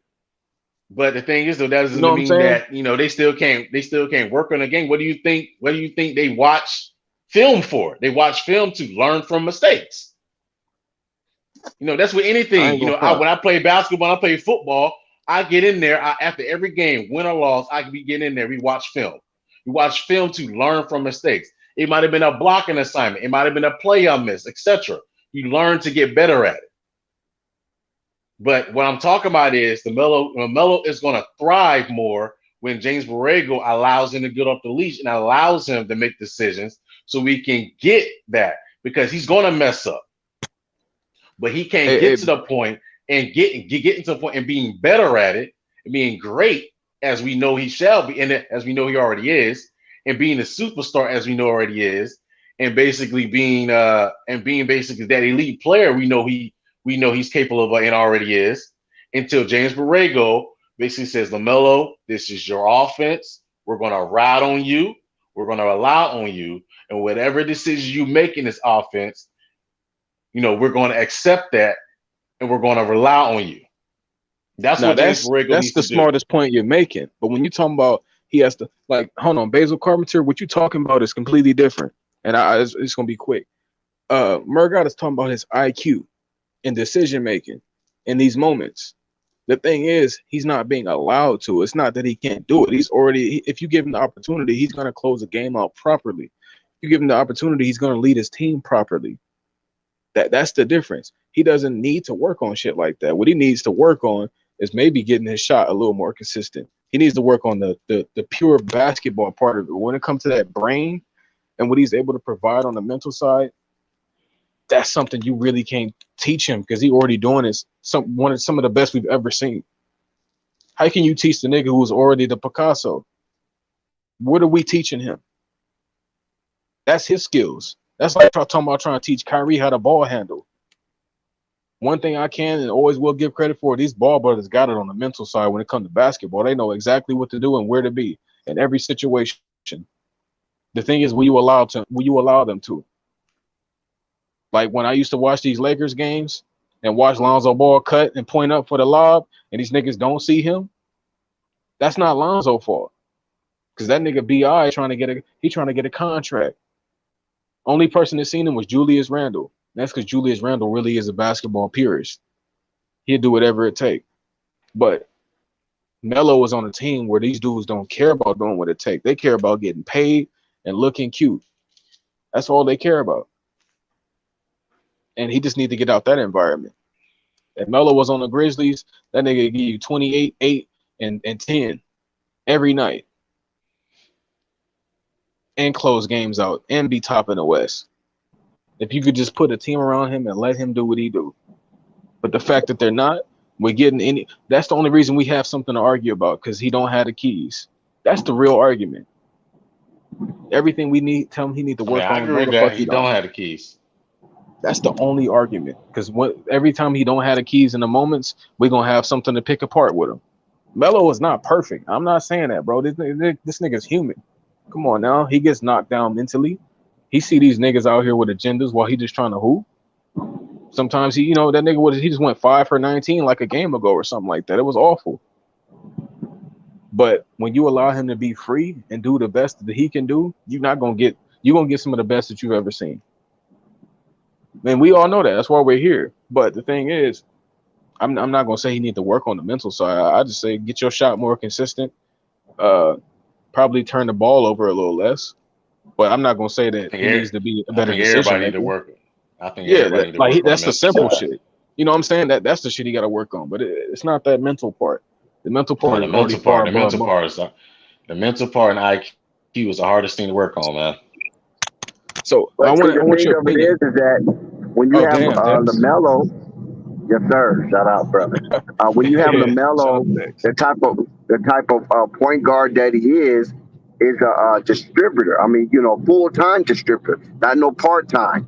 And even though that he can score more so, unlike his brother Lonzo, you're going to have those mistakes where the turnovers could be, kind of high, because most of the players have adapted throughout their AAU and McDonald All-American and their collegiate aspect. Well, I won't too much say the collegiate aspect, but their AAU and coming through high school and the basketball circuit and the portal that they come through, most of the point guards in this dimension is shoot first point guards, not pass first point guards. And a lot of times the offense run through the point guard as a scorer and not as a facilitator. And here you got LaMelo is a supreme combo of both, facilitating and scoring. And a lot of times the teammates around that type of unique talent don't adjust in a timely manner. So therefore, LaMelo's IQ may not look as high when you see certain turnovers. When you watch the Hornets play and they get into that high octane offense, then you see LaMelo swells. Once they get into that slow pace, half court offense to placate Gordon Hayward, and sometimes to the point Terry Rozier, then you see a lot of hesitancy when it comes to cutting through the basket and things of that nature that LaMelo Ball is anticipating his teammates to do. And that's where IQ comes in at. With that shit. And sometimes the IQ, well, I won't say sometimes, a lot of times in a half-court offense, the IQ don't match because you have to think it. You follow what I'm saying? Because not only do you have to be on the same page as your point guard, you have to be on a page with other teammates to, won't allow the defense to read whatever the offense is designed to do. And when you hesitate for, like, I was watching a TV show, and I think it was called Chicago. I think it's Chicago something. It's like a detective show that's based in Chicago. It's on Ion TV. And they had where a guy was in there point shaving, things of that nature. So he was talking to this basketball player who thought he was going to the NBA, but since he had so much corruption with him and the guy was blackmailing him, he was saying that you lost a step. And it was like, he said, I lost a step. That don't mean nothing. He said, but my jumping and my athletic ability is off the chain. He said, listen, when you lose a step, when you get to the NBA level, it's like losing 1,000 miles. And I was like, whoa, that's deep. So when you have young players like LaMelo playing with older veterans who have lost a step, that causes that micro fraction of time that there's a disconnect and their turnovers start to happen. But nobody, I won't say nobody, but a lot of people don't want to examine the game to that minutia, because now it's just getting a little past where most common sports fans will want to take it. But when he said that, it just rung a bell in my head that a half a step right now at what that guy was at was nothing. But when you get up there amongst the elite of the elite, that half a step is like 10,000 miles, or he's just using that as a demonstration how that half a step is really, really bad when you get into that elite level. And that's what LaMelo is dealing with the Charlotte Hornets, with playing with a lot of these veterans who are not moving on the same page as LaMelo and Miles Bridges. Well, I think I agree with that. That he is not playing with certain teammates that are, more conducive to his style, like Miles Plumlee. I don't think he fits, and a few other players I don't really think fit his style of play with LaMelo, including the fact that I don't think a lot of times they are on the same page if you actually watch the game, as far as mentally on the same page with him on the game. Because sometimes you see where LaMelo is basically thinking ahead of what they're doing, before they even get there. So it's just to me, when I watch LaMelo, I see certain nuances, that typical young player and mistakes that he makes that he's just basically going to get better at as time goes on, as he gets more reps. It's the same thing that, Ja Morant, Trae Young, all these young guards have to go through. It's nothing but reps at the NBA. It's nothing but reps at the NBA level, where everyone has to go through. Get the reps in. That way you learn from mistakes and you figure it out on the fly.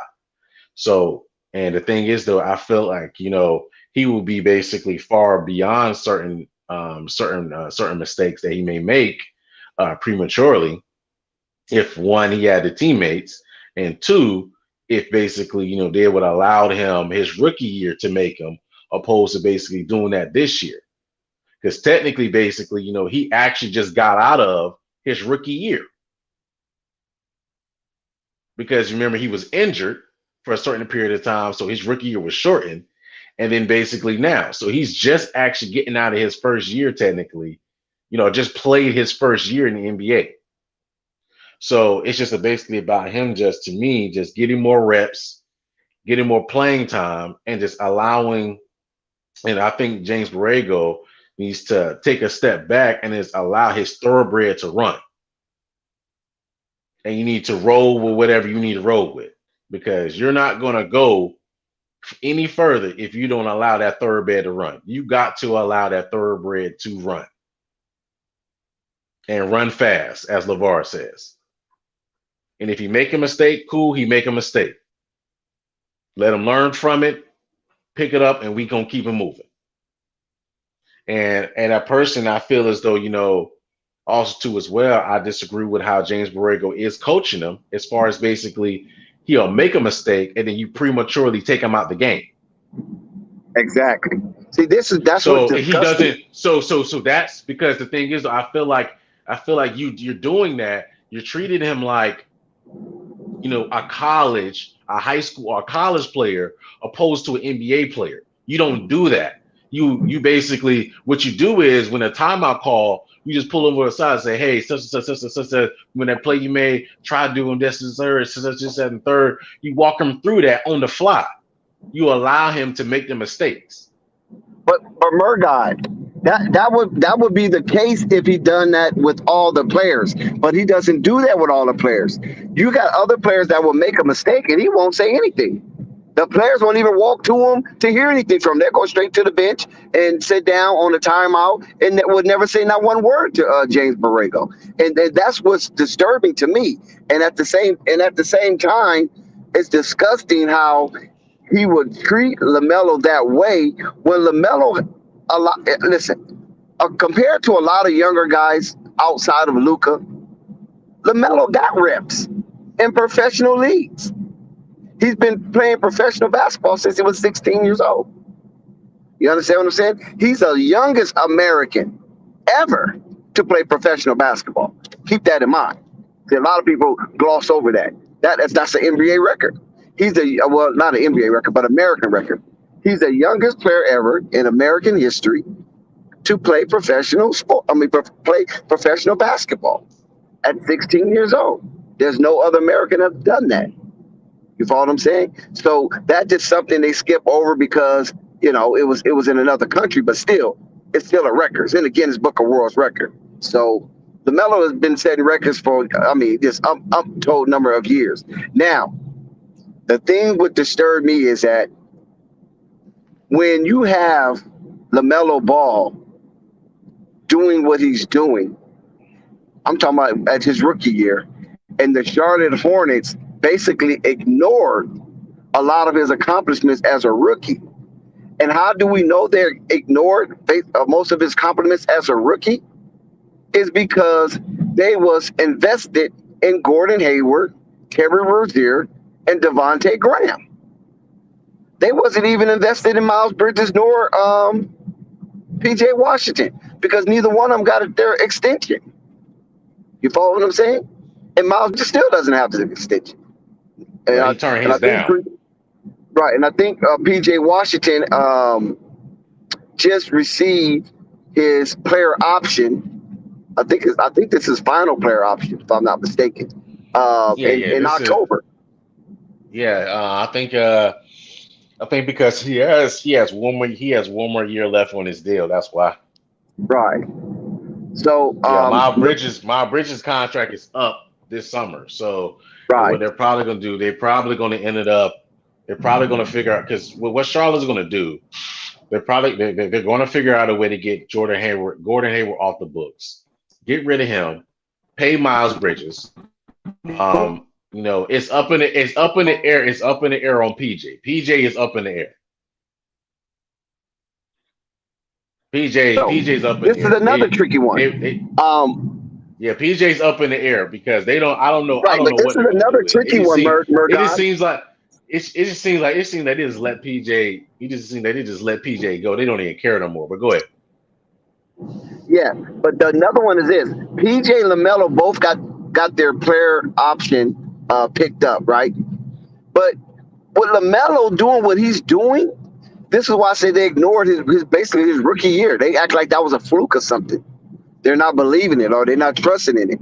It's because LaMelo should have received his extension. I think his rookie extension. When they picked up his second player option, I think they should have offered him his extension. Now you don't have to, you follow what I'm saying? But it just shows you. It's just like a token gesture to saying that we believe in you and we want to move forward with you. The same as they did with Darion Fox, the same as they did with David Mitchell over there in Utah. Donovan Mitchell. Did they do it the second year? Did they do it the second year or the third year? Was it the second year? Because a lot of times what happens is they have like a grace period where they try to do it. Like they'll do it Like they'll do it basically, in the summer after the second year, leading into the third, or basically Right. immediately I like think during that the was that. third Yeah. year.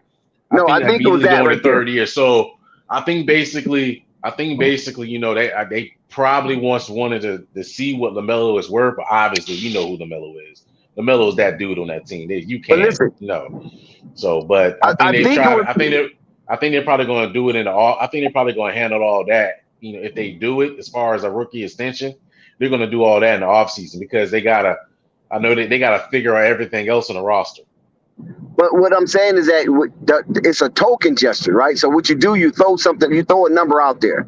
You know he's going to decline it. You know what I mean? You expecting that, but it's a token gesture that says we believe in you early. You understand what I'm saying? Yeah, and the real extension will come into like after his second year, like this year, going into his third year, like they did the rest of those guys that was drafted in 2017 at the top of their draft. I mean, he'll probably, but Dex too. I think he'll probably get that, this summer, due to the fact that he's made an All-Star team, because that incentives and everything come with that. So he qualified for the max now, right? The super max. Yeah. No, he's not. He's qualified for a max. The super max you have to make it. The super max you have to make an All NBA team. So next year, yeah. That's why if you see the reason why, even though LaVine wants to win, you see the reason why LaVine throwing up shots a little bit extra than when he used to. It's because LaVine is technically competing with Devin Booker for the All NBA spot. Because if he gets that All NBA spot, LaVine is going to be qualified for the Supermax. Because he's already qualified. Because he's already qualified for the max. He can get the max. In order for him to get the Supermax, he might have screwed himself then. In order for him to get the Supermax, he's going to have to get the All NBA team. Well, he might have. Jack LaVine might have screwed himself. It's only 6 spots for guards. Can you hear me? Nah, what you say? You said something about Zach LaVine. He might have screwed himself.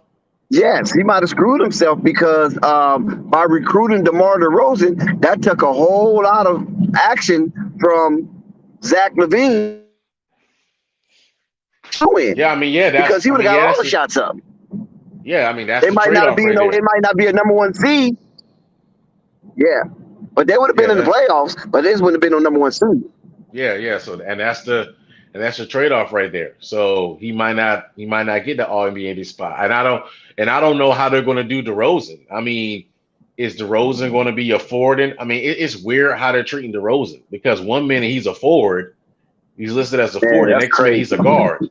He's a guard. So it's just weird how they're doing his position, because I think that because I personally think that LaMelo should have been selected. Especially with how he's playing this season, I feel like he should have been selected. But you throw DeMar in the guard spot. If DeMar was in the forward spot, I know that LaMelo definitely would have been selected easily. Yeah, but I don't think that had anything to do with LaMelo per se, because he's on a different team. I think that had more so to do with Lonzo than LaMelo, to me, because if you put DeMar DeRozan as a guard, that takes everything away from Lonzo, the way that DeMar DeRozan was playing. Because he's on a whole nother team. I mean, yeah, true, but that also takes away another guard spot on an All-Star team, because that fills up the guard spot. So that not only hinders Lonzo, but it hinders LaMelo as well, because he's a guard. So now basically he's competing with DeMar for the guard spot, which I don't think he should. Because DeMar is technically a forward. He's a small forward. They probably would have gave that to what's the kid name? Van Vliet. They probably would have gave those votes to Van Vliet. I just have a feeling. I don't think the NBA was going to let LaMelo be a starting guard. Because Van Vliet is not better than LaMelo, man. I'm sorry. Van Vliet. Yeah, we know that. I think he's a good player, and he's probably a great guy, man. But he is not better than LaMelo. How old is Van Vliet? Like 28? Van Vliet's he's like 26, 27, around there. Okay, about 26, 27. LaMelo's 20. So you Yeah, got you know, Van Van Fleet Fleet. damn near in his prime right now. Yeah, Van Fleet basically in his prime. Yeah.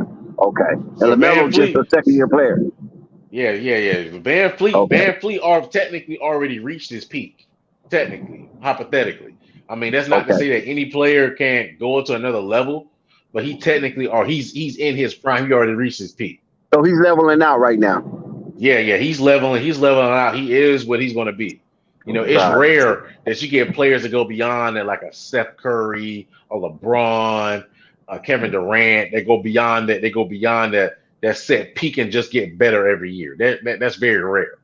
Usually, Right. players get to that peak and they stay there. They plateau right there. Right. They plateau right there. Yes. But nevertheless, LaMelo's in there. Our guy's in there. Ball Facts got the inside scoop on LaMelo. They've been hanging out, eating dinner together, chopping it up, having some private conversations. And so when we get shout out to Ball Facts, when Yo, we get was them right, on, Dex. We was right, Dex. Van Fleet is 27. yeah, yes, sir. Yes, sir. It's all good.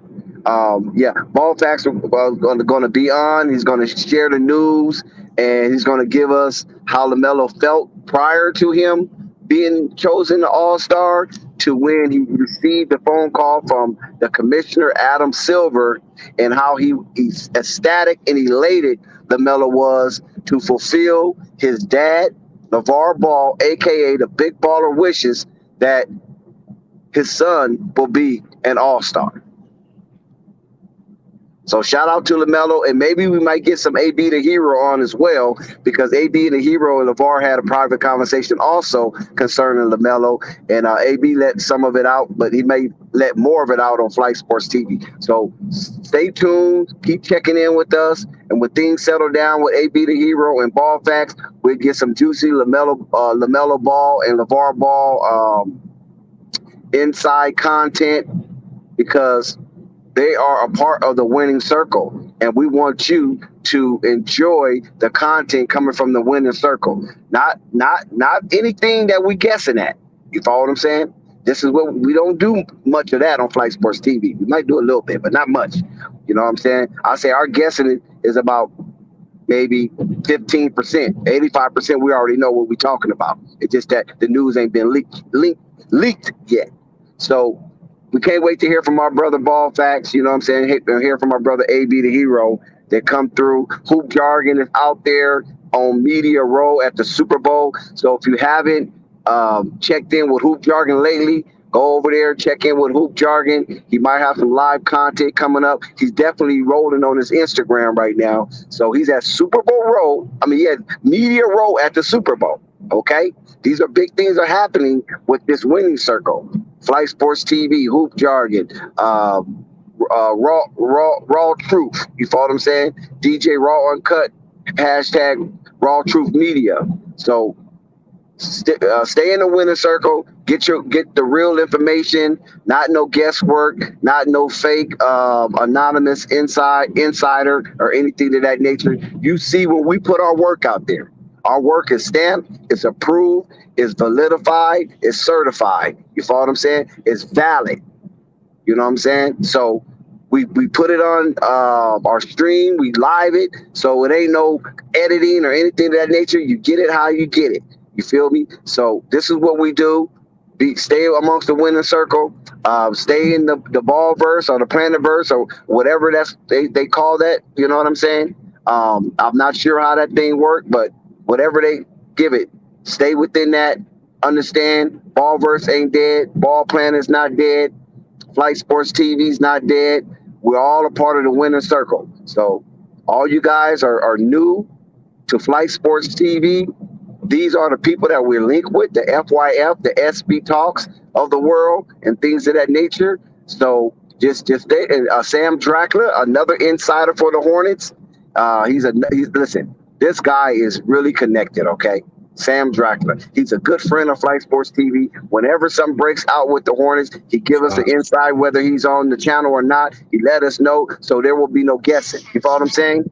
And sometimes he come on the channel and he give it to you. Now, he might give it to you a little nicer version than we give it to you, but he's still going to give it to you. He's definitely an insider. He knows what's going on with the Charlotte Hornets. He's in the thick of things. So, Just subscribe to those people, like, share the video, hit the notification, because when you want the real good Charlotte, Greensboro Swarm, Chicago Bulls, if you want some good inside information, we got it for you. And we're not doing any guessing because we're connected to people within the organization. Now, also Flight Sports TV. I hope one day, I don't know, by DeMar DeRozan playing the way he's playing, that we might get a little speaker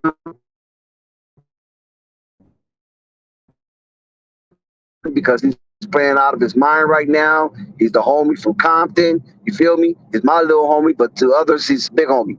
So hopefully that can go down maybe sometime in the summer when the season simmer down. So we're working behind the scenes. We're trying to get things going. We're linking with people. We're trying to link with the trainers. We're trying to link with all kind of people that's associated with the NBA and have NBA content that they might not have a channel to bring forth their content. So we listen, we're working, man. You follow what I'm saying? Hashtag we working. You feel me? So just stay tuned. Keep your ear to your phone. Keep your eyes on YouTube. And when you see that flight notification pop up on your screen, you go ahead and you hit that play button and you get that stream. You listen, because we don't do too much wailing and we don't have too many opinions. A lot of our stuff are fact based, and then we go off of that.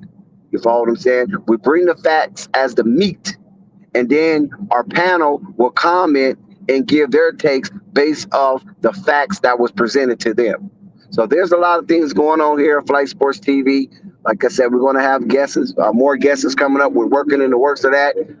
Shout out to our brother Coffee, who's a part of the Flight Sports team. You follow what I'm saying? And he's working his coast. I'm working my coast, and Flight is working his coast. So we got the East Coast, we got the Midwest, and we got the West on lock. Flight Sports TV, baby, the machine.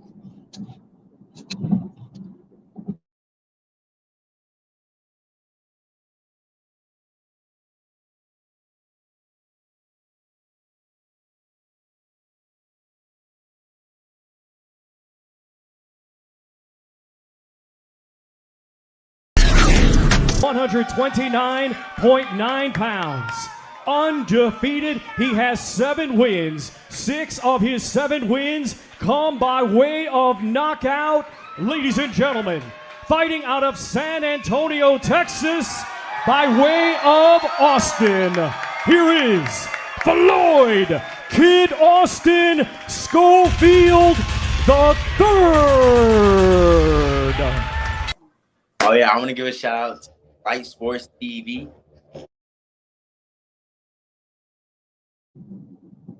Yes, sir. We here at Flight Sports TV, we want to try to bring you the better portion of sports TV that streams live on YouTube. Shout out to YouTube for giving content creators this platform to elevate themselves and to elevate others, and to all of us to come on a string to be united on the forefront of truth and facts. There's also appreciation of those who come on a panel, who share their opinions, their views, their takes, and their content as well, if they are content creators. It is much appreciated. We show love to all who have love for all. Shout out to Stack Jack for that saying. So on Flight Sports TV, we don't have hate. You follow what I'm saying? We might hate a thing, but we don't have hate for people. We don't have disdain for people. What we do have is disagreements. And in the form of that disagreements, we have discussions, we have dialogue, and we have debates. So those triple D's is related to the triple B's: discussion, dialogue, and debate.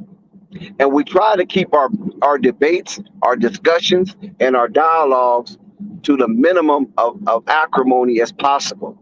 But of course, we cannot control every aspect of voices that come on Flight Sports TV, nor do we try to control them. It's free, unfiltered, uncut. But what we do try to do is shape it in a way where it can be digestible to the listening and the viewing audience. We have a live chat. Our chat is uncontrollable. There's no way, as lit as our chat is, that anyone can control that. I'm telling you, Jesus himself would have a hard time coming down trying to control that chat. That chat sometimes take on an entity of its own. Sometimes the chat be in collusion with the panel, and then sometimes the chat will just go off on a tangent and have their own thing going on down in that chat. And that's why our chat is so lit. And if you don't want to come on a panel to share your content, and you want to be more involved in Flight Sports TV outside of just viewing it, then you can get into the chat because the chat is open. We do not control our chat. This is not a cult. This is not a club. I want you to understand that. We are not a cult and we're not a club. We don't adhere to those aspects of gatherings, cults and clubs. This is a open format where anybody can come, and we accept you as you is, but we appreciate it if you don't stay that way. We appreciate it if you change more into a well-rounded, informed individual. And when you become that well-rounded, informed individual, we would like for you to come up on our panel to share your content. But we don't wait for you to become that. You can come on the panel as you is, as you are, and who you still want to be. But you come at your own risk. Don't forget that. You come on the panel at your own risk. Right. So we about to get out of here. Yes, sir. All right. Appreciate you, Dak. Shout out to everybody that rock with the panel. Everybody hit the like button before we get out of here. If you're new, hit that subscribe button. We appreciate you. It's Flight Sports. Flight Sports TV, man. That's my dude. I rolls with him. You heard what the man said. It's Flight Sports TV.